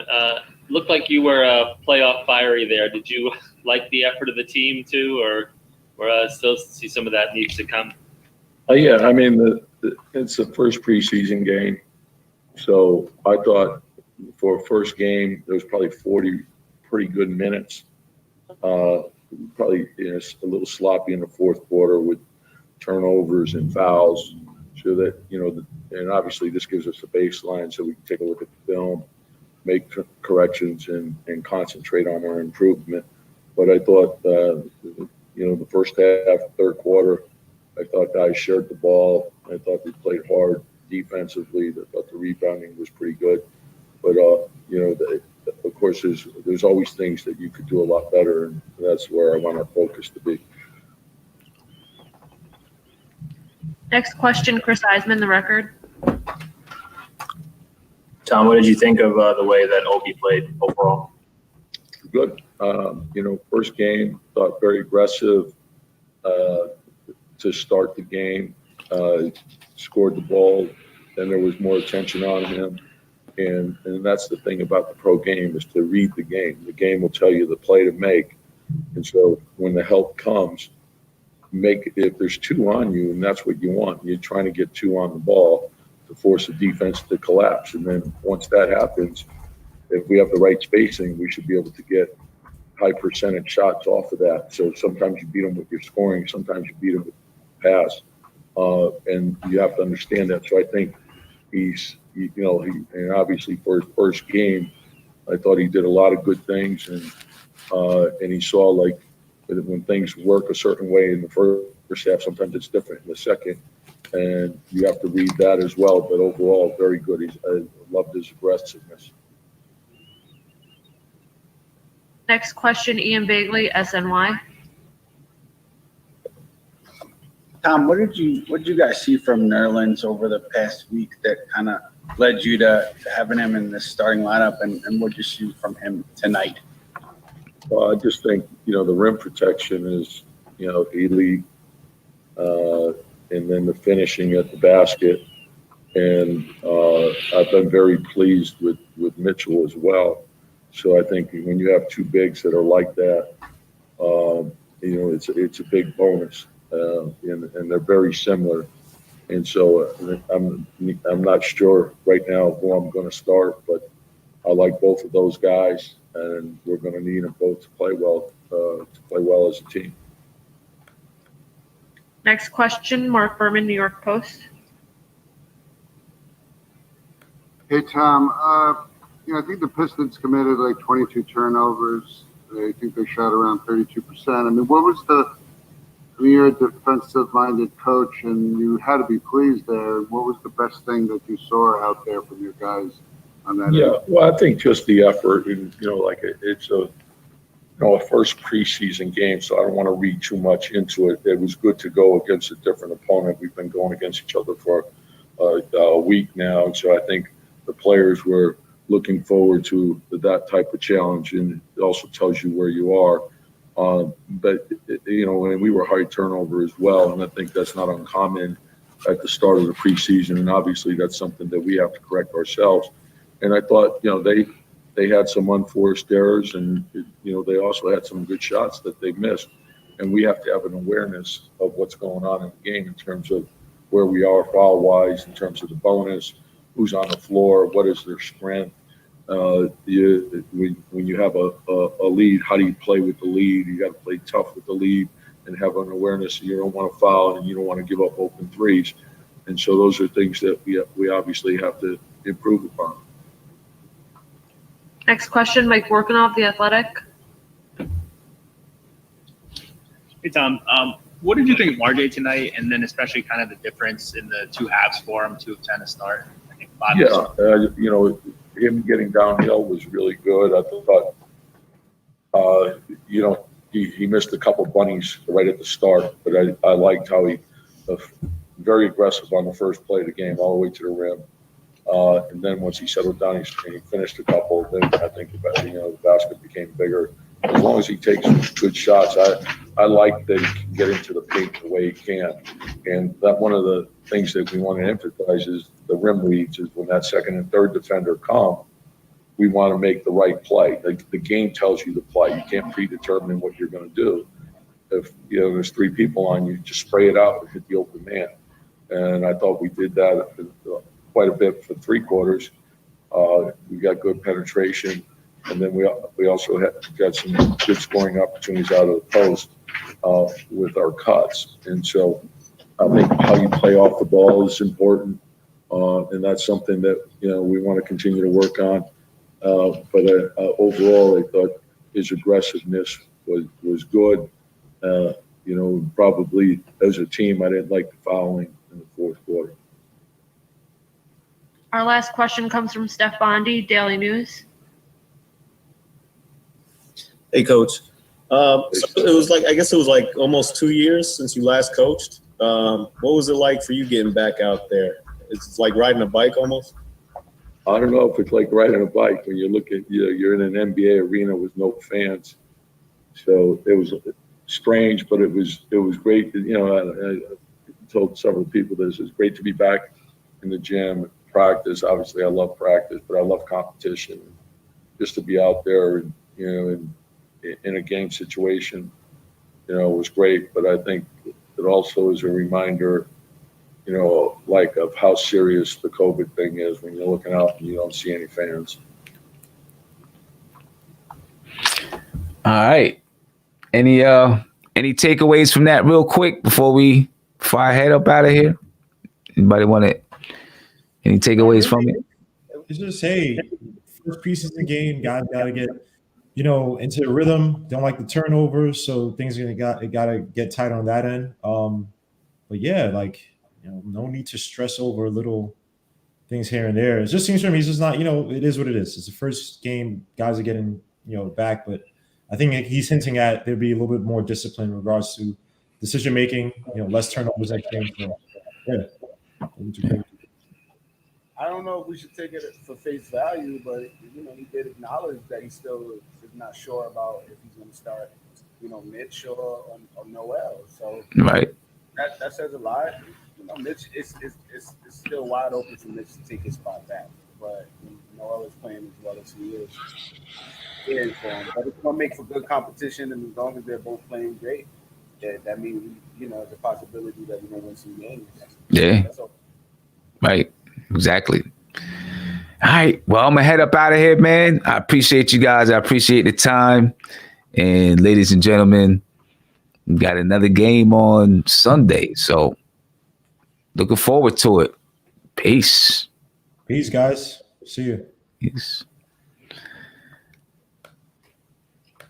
Whew. Yo, I'm still live here. I'm still gonna be live here. Oh, you still live there? You still live there? Yeah. Still live So I'm over gonna there. kick you out just before you say anything. I'm gonna kick you out gracefully, not Yeah. There you go. See you guys later, man. Peace. Let me see. Let me close this out. Yo, peace, guys. Peace. All right. Let me hold up. Kick from studio. All right. Yo, TL, what's good, bro? Nothing, man. I saw a lot of good things tonight, bro. What'd you like tonight, bro? What'd you like tonight? I'm not gonna base it off of like stats or anything like that. Just by like an eye test, I like how Kevin Knox looked out there.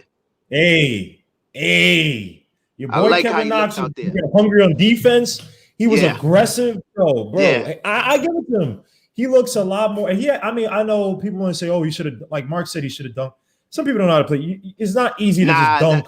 Honestly, I thought he was gonna hit him with a Giannis move there real quick, but he finger rolled. He tried to. He tried to catch him with the Euro, the Obi Toppin. It just didn't. It just wasn't. It wasn't convincing because he was driving and he said, he did a quick. You're supposed to do the, catch him on that first step, dig it in. But I liked it, man. I didn't mind it at all, man. Kevin Knox, I'll say he definitely surprised me. The one person I'm a little concerned about, I ain't gonna lie, and forget the points of that stuff, was DSJ, man. DSJ. Yeah, I get why you say it. He just doesn't look like a point guard to me. He looks like he just knows how to do one thing off the pick and roll and just drive to the basket. You know what I'm saying? And he relies too much on his athleticism and I don't think the talent is there just yet. I don't want to write him off, but Right.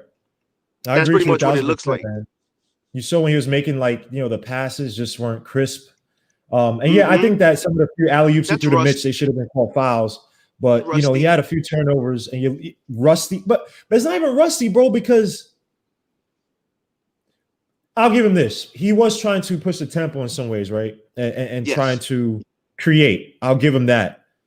And maybe it takes a few games, but again, I don't think Tom Thibodeau has a few games to toy around with him, dude. We have 4 preseason games and then the regular season starts. We don't have a proper preseason we don't really have a real preseason period. And so you're talking about chemistry, synergy with certain players. I'm just not sure if DJ, and to me, again, I say he should go to G League, but people will kill me and say, he made the 1-3, and I'll give him this. The 3 looked a lot better. Now, you still saw a slizite hit, a tiny hitch when he was jumping. I think the funny thing is that he rushed the shot, even though he made it, he rushed it to kind of like if I just rush it a little bit, maybe there's not a lot of room for error for my arms to do whatever, for me to go back. So I give that to him, that he is trying to work in a shot. And that's all I want from these guys. I agree with you, man. All these stats, it doesn't mean anything to me. Yeah, because you provide no context when they give stats. They provide no context. This dude Josh is talking about, Josh, man. Yo, Josh is a good dude, man. I had a little debate with him on Instagram. But he's a good dude, man. He's a good dude. First and foremost, he's a good dude. So Josh, I ain't talking about you. Yeah, say it again. I said that he just doesn't see the big picture. He doesn't like things with Randle. He's kind of holding RJ and Randle to the same standard when they shouldn't be held to the same standard. Come on, bro. That's just common sense. That's basketball. And then RJ doesn't disrupt plays. Okay, he shot air balls, bro, but that comes with nervousness. You haven't played in 9 months, and the man picked it up in the second half. The mid-range shot looked crisp. Yes, it looked crisp. It got better, bro. He fixed it. Because the thing, if dudes paid attention to when Tibs had him on the sideline and it was pointing on the clipboard, like this is like, man, it kind of looked like he was telling him, this is where I need you to shoot. Stay in here and build up your confidence. It doesn't make any sense how That's we're pretty much comparing. what it is with him. And Randle, as far as like the spin move and things like that go, I mean, he played well tonight. He put up good numbers. I'm not gonna take nothing away from him, but you have to understand this is why I like when Tibs got at him, because bro, you're the example for all the young guys. They see you doing that, they're gonna mimic everything you do, and they pick up all those bad habits, and then you don't understand that disrupts the offense too. So they're never gonna catch a rhythm because you keep doing these bonehead little things. Your numbers are still gonna look good, but you're hindering the rest of your team. But here's the point. If you want to go by numbers, because people say this all the time, how about if Randle wasn't making some of these boneheaded mistakes, maybe your numbers would be a lot better. That's true. Think about it. Your assists would probably go up. Decision making, you probably get. It's like the thing about it is that you look at Randle's like, dog, you should know better. You should know better. Like if you're talking about, and again, I'm not absolving RJ Knox any of their dumb mistakes or bad mistakes, but it's like, dogs, you're still making the same dumb mistakes that you should have been making. You should not have been making last year. So it's like, when are you gonna grow up as a player, dogs? Yeah. You spin moved at the top or near the top of the key, near the foul line, like that area, right? And it's like, dogs, you didn't go anywhere with it. You had to end up passing it. You know what I mean? It's like, what were you? And think about this. Think how dumb this is, right? Unless you're Westbrook, one of these truly athletic players with really good dribble, right? What does a spin move at the top of the key really do for you? Hold on, someone's calling. Hey, Deborah, how you doing? Hey, this is Deborah. Yo, can you hear? Yo, who's this? Yo, City, man. Yo, City, what's good, bro? What's going on? I got my man TL up in here, man. How you doing, bro? Oh, I'm good. So how did you feel about today's game? I know your boy Alfred Payton, the Wolf of Wall Street, what the hell you call him? I know he had a good game tonight, man. But what were your overall thoughts on the game, bro?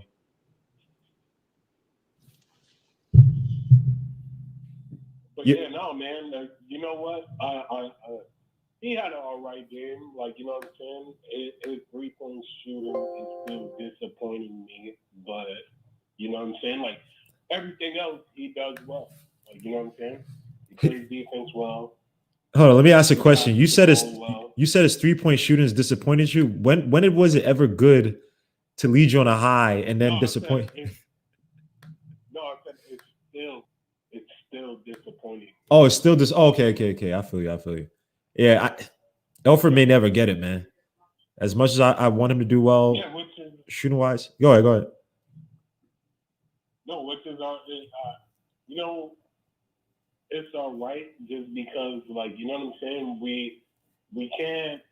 I look at it like this, bro. We can't hold every player to certain standards. Yes, should you be able to shoot the three? Yes, you should be able to shoot it. If you ain't making them, like, you know what I'm saying, then you have to do other things that, you know what I'm saying, that picks up for your lack of 3-point shooting. Now, do I think he does that? I would say yes. From his defense and passing, yes. Yeah, his defense was great tonight. I'll give him that. Active hands, good hip shift, following his players, very aggressive, trying to stop the pick and roll. I thought he had a really good game defensively, man. And that shows that's Thibodeau, man, because the whole team, I mean, there were spurts here and there, but for the most part, especially in the first half, that defense looks much improved. Our guards playing on the perimeter, Kevin Knox, I mean, Mitchell Robinson, even for the few minutes he had, looked really good. Mitchell Robinson came out all the way near the 3-point line. I forgot against who to defend and try to get the ball, like try to get a steal, right? And I'm like, that's really impressive. And the thing about, again, once you get competition in here and people know that check might be on the line or that position with the Knicks, so they know they can't pull some of these bum A moves on other teams or contenders. They can't pull lollygagging, being lazy, right? Once you have that competition, man, it's going to elevate your play or it's going to push you out. So I like what I saw, man. So give me this. Who do you think was who concerns you? Just look-wise from their game. Who concerns you tonight? I would say DSJ concerns me because I think from what it looked like, you know, I know he was going through changing his form and stuff like that, but I don't know, man. He kind of his outside range still looks broken. But It looks. Again, you never know, like, you know.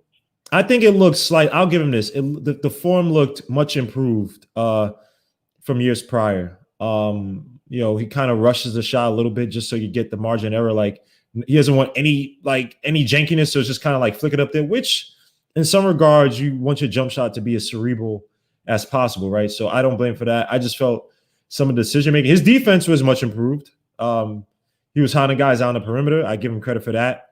But it's just, is he truly a point guard, man? If he can't shoot and he's not facilitating on a high level, what the hell do you do with him? He has to have the ball in his hand, because Sim was talking about, oh, he wants Overpayne to be more natural and to play off ball, but off ball is not his game at all. Like, even Frank looked better. I know in the second half he wasn't as good in the first half for the few minutes he played in the first half, but DSJ did not look good as a natural point guard, and playing off ball, that's gonna be a disaster. No. Absolute disaster. No, that's why. See, that's why I said I got some concerns. You know what I mean?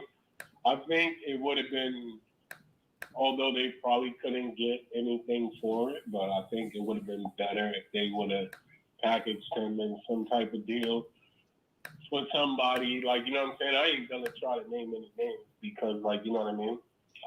I'm just saying, like, they should have packaged him in a deal for something or somebody or whatever, like, you know. Let me ask you this, because Kodak Vlogs, salute to Kodak Vlogs, by the way, man. Salute, bro. He asked, he said, Legion and Knicks, thoughts on Frank tonight? He was solid. I thought Frank had a good game, man. I thought he was solid in the Spurs he played. Forget the stats or stuff. Yeah, he looked good. He looked good. Yeah, I thought. Yeah. Answer that, TL. Answer that. Yeah. No. He did look good. I liked how he looked off ball too. You know, with the handle with him, it's a little suspect, but he looked good as a two. He looked good as a two. He was cutting in the lane, spot up shooting. Looked good. I'll say this though, I was pissed because he did that little shimmy on the baseline, but they called the travel. They called the travel. Oh my god! He caught him too. I thought he did the I thought he did too. Yeah. Let him go, man. So again, I like it. But Guillermo, I'm glad you pay attention to stuff like that, man, because those little things tell a story in themselves, man, because you see the mindset. I know I'm going to get this dude like this, bro. It just so happens I ain't get to call my way. I pay attention to stuff like that, man. These guys, they're picking up. They're picking up. Yep. That's why all you got to do, not all you got to do, but to me, man, if you show me that you're trying to add wrinkles to your game and you give me confidence on the floor, man, you know what I mean? I'm gonna. Hey, that's all I can say. Yeah, I give you credit for that, man. And when he caught, I was so pissed because you know why they don't call that. They don't call that consistently. Where you catch, I've seen guys travel. I'm like, all right, come on, man. You got whatever. But he took that one drive where he got fouled. He got tripped up and fouled. I was like, hey, this kid is being aggressive. That's why I'm like, damn, I want to see him get more minutes. But this is what I think. I think that they gave some of the veterans just to get them warmed up, get them in the rhythm because they're going to be getting heavy minutes. Frank, maybe in the third, fourth game. But they're probably going to get a lot more. Burks kind of looked lost out there today too. Let's say it again. Burks kind of looked lost out there today too, man. I don't know. That shooting for him doesn't look all that good, but he was a 15-point game scorer, so I'm not going to take nothing away from the guy. So look good. I don't know, man. I think effort running the show at point. Maybe Frank might be a better option at two, just the way he was looking. And man, I like Kevin Knox, man. That dude looked good today, bro. He looked good to me. Kevin Knox looked good, man. I'll give him all the credit, man. But yo, City for real, man. You my brother, man. Thanks for calling in, bro. I'll check you out later, bro. Yeah, for sure. If you want to come on and join the video chat, I'll be here probably till like 11:20, 11:30. Then I'm gonna go on Freezy's channel. But if you want to join the chat, man, if you have time, man, definitely, man. But you're always welcome, bro. Yeah, link it down low. I'll jump on. All right, bro. Peace. All right, peace. Yeah, man. Kevin Knox definitely he opened my eyes, man. Aggressive, even the passing. I'm not even talking about that one Obi the pass. Passing was good. The passing, like he's looking up. That came off the bench in that first quarter, didn't they? Right, that young second unit. Yeah, they were. Yeah, they brought some spark. bro, they were all hungry, man. And it's like that is crazy because like Obi wasn't even the most impressive because I felt like Obi, he's gonna give you that, right? Be able to get the basket, spin move to the basket correctly, unlike Randle. Had that really nice, that beastly dunk. He had that one little baseline layup. I forgot. It wasn't Knox who passed. It was someone else, or maybe he drove and had the baseline. I can't remember who got to him, but it was a nice baseline play for the layup. In that second unit, someone said everybody looked good on defense. Oh Lord. Hey. Here goes the accuser of the brethren, the Sanhedrin over here. God of Moses and Elijah. He's gonna kill me. And I'm joking, man. I know this dude is biblical. I love saying biblical stuff to God, Moses, Elijah, man. But we got a new what's person. good, Guy? What's up, brother? How you doing? Good, man. What's going on, Guy? T.I., what's going on, T.I.? Not much, man. Yeah, he's chilling, good man. Chilling. I spoke to you a couple of times. Good peoples, man. Let me just let's stop killing each other, man. Salute to let's stop killing each other, man. How you doing, bro? What up, bro? What's up, man? My name is Sean, bro. That's just a little moniker I use when I go on people's platform because I think it resonates when I'm talking. You know what I mean?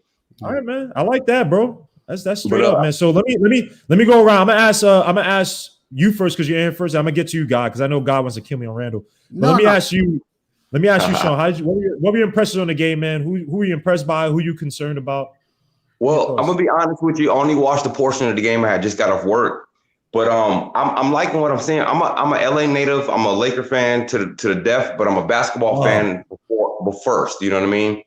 And I think the Knicks got a real good upside, bro. Like you looking at the young nucleus, you're looking at all these prospects. And one thing we can say about the Knicks, when we look at them, we're not talking about the negativity of them this year. We're talking about what we see positive coming from them. We see the upside in the Knicks. And it's been the first. And look, as a basketball fan, even though I'm on the way other side of the world, New York needs to be one of the top at least 10 teams in the league.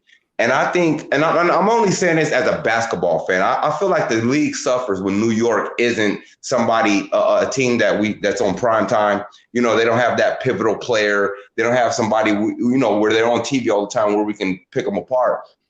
And I think this year, and look, you ain't gonna hear this a lot, bro, but I think with the Knicks talent, if you compare it to just talent across the East, I think the Knicks can get that 8th seed.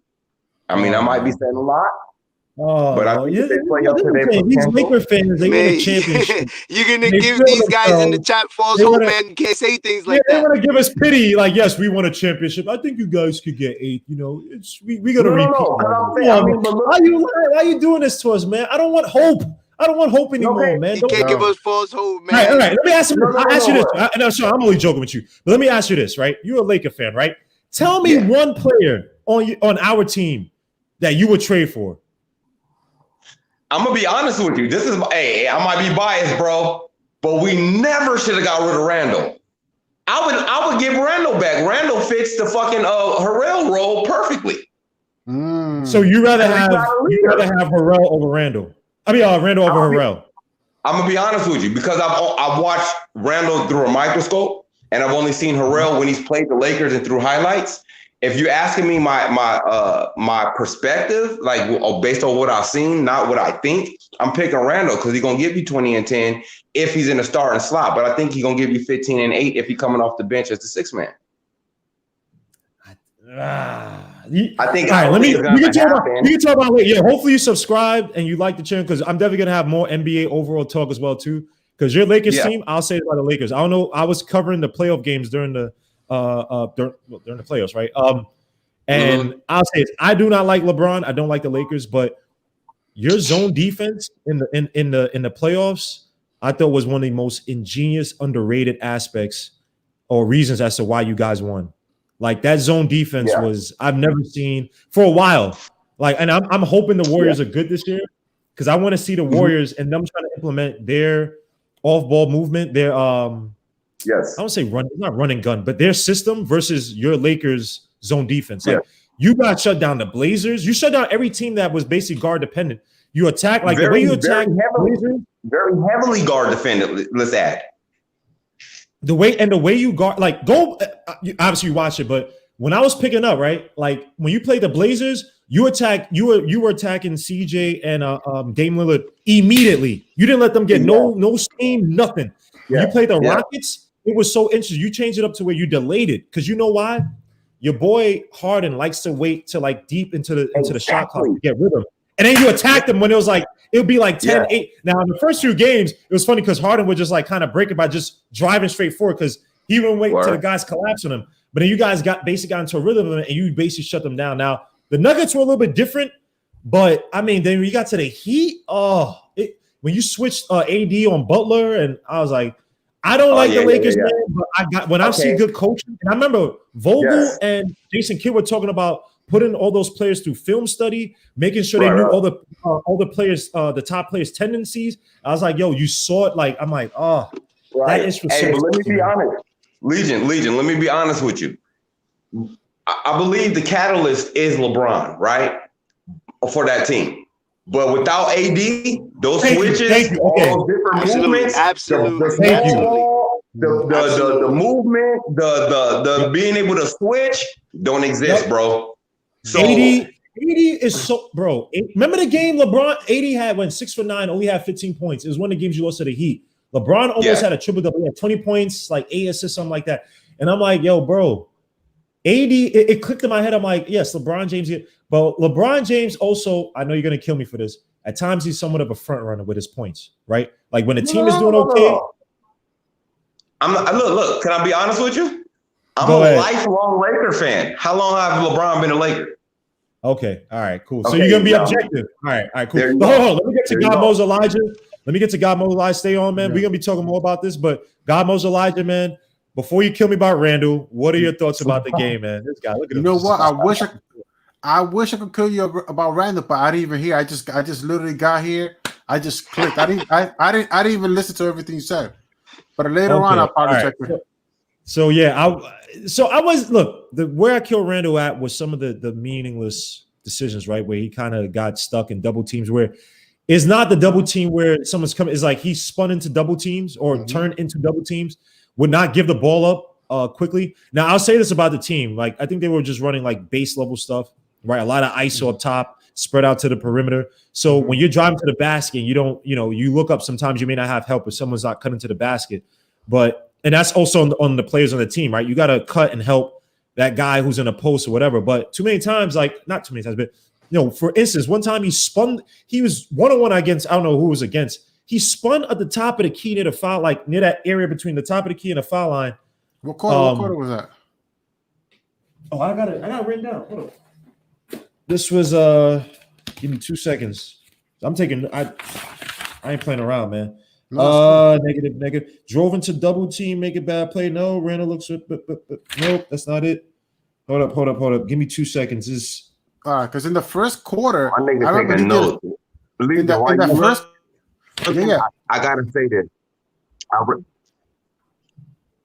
I respect the podcast person who's prepared, my nigga. Even if you don't just spit out the facts, you can say, "Hold on, let me go to my notes." That shit is commendable. Seriously. Yeah. Oh, bro, I love taking notes on this stuff, man. I take the videos I do, man. I love analyzing the game, man. But it's either second or third. I gotta actually.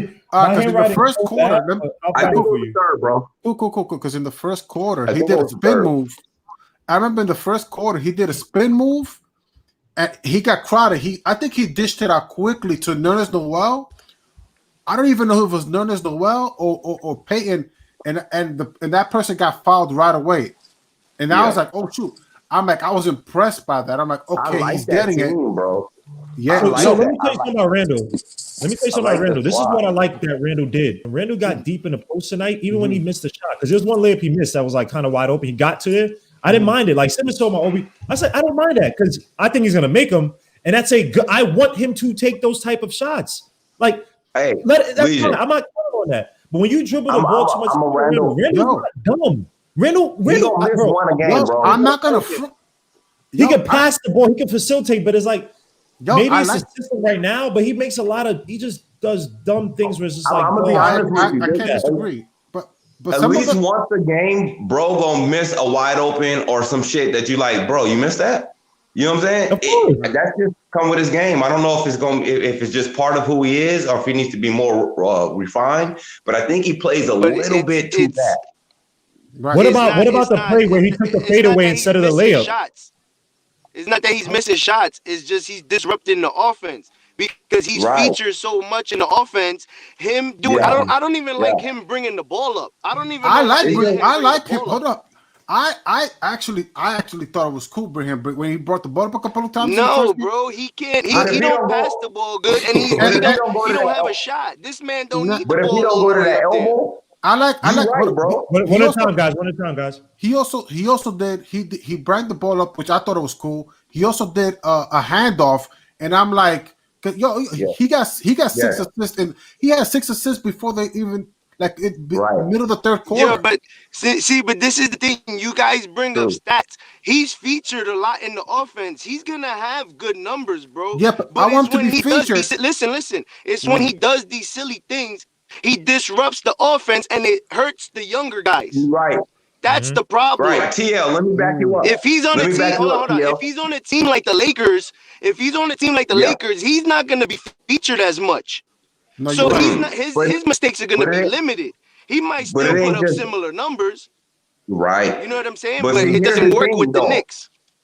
Do you guys understand the concept? And I'm not saying you don't, but the idea of hollow stats. This is what like James Harden, who's notorious for hollow stats, great numbers, but they don't produce W's. He doesn't produce winning basketball. So we need your baskets to be congruent to the team and also in a winning effort. Like you can have 20 and 10.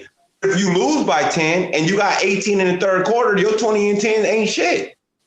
You know what I mean? Let me say something real quick to that. Let me say something real quick to both your points, right? Mm-hmm. I took down in my notes, God and Moses Elijah. Go look at the game when the ball was out of Randle's hands, right? Many times the ball moved a lot quicker on the perimeter, right? It was trying to get to the open man versus when Randle had it. And I don't mind Randle posting up. I don't mind Randle dribbling, right? But it just seems that sometimes there's just a lot of useless play by him one-on-one. When Obi drove to the basket and did those spin moves, right? Wasn't it fluid? Wasn't it bam, two spins got him right to the basket? Yeah. Right. That's the thing about it. Right? When you do that, right? The defenses, when you put speed to a defense, when you pressure a defense with speed and quick movement, right? They have to account. Yeah. They got to make decisions. That's why Randle got screamed at, right? Because quick decisions, like, and I don't even blame Randle for that. That was him and Burks, right? Burks did not get enough blame for that play. So right. Right. When you put pressure on the defense, they got to act quickly. And you know what that means? The defense is not compensating for somebody, and somebody should be open. That's what I want my basketball to be. Somebody should be open. If I'm Julius Randle, I'm driving to the basket quick. Somebody should be open if the defense collapses on me. If I'm RJ Barrett, same thing. And I don't absolve RJ Barrett and all those guys that do it, but Randle knows better. This is the thing about Randle. Randle's been in the league for 7 years. He should know that.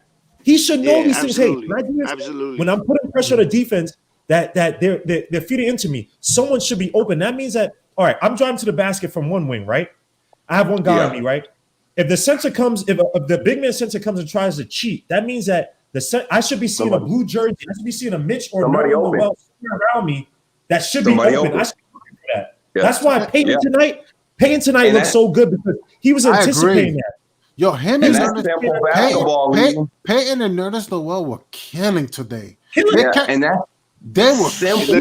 looks good. Yeah, they pick and roll game was on. People, and I was saying this. I was saying that I don't know if you was there that day, Guillermo, but I kept saying, I'm like, listen, man, Peyton is he was with that whole beef between Julius Randle and Elfrid Payton last year.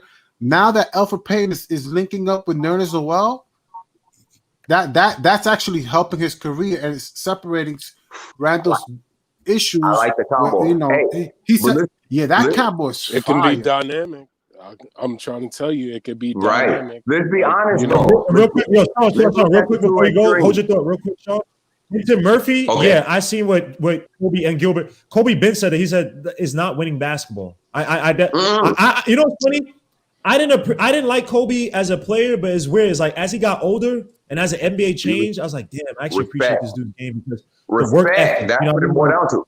The fire. And then the thing I didn't like about Kobe, I'll say it's about Kobe. Kobe was genius level psychotically smart, right? But when he wasn't with Phil Jackson, he built up those years as let me build up the icon of Kobe in regards to my stats and these ridiculous games. But he didn't try to make guys around him better. I understand he had guys like Smush Park and those guys, but those guys could have done a lot better if Kobe was more of a team player. And he said it. He said when he retired, he's like, maybe I went about things wrong. That when I had those younger guys, I should have tried to ingratiate myself and try to build them up. He said himself. But Kobe Bryant is one of the smartest players. Do not. So my bad, Sean. I didn't cut you off. Go ahead. I want to say something to you guys. No. Well, hold up, God. Let Sean go. No. I'm to pick back on what you're saying. I think smart is application. Smart is application of knowledge. The house of it is education, right? So I think Kobe was one of the most knowledgeable basketball players.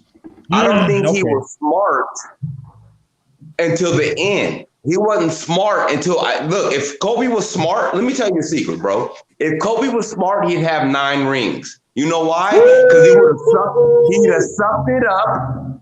See, his knowledge got ahead of his application. Your knowledge of the game says, I'm better than this dude. But that productivity said 5 out of 20, 25%. You could have been a 45% champion, 9 out of 20 years. You and Shaq could have retired together, bro. You know what happened though? But you know who made them? You know who made Kobe turn against Shaq? And it's rumored. Hold up. No. It's rumored that it was Michael Jordan that made Kobe turn.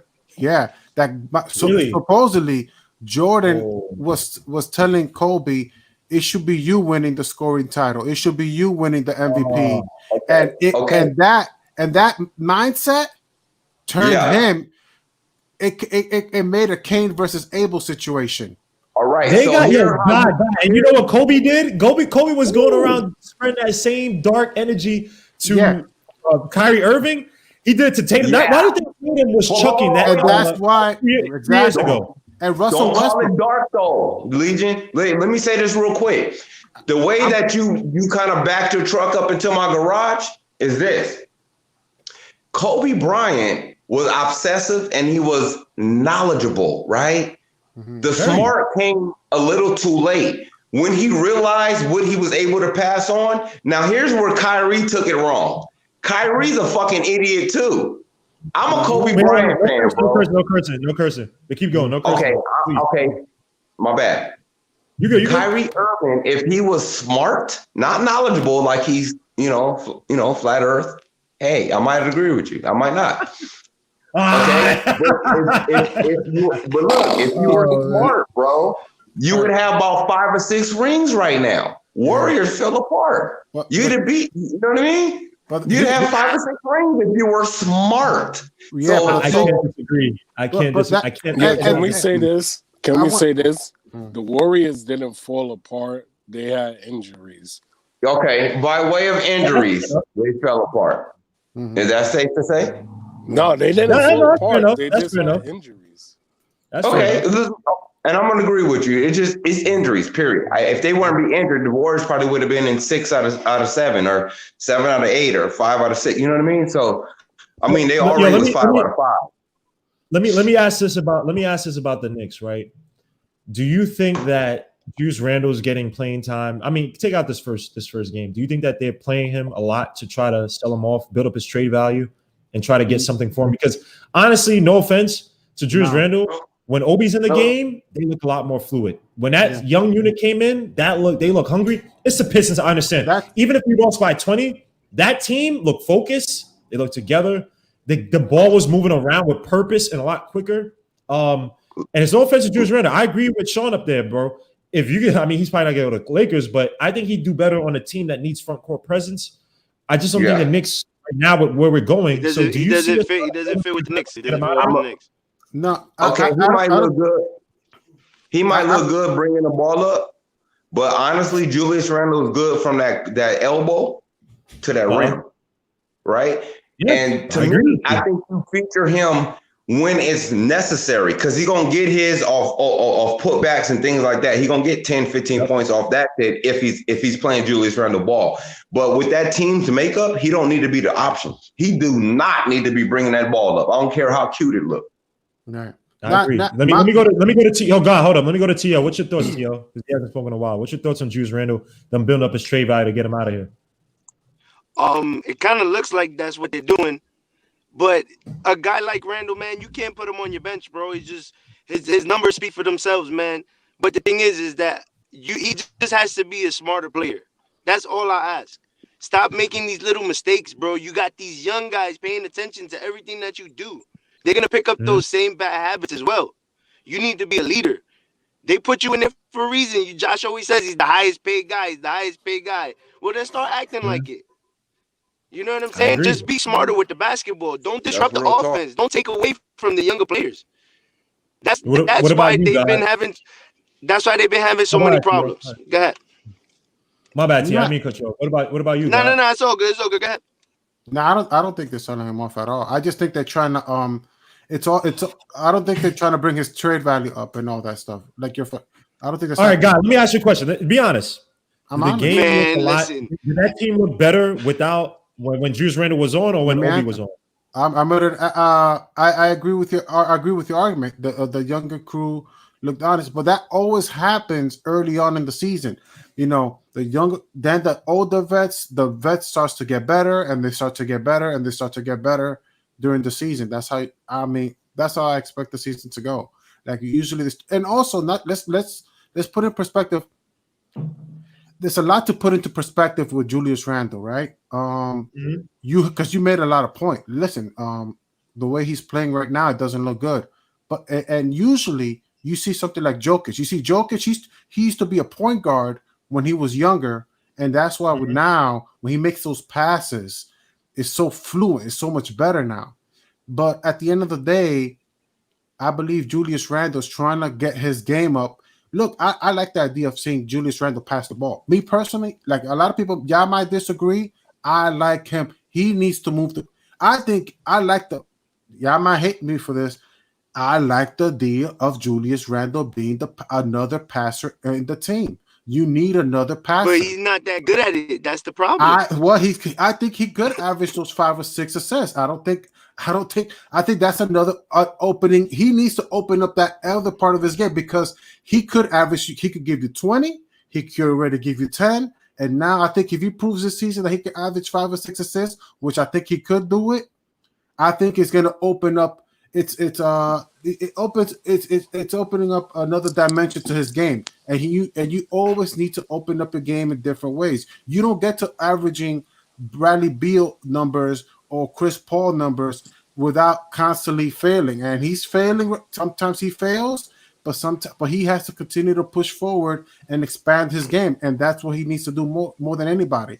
He needs to expand his game. Hold on, guys. Let me just say, 23 Blade, man, it's my first time seeing you. Suit to you, man. Please hit subscribe. Subscribe to the channel. Same thing, Stacy Hickman, salute to you too as well. But let me ask you this, God. Mm-hmm. Now, tonight's offense was the offensive looks, the play calling I thought was very simple, basic, vanilla. They're not going to call anything crazy in the first few games, right? If the guy's running more triangle, if he's running more of like the Horns plays, hopefully you guys saw it on last Sunday when I broke it down.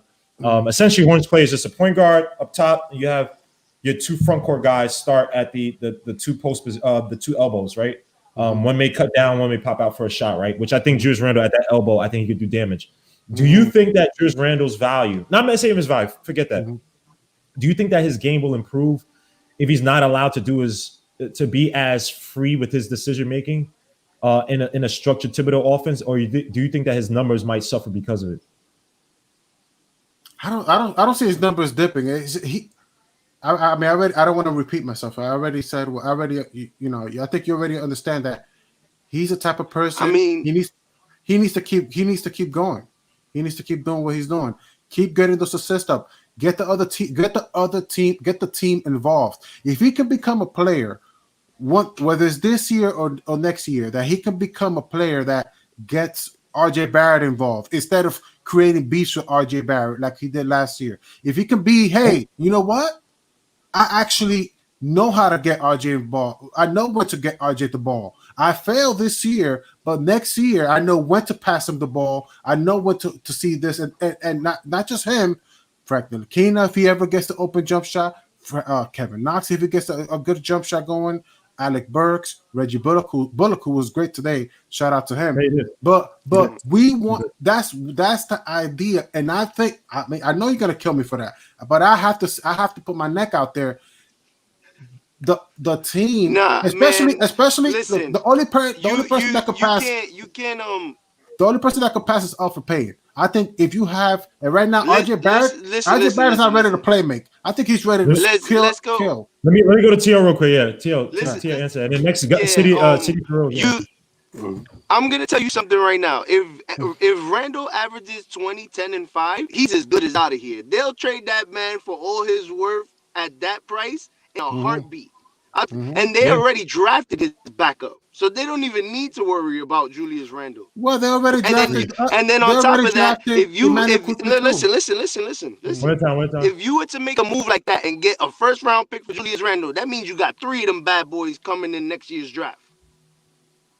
You got 3 first round picks coming in next year's draft. You need and even if we don't get the top pick, I'm pretty sure we could trade for it. But let's not get into futuristic but stuff like that.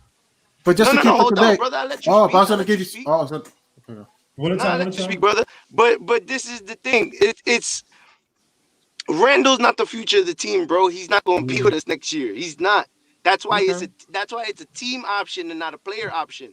They're going to trade that man. He's going to build up his value. They're going to trade that man. I promise you. Okay. He's not a bad player, bro. You're misconstruing what everybody's saying. No, I'm not saying that either. It just for the Knicks, it doesn't fit. Doesn't fit. Thank you, T.O. That's no one's issue on Randle. It's like this is the thing with Randle, right? I'm not saying that. It's not just you, God, because I know you kind of like joking around before, right? In other chats and stuff. But and speaking with Sim is like it's salute to Sim. This is not me talking issue, but it's like Sim is like it's not anyone saying that Randle's bad. It's like he's making mistakes that like you can't be making in your 6th, 7th year in the NBA. Like it's not winning basketball, right? Bro. And that comes from selfishness. I've just seen it too many times. It's not just I've seen other players where it's like you could have got the ball out to even if that guy's not that talented, but the play calls for getting it out to the guy who's open. The guy, so move the ball around, right? Okay, things are stagnant on you. The defense is set. You're not really be able to create space or anything. Get the ball out your hands. Stop trying to force the issue when you don't have that talent. Like Julius Randle's his body leverage or his balance is, bro. He's dribbling the ball, spin moving, and falling to the ground. Like that's bad body leverage. Same thing as last year. Yeah, same thing as last year. It's not conducive to. It's not even just winning.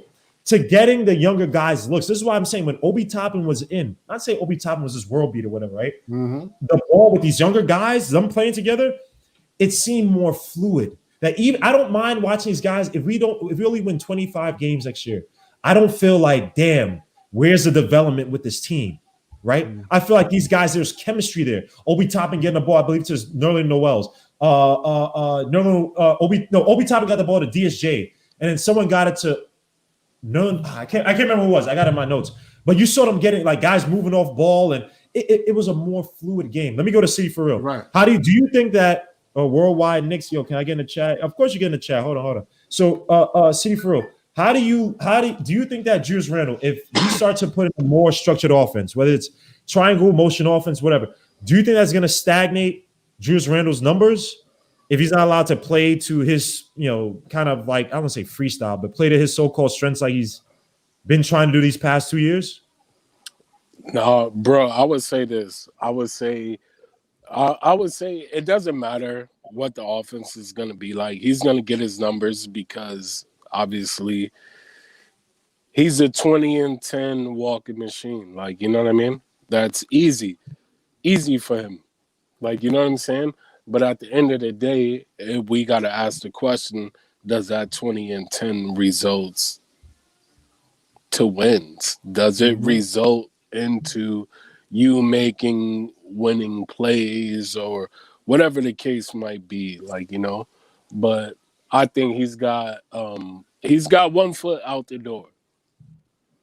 And I would say that only just because, like what everybody else said, like his style of play right now just don't fit our style of play, or at least what we're trying to do. Like, you know what I'm saying? Yeah, I know he could bring the ball up the court or whatever, but at the end of the day, if you look at him and you watch what he does, when you bring the ball up the court, you got to get rid of it as soon as you cross half court. Like, you know what I'm saying?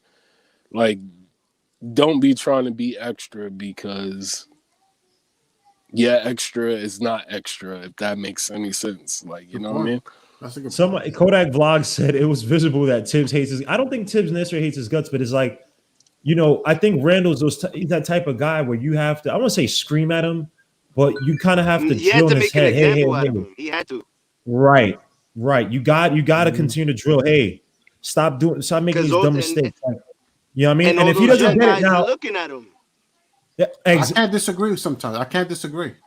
Hey, I just want to ask y'all a question. And it's not like these things aren't fixable, man. This is simple stuff. You just getting in your own head, and you just forget who you are as a basketball player.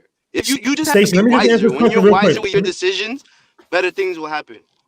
Let me just answer. I'm sorry, I didn't mean to cut you off, T. I think it's like a weird delay between me and you. My bad for cutting you off. But Stacey Hickman, let me just answer this real quick. If Randall was efficient, had high IQ, he'd be Chris Webber.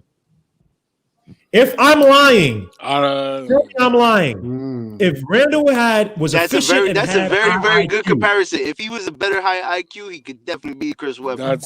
I would say that's a good comparison. Damn. But you can compare people all of the time, like, you know what I mean. But it doesn't make it efficient. But it's a good comparison. But I wouldn't put him on the Chris Webber. Okay. So let me say, Chris Webber, Hall of Fame, and one of the best players I've seen personally. Not personally, but you know, let me say this. I'm not saying that he would have been that, right? But his game, right? A guy who can facilitate, similar style. Similar styles in terms of getting guys around him better, but he's the focal point of offense. But you have to account for Bobby Jackson. You got to account for White Chocolate was going by the time he got there. Tito Turkoglu. You got to account for. Never got anybody better. Peja Stojakovic. You know what I mean? He made those guys better because remember the year before Chris Webber came, they had Mitch Richmond, who was one of the best scoring shooting guards in the game, and they were in the doldrums. They weren't winning anything. Chris Webber comes, and it's a totally different team. If it wasn't the 2 getting cheated out by the refs against the Lakers, they'd probably go and win that finals. You know what I mean? So Chris, again, Randall, to me, it's about sacrificing your game. Yo, Worldwide West, what up, bro? How you doing, man? What's popping, man? How y'all doing? Can we say this? Can we say this? Mitch was second best to. Hold up, see. I want to say Mitch was second best today. I mean, one at a time. I think there's a delay between me and Worldwide West, so you got to just give him a few seconds because he's hearing it a little bit later. So, Sutu Worldwide West, how'd you feel? What were your thoughts on the game, bro? I thought it was an entertaining game. I like what I saw from our defense. You know, that was very intense and stuff like that.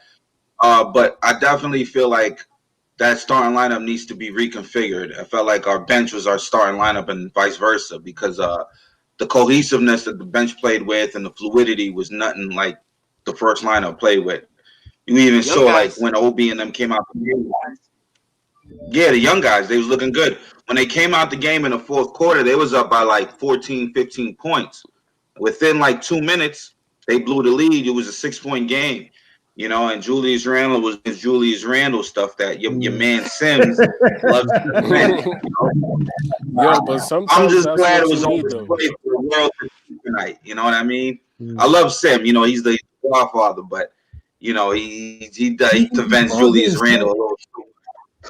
Let me ask you guys all this, right? I think we all agree because I think TL spoke about. I'm not sure if God spoke on it, and I want his opinion, man. How do you guys feel about DSJ, man? I like his confidence today, right? I think he got 2 steals. I was impressed that he finished the game with 2 steals, but like, you know, I like his confidence. That's all I can say. It was a preseason. I like his confidence when he took a jump shot. I think his jump shot looks smooth. And I don't know, but I mean, I'm ready to see game 2. I would say he's out. He's got one foot out the door too. Go ahead, World. Right, but I before I answer that, God, Are you the one who said that Sadiq Bey plays like Pat Ewing? Was that you? No, I didn't say that. No. It was Ernesto. It was Ernesto. All right, my fault. I apologize. Now, because somebody else, I thought it was you for a second, but because Sadiq played tonight, I was going to bring it up. But I didn't mean to cut you off. No, I did good. I mean, listen, last year DSJ wasn't confident at all. And I didn't think I wasn't expecting him to be confident on his jump shot. I'd expect him to be confident himself. And he looked confident. So he played defense. He looked confident when he shot the ball. It looked smooth. And I think it's something to build on. Yo, they're killing Ernesto. I remember he said Polk reminds me of Tim Duncan. He said Sadiq Bey was a Patrick Ewing or a smaller Patrick. I'm like, dogs, what the hell are you talking about? I'll say it's about DSJ, man. That 3-point he shot, I looked at it, right? He thinks he's slick. Not to say his shot is not changed, but he sped it up. So there's no jerkiness to it, right? No hitch, right? And I give him that. I think it's just some people, they're just born, maybe how their joints and their bodies built, they just don't have natural solid shooting form. But DSJ, this is why I'm saying a guy like Miles Powell, right? If they screw up and give Miles Powell any playing time, and he comes out with that younger unit, like Worldwide West said, that younger unit, the second unit with Knox, was it Knox, Frank, Obi, Mitch was Payton in that too? I think. It was DSJ, Frank, Knox, Mitch, and Obi. And they look good. And I'll say about Payton, man. Payton can't shoot, but I find it hard if Thibodeau's gonna live and die by the defense, man. Your boy Payton looked great on defense. Yo, I kept saying that, bro. Yo, I keep trying to he tell wasn't a good defender, but I saw a different game. I saw like old school. Like if you took Tony Allen and divided him by like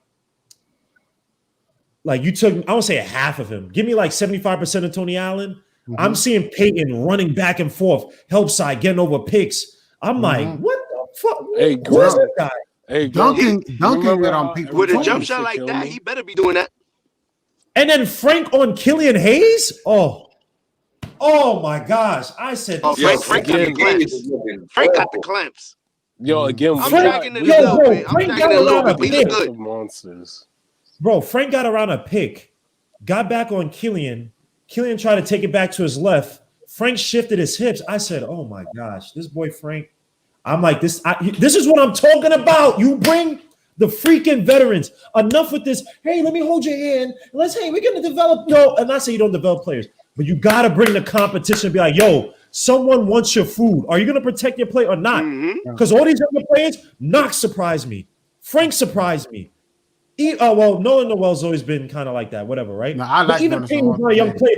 Payton surprised me. I'm like, yo, this does not look like the same team from last year, focus-wise, defense-wise. The shots on that stuff is going to come. Frank had a nice shot.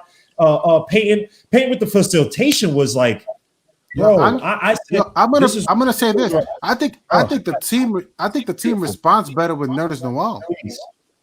Yes. It's because he's a threat from mid range, somewhat, sort of, and he's a more willing passer as a big man. It works out better than having Mitch. Rio, you saw your boy Mitch not take that three. All that crap he's doing during the summer, and when he had the open three, he could have stepped in for a long two, even though long two is useless, more useless. You know what I mean? He didn't take that shot. So again, this is what Thibodeau's talking about. You doing all this stuff in the summer with the the taking the videos of the three and stuff. What about your footwork down low? What about your anticipation? Because your boy Nolan Noel's, I remember there was a one delayed pick and roll he had with RJ in the first quarter that it didn't go through. But I said that's good. But that's the basketball I want. And Mitch has had success with delayed pick and rolls and stuff. But the way that Nolan Noel's was moving without the ball, I thought was so excellent. Like it was. I just hope that Mitchell he kind of spreads out. He kind of spreads out on the mid range area, and it kind of clears up the paint for other guys. You know what I'm saying? So that's the difference between him and Mitch. You're probably gonna see a lot of Nerlens Noel as the season goes on, bro, because you can't beat a center that spreads out the floor, has a little bit of a mid range threat, and can pass the ball. Hey, look, Ted Green said Frank be trying to kill other French players, man. Ted Green I agree, man. From DeAndre, right? and that's a good guy. You know, that's a good guy to learn from. And then you got Nerlens coming in, right? Who's going to teach him something. Like, you know what I'm saying? So at the end of the day, we know he's got the talent and all of that, but under his tutelage, who he's getting his stuff in from, maybe we might need to wait like another year or two to see what he can become. Like, you know what I'm saying? Instead of always he didn't. Mitch looked good out there too. Yeah, Mitch looked terrible. He looked terrible at all. The only thing is that now we're deciding: are you paying Mitch anywhere close to $60 to $80 million? Yeah, that's the question. That's the question. That's the thing about it. That's what I'm saying. Because $60 million is what, 5? That's 13, right? I would say I wouldn't. Wow, no, that's terrible, man. I don't understand why that's the top. I don't understand why that's the top of the conversation, because like other teams are not deciding that they should pay a guy who's averaging 6 points and 7 rebounds, $67 million. Like we're too premature when we talk about that. Like I don't think that's a conversation because he hasn't warranted that type of money. But Worldwide West, that type of money. But Worldwide West, that's why you have an agent in Leon Rose who has experience, right? And you also have a capologist. You don't hire a capologist if you're not doing financial planning for your players 2-3 years before they come due, right? So you're doing cost benefit analysis on all your players constantly, right? Because think about this: if you're convinced that Mitchell Robinson is that center, right? You want to beat the market to sign him before he gets out. He's like, you know what? Let me try on the free agent market versus maybe try to sign him before even he kind of realizes his market value, right? This is what, for instance, let me just take it to baseball. I'm a Mets fan, right? And I don't like Brody Van Wagen, screw him, right? But he's gone. They signed Jacob deGrom, one of the best pitchers in all of baseball, to a 5-year, $150 million deal. That's one of the biggest steals. They gave Garrett Cole a 10-year, $300 million deal. Your boy Jacob deGrom is like, I should never sign that damn deal. That's good cost-benefit analysis. That's good financial planning. So if you feel that Mitchell Robinson's that guy, right, you got to make those financial decisions fairly early because you want to beat everybody else. You don't want to go into a bidding war with some of these other teams, these playoff teams, or a team that's better than the Knicks, right? You want to make sure, all right, we decide here. Because also, and I'm not trying to jump into next year's draft, you got guys like Evan Mobley, who's looking like one of those beastly centers that might be, not say he's going to be AD, but in that mold of talent. So you gotta attack on all fronts. You don't want to be left out, and it's like, damn, do we offer this guy a contract? You know what I mean? So again, it's out there, but as a front office, you got to plan ahead. So again, I'm not killing Mitch. I'm just saying he got to step up his game a little bit, and that means better footwork down low, better defensive awareness. And you saw it tonight, but Noel. Yeah, absolutely. You saw it, and you can tell the difference in the athletic ability and the sheer like physical talent between the two. But Nerlens Noel kind of has like the science of the game, so to speak, down pat. You know, he got the fundamentals down pat. Definitely. Yeah. Definitely. Now, let me ask you guys this last thing, man. So we had two. Now, Emmanuel quickly looked too happy on the bench. Like, it's like he knows he's gonna get playing time soon. You know what I mean? Give me one surprise young player, rookie, that you think is going to have a heavy impact. My guy is Emmanuel quickly. I think the guy could shoot. Obviously, Thibodeau didn't really run anything offense-wise that's that complicated tonight, but you know that spacing. He's talked about spacing, corner threes, getting to the line, right? It's going to be really important for this team. He said that, right? And I think Emmanuel quickly, for a guy he's extolling this guy shooting, he's definitely going to get some looks with the second unit. So let me know who's a young player. It could be Knox, it could be Frank. Who do you think is going to be a surprise player? Just impact-wise for this team. Anybody? I guess I'll go. Let Worldwide West go. All right, let God go first. Okay. I mean, Obi Toppin. I mean, he's gonna kill. I mean, second I'll put I think DSJ, man. DSJ. I like another thing that he had. You love he had DSJ, his handle. man. DSJ had his handle going today too. I'm like, this guy's coming through. You know what I like what he did? When he didn't have a drive, he would step back. He'll go back. He'll go to the mid. He'll go to the free throw line. And if it gets too jammed up, he'll just bring it back and not cause a turnover and not force the issue, and either do a handoff or pass it to Bullock or Alec Burks, and just and not make a mess. So I like his decision making. I like that he's more aware, and that's the problem with these young players. That sometimes when you're not aware, they're like, you know what, I don't have to force the issue no more. Sometimes the anxiety gets the best of them, and they make poor decisions. Now they're like, you know what, I'm just gonna take a step back, catch a breath, reevaluate, and then you know what, I can find somebody open. I like that Tibs is teaching them offense too. So I like that. I expect So DSJ. let me just say something to your Obi thing. The reason why I didn't say Obi because I think it's expected that he's going to have high impact. So Okay, it's like so he's not going to surprise me. But I get what you're coming from. I just think that Obi, like, I think he's Okay, going cool. to be So I'll go DSJ for sure. DSJ is going to smoke everybody then. Ooh, I actually agree a little bit with Woodshot. I think Miles Powell might surprise, but I think just quickly, I think because he fits a role so perfectly for this team. But let me get to Worldwide West. Who do you think is going to be a surprise young player for this team this season? All right, so I don't think Miles Powell is going to make the roster. I think if he's given the opportunity, he would impress us, but he's not going to make the roster because there's a glut at the guard position. You didn't even have Austin playing tonight, and he's going to take somebody's position who was playing. Tibs is not going to go that deep into the rotation. So as far as guys like Powell and Quickly, I'm going to scratch them off. They're probably going to find themselves in the G League until somebody gets traded. So I'm going to go with I agree with you. Obi's not really going to be a surprise, so I would have to go with Frank.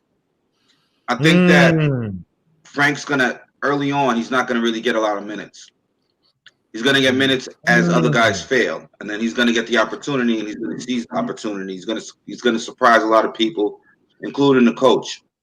I still don't believe that the franchise. I don't think that Scott Perry wanted to draft Frank to begin with when he was working on. Oh wait, I'm sorry. That was before Scott Perry was even here. So I take that back. But I just don't think the organization is behind Frank. And we can meander about this all day long. I just don't think they're behind him. He forces them to play him, just like last year. He put them in a position through his play on the court that he gave them no choice. You couldn't keep bringing out Dennis Smith Jr. out there. You have to put somebody who has some sort of level of competency. Now, what I saw from today from Dennis Smith Jr. was more improved. But one thing that Dennis Smith Jr. does, when he does his dribble combinations, he'll. Yo. That was a good one, too.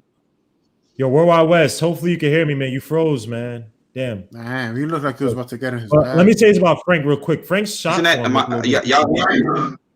Yeah, you said one thing. Y'all hearing me? Something. Yeah, we hear you now. Can you hear us? You're still frozen, bro. Damn, I'm gonna have to hop off and hop back on because I'm not getting good service, fellas. My bad, fellas. All right, yo, hop on. Yo, I'm about to hop onto Freezy's channel. You know Blarn's Tears? He just turned it off. He's off. Okay, let's give TL a chance. TL, you want to say something? Who's a surprise player you have? I mean, to kind of get at what Guy was saying, DSJ had his moments where he looked good. I just think the point guard position isn't suited for him. He can't. He's limited to what he can do. He can't shoot. He's not really that good of a driver because he can't get open by himself. He needs the screen. Nope. He just relies on his athleticism way too much, and the talent needs to catch up to that athleticism. And I think that's what hurts him. I mean, but I wish the kid well, man. I hope it all comes together. But as far as young guys, man, I would like to see Quickly be the surprise, man, if we could get some playing time. Because I seen some videos of that dude, man. It's not only the shot, it's the footwork. It's all about that footwork when he shoot, man. He's crafty as a shooter. He's very crafty, man. And that's something this team has lacked in a very long time. It was a very, very good shooter. We haven't had that in a long time. Yo, I would agree, like to see him be the surprise. With Frank's shot again, I think is a little change. He kind of put a little back on it. I was like, okay, he's flicking it. He's flicking it a little bit. I was like, okay. Same thing with RJ Barrett. RJ Barrett he's more stable and flicks the wrist. I mean, again, that's why I was getting at Josh. It's like, if you've ever worked out before and you're working on your arms, you would know that it takes a while to get your wrist strengthened. But then when you get your wrist strengthened, you get the muscle memory. Like I'm pretty sure J.R. Smith, he either has extremely strong wrists or he does a lot of wrist exercises. You see certain shooters where it's just the flick. Ray Allen, almost flicks it with his fingers almost. You know what I mean? You got to give some of these young guys when they're trying new things time. I never get on young guys if they're trying new things that are conducive to winning or getting the overall game better, and it doesn't take out it doesn't take away from the team. So to sit there and judge RJ Barrett like, oh, he shot 2 air balls, like dogs. You know how many guys who changed their jump shots have shot billions of air balls until they got it, and then they're shooting mid to high 30s. Not say that's going to be RJ Barrett, but it's like, you know what I mean? I just want to see what I was impressed with tonight was the impetus, the fact that the young guys were hungry. Knox surprised the F out of me. I was blown away. Yep. Yeah, go ahead, guys. No, I actually missed that part. That he did a couple of things. I'm gonna have to watch it on replay. You missed that. You know, sometimes you know how it is. I'm YouTube. I'm trying to watch you guys on nothing but Knicks. Then I'm watching the games, and I got caught into twine. I'm like, oh, did you see that by now? So I'm like, oh man, I didn't see it. I feel you, man. No worries, man. No worries. I got my notes. So when you go into Blarn's Tears, I'll probably point them out. But I'll definitely tell you. I can't tell you I didn't write down the times, but I'll tell you the quarters where it's like, yo, Knox did this. I was writing it down like, yo, positive. When Knox he tried to do like a Euro step on a fast break. He what else he did? He had really good defense, played the passing lanes really well. He shot that little mid range. I think in the first quarter at the buzzer or near the end of the first quarter, he came from the wing, stepped up, shot in the dude's face. I was like, yo, I ain't gonna fuck he looked like he was moving at a fluent NBA pace. Yes. The whole team looked locked in. At one point, the whole team looked locked in on defense. I'm like, yo. Bro, God, if this was a real game, I think that second unit plays most of the game, bro.